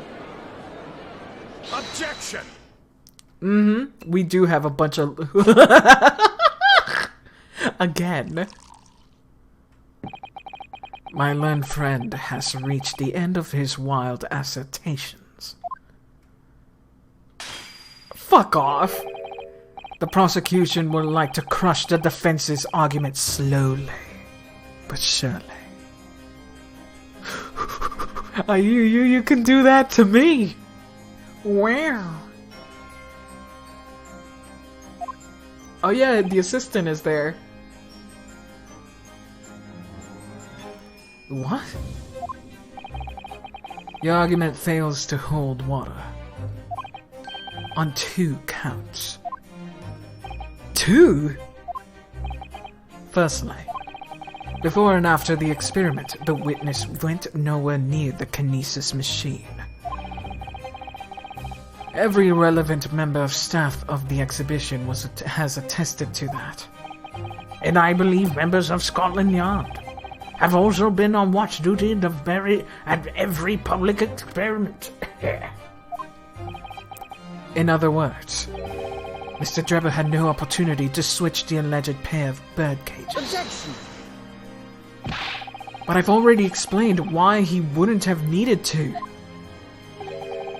The nonsense with the crossbow.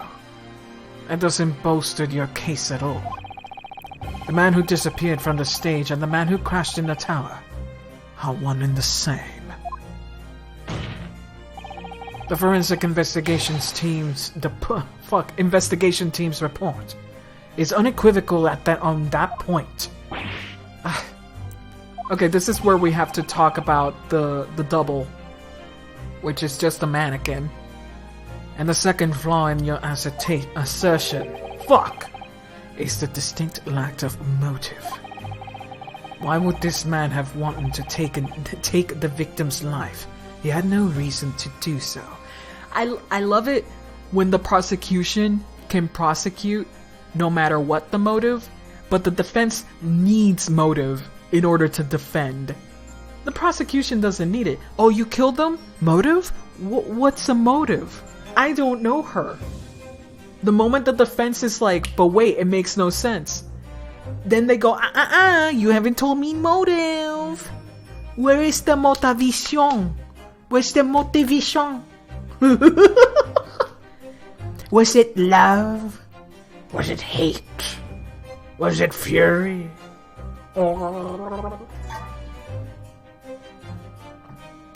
Come on.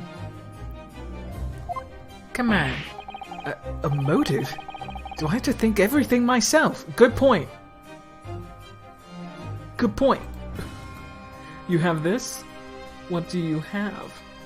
Let me see. Alone on a Tuesday night. Pathetic. Cosima, we have an exam tomorrow. Get out of my dorm room. Seems like a downright shame. Shame? Hey, OP. What the fuck does this mean? Decay exists in its most extent form of life. That's a terrifying answer. Have a nice day. Go, white boy, go.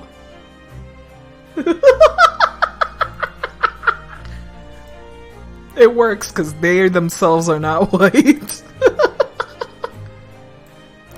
So sad British people don't exist in real life.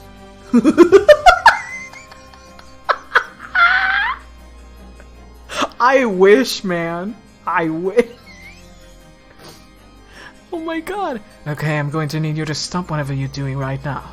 You're freaking me the fuck out. He's just staring at him.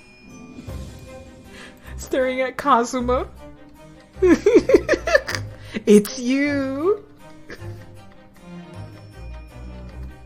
Oh my god, that's great. I love it. I put this back here. A motive. Alright. We have here a contract provided by the witness. What contract is this, Lord Van Sykes?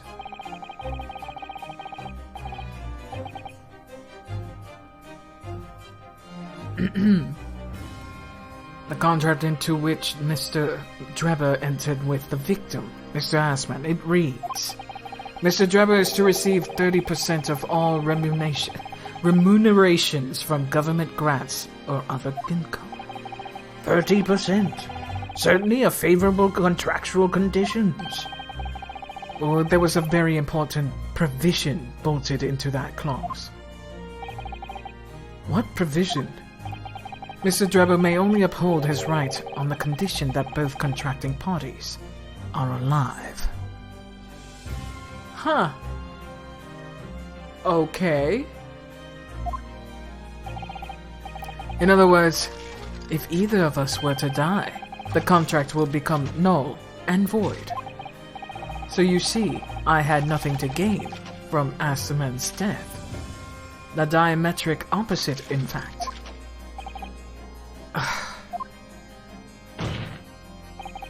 Need I say more? The witness had neither an opportunity nor reason to commit the alleged crime. In short, the possibility of Mr. Drebber having done as you suggest is nil. There he goes. He's just dancing away. It seems the defense's assertion is somewhat wide of the mark. Lord Van Sykes, you will submit the contract as evidence, please. Alright, contract between Ass and Drebber, detailing terms in which you would profit from the kinesis experiment. No, Naruhodo, don't give up. Don't give up. I'm gonna read that contract and make this better. Investor Odiosman hereby enters into contract with the provider, Mr. Enoch Drebber, to fund labor and materials for the construction of a super high voltage instantaneous kinesis machine. Drebber is to receive 30% of all remunerations from government grants or other income. Mr. Drebber may only uphold this right on the condition that both contracting parties are alive, and those are the only two. Motherfucks. That's pretty good. That's pretty good, actually. That's really good. Well, let's see what we can come up with. It's true. If Mr. Drebber had no opportunity to switch the birdcage under his stage, with one in the crystal tower, he couldn't have done it.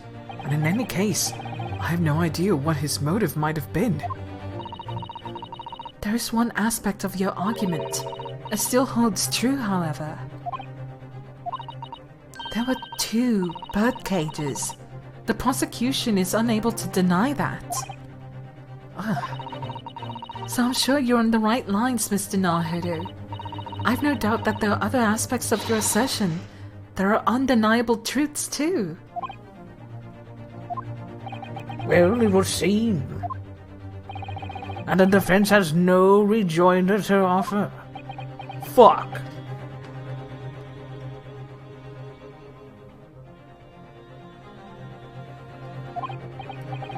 Oh my gosh.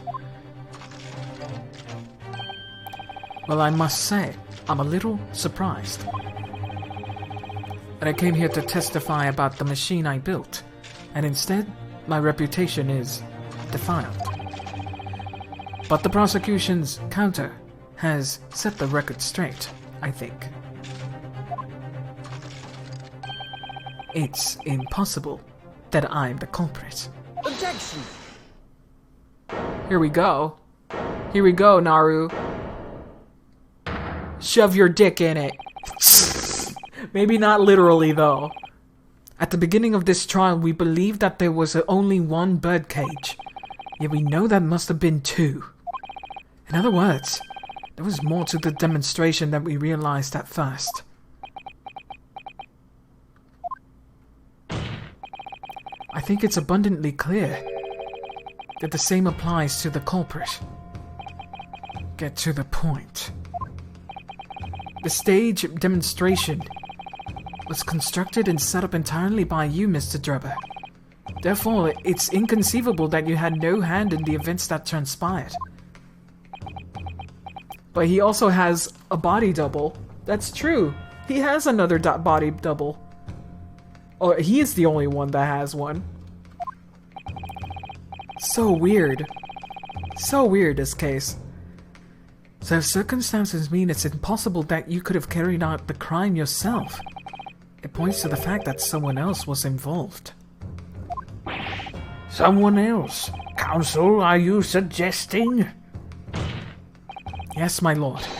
Mr. Drebber had an accomplice. Objection! An accomplice now. Well then, I presume. Yeah, the Reaper? Are we going to really bring in that shit? You're prepared for what's to come. Now that you're accusing not only this witness, but someone else of the most serious of crimes. Or, scalpels. What could scalpels have anything to do with this, though? Let's see. The Reaper was mentioned very early on, but, you know, it might be for another case. But we did have a new character in the fray. If these accusations turn out to be false, then make no mistake. The prosecution will demand an equally serious punishment for your slander. Scalpels, you say? Well, counsel, do you intend to pursue this course and formally accuse another party of involvement in this matter? Fuck. Am I ready? Are we ready? Because this is the only woman, but then there's two spells. I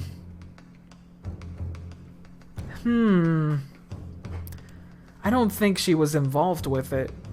I don't think she was. Not directly, anyway.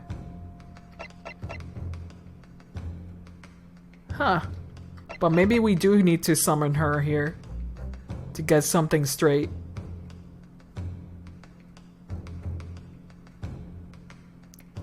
Yeah. It would make sense.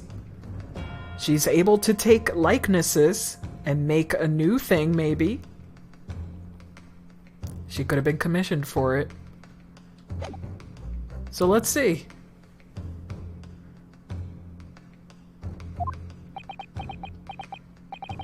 What do I do here? At the moment, this is little more than a hunch on my part. I don't know for sure if Drebber had an accomplice, or even if he really is the culprit here.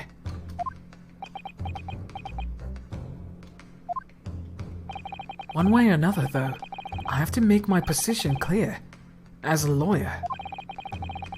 So what's my stance going to be? Did Drebber have an accomplice, or not? Okay. I'm probably gonna name somebody anyway. Probably not Scythe. It's probably two spells. Just unknowingly, maybe. Let's see.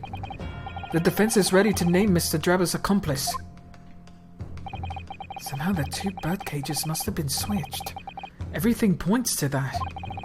Yet according to the coroner's report, that's not a possibility.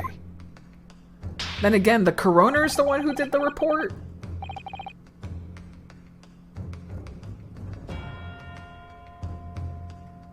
Let's bring the coroner instead. I mean, she's drawn like a fucking villain. But that inconsistency itself is a clue. Yeah, the coroner's... Not the corona report. Coroner. Counsel? My lord? You have received a start warning already, if you're never less determined. Does document all. She writes this shit up. Oh yeah, she does. Then I must now ask you to identify this alleged accomplice by name. I'm probably gonna bring the coroner in. So your answer, please. Who do you claim to have been Mr. Drebber's accomplice?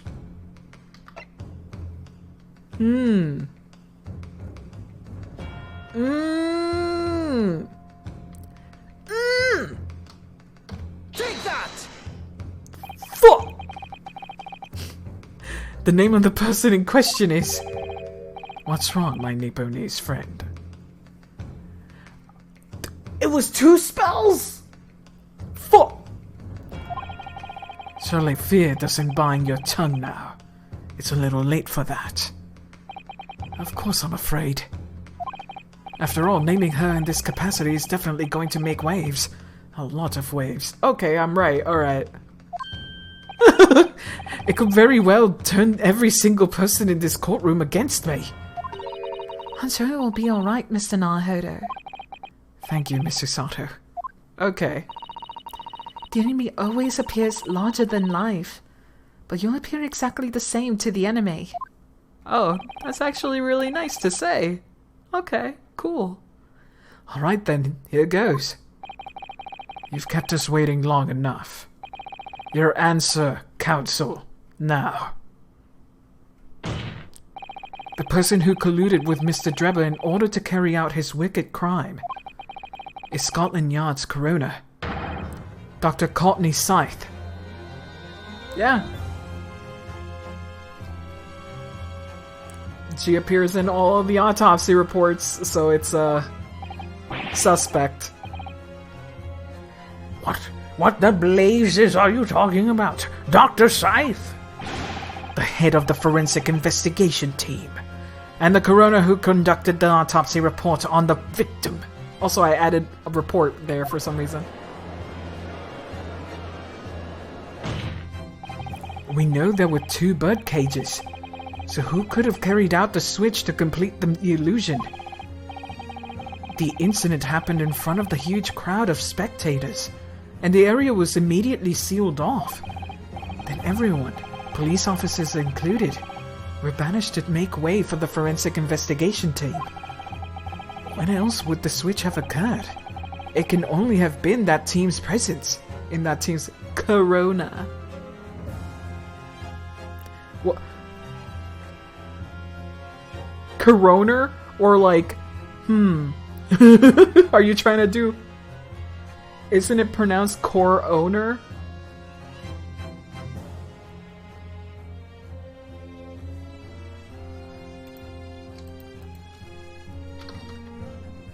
Coroner. Coroner. Coroner. Coroner. Coroner. Coroner. Coroner. Okay, they don't really pronounce the row as harshly as I do. But they do coroner. It's coroner. Coroner. Yeah, coroner. But I will still say coroner. Because fuck you.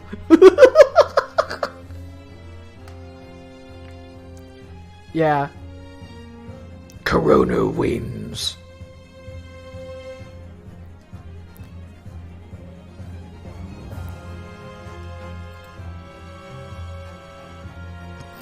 The coronavirus? No! The coronavirus! Jeez. Wait. Wait, give me a second here. Give me a hot minute.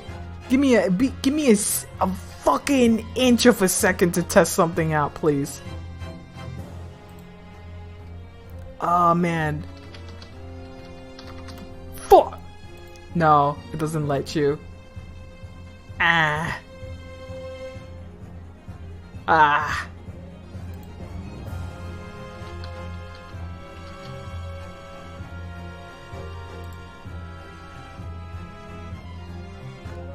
Let me put this back. Would Scythe do biological warfare? Absolutely. Is there any doubt?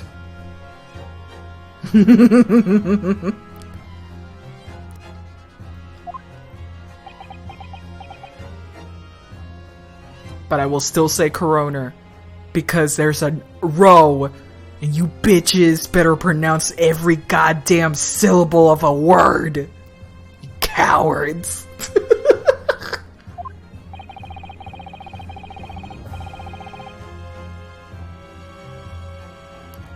There's an R-O in there. There's not an R. It doesn't say Coroner.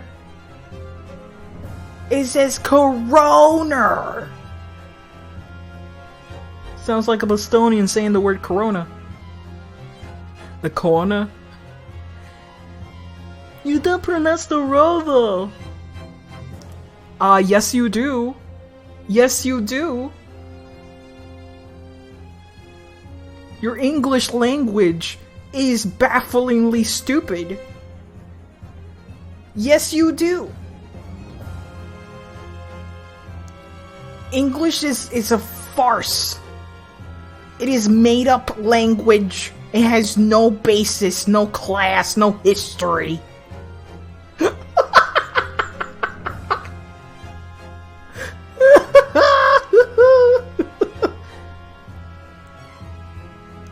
Ah, you fucks. Hey, coronavirus. He's coronavirus. Corner. Fucking, I feel stupid going corner. It feels like my jaw is being unhinged. Just for the sake of pronunciation. God. Coronavirus?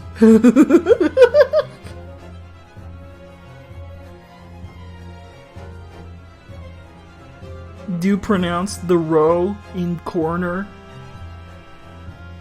There's clearly an R sound. Yeah, but there's also an O. And you guys like to just disgustingly just ignore A, E, O, U. And you're like, A, E, I, O, U. But no, it's you? Fuck you guys. Fuck you guys when you pronounce freaking letters. Be consistent. La letra A, E, I, O, U. You fucking say the same way. You say the same way. But English is A, E, O, U. Like, no, it's not you. Fuck it, it's ooh. Ooh. What's the point of having a different sound? Why would you do that, English? There's a city in Britain called... I'm not gonna pronounce it. It's pronounced Gloucester.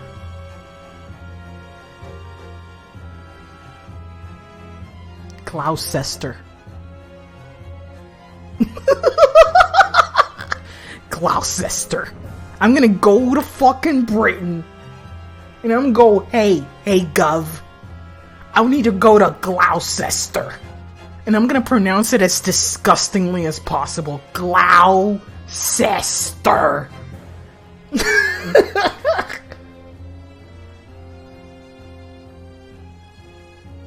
Sauce hate. The fuck? I just said corona, I feel the row, and you're pronouncing row as row. Yeah. Yeah, because that's how you pronounce it. Row. You can pronounce row as ra. No, you don't. Ra is an A sound. In Spanish. Ra.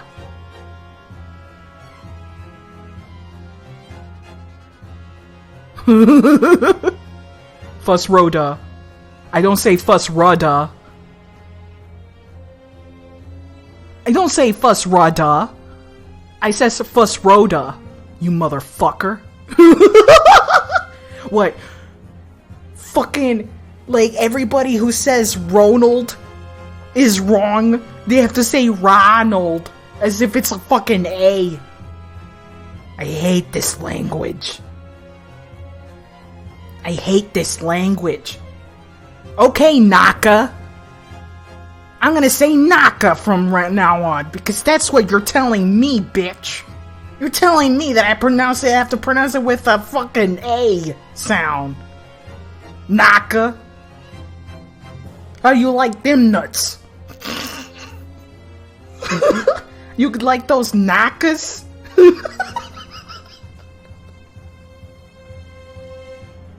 Ronald. from McDonald's. Have you heard of it?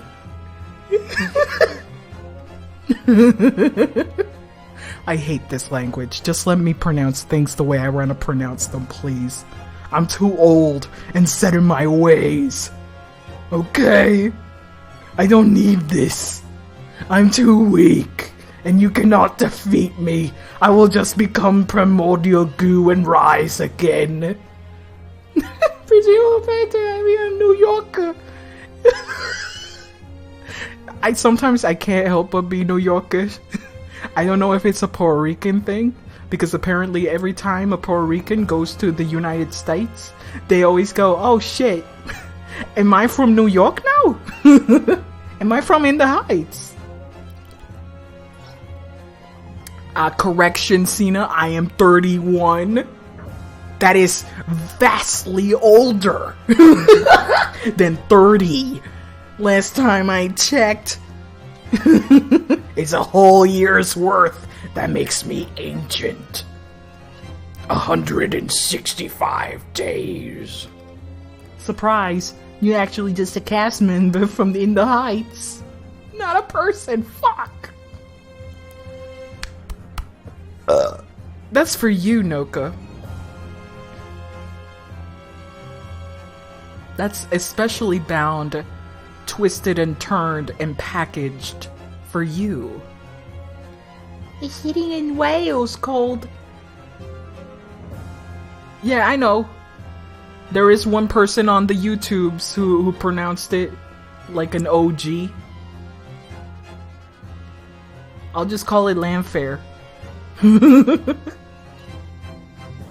Paxi, I'm not afraid of burps. It's not what it burps is. It's what is to come. Wales is banned from the chat. Don't want to hear about that language. Alright, let's continue with this. Let's bring the hot woman here. It's essential that the court determines exactly what happened the following incident. And we're going to bring the corona. The corona. The defense demands that Dr. Scythe be summoned to the witness stand at once to testify. Yeah, talk to yourselves, assholes.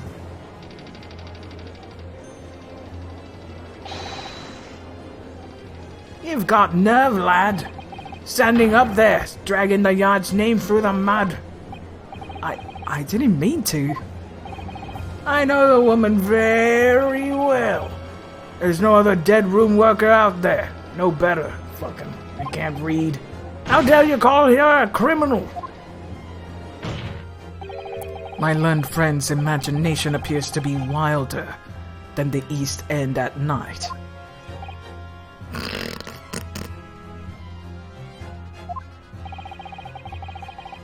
But the recklessness of your accusation aside, there's another grave problem with your argument.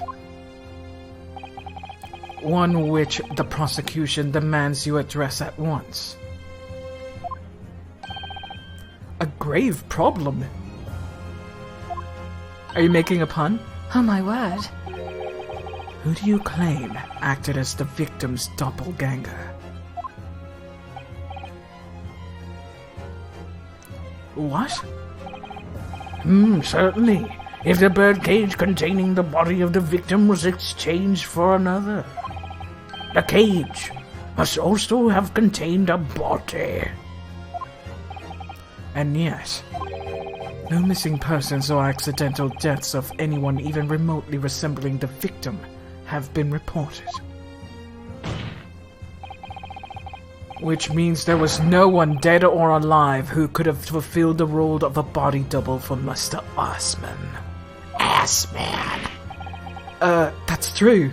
Don't worry about it. If my argument is that there was 2 bird cages, then there must also have been one person inside each. But I don't know if I've got the answer to this yet, have I? What can I do to reveal how this double stunt was achieved? present evidence, maybe? We have the head of the thingy. Let's save first. Present evidence. Very well. The defense will address my learned friend's concerns by presenting evidence that reveals the true nature of Mr. Asman's body double. Good gracious, evidence. I do hope this isn't filibustering, counsel. A court is expecting a name. If you think you have relevant evidence, present it now. The body double and the birdcage were hiding inside the balloon that was floating above the stage. Which means that any witnesses would have only been seen them from 60 feet away. So who was it that appeared out of that explosion some 18 meters above the spectators? Aha. The body double inside the second birdcage was. Yeah, I'm just gonna go ahead and go for it. Take that! We know that the victim, Mr. Asman, was in the birdcage that was situated inside the kinesis machine on stage. And therefore, he couldn't have been inside the second birdcage. Instead, that contained something else that has been described as a body double, which is what fell from the sky and crashed into the crystal tower. Yes, counsel, according to your somewhat elaborate version of events. And that body double inside the second birdcage was in fact... Fuck. It's alright, Mr. Naruhodo. You're ready for this. He gets so fucking hung up. You just steel yourself and come out with it. Thank you, Mr. Sato.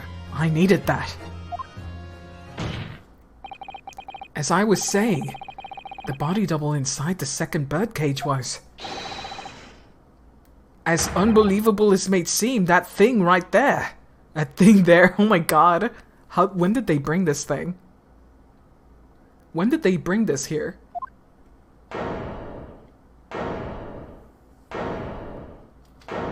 Also, why are you closing your eyes?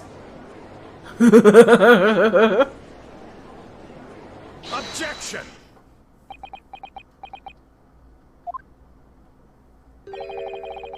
Yeah, he just pops in. Open your eyes and look into my Nipponese friend. Can you believe your eyes? 10 million fireflies. Nope. Now tell me, what are you playing at? Stand firm now, Ryunosuke. This is time to show your Japanese spirit. As the court will observe, this is a waxwork model. It's been a while since we've seen that. Just a little flaccid little... A model, in fact, of an infamous London murderer from 10 years ago, the Professor. Objection! You started by indicating the leader forensic investigation team as an accomplice in this crime, and now you moved on to indicting waxworks. Yes, that's about the size of it. But why? And why this waxwork? It looks nothing like the victim. In fact, it could hardly resemble him less. What possible justification can you give? Okay, if you want to know why, ask Mr. Drebber. What? Just days before Professor Hairbrain performed his public demonstration, Mr. Drebber abducted this model from Madame Two-Spells. Did you say abducted? That's about the size of it? Does it grow? That's about the size of it, says him when he unzips himself. Yep, I see. Does it grow?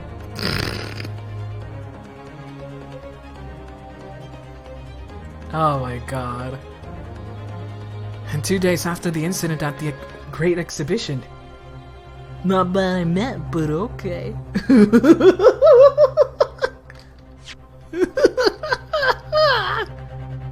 What did you mean to say? Look at it. That's about the size of it.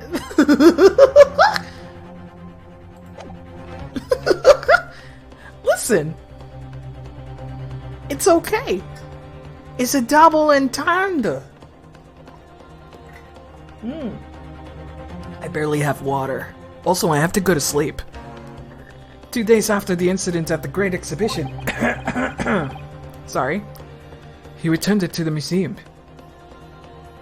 A cute turn of phrase.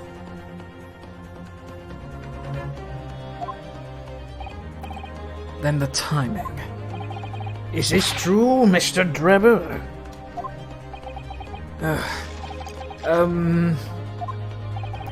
At first I couldn't see why Mr. Drebber would have stolen the waxwork and then given it back again.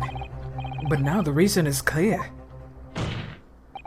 He took it so he could put it inside the second bird cage as a body double for Mr. Assman. Yep, that thing just appears here. Are you hearing this, ladies and gentlemen of the jury? Are you hearing the defense's astonishing proposal? That the witness fabricated this vast machine with the intention of deceiving some wretched scientist. That he did so in collusion with the country's finest coroner. Yeah, fuck you. Sorry, I'm still on it. On public stage in front of a vast audience. And that to effect the deception, he used a waxwork model that in no way resembles the victim. Are you hearing this shit? Yeah, that's basically what he's saying. Are you guys hearing this shit? Are we really to believe that this far-fetched tale? You need me to start the peace petition again. Listen, Naka. I ran out of water. I need to get up and get more. Like, I'm literally out of water. Look at how hollow this is. Hollow. It's super high pitched. If it had water, it would be lower pitched.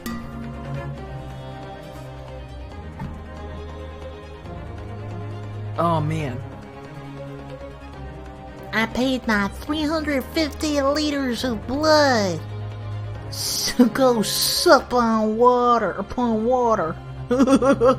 I won't. You can't make me. Let's see. Are we really to believe this far-fetched tale? What do you decide? Oh boy, really? Wait! Yes, if you put it like that, of course it sounds implausible. My lord! I need to speak, if you please. Go ahead, Mr. Foreman. Myself and my colleagues have reached an agreement. Very good. In that case, ladies and gentlemen of the jury, you will state your leanings to the court to hear now. This is probably where I'm gonna start. Guilty. Stop the whole thing, because I've been doing this for almost 5 hours. Oops. Guilty! That's a child.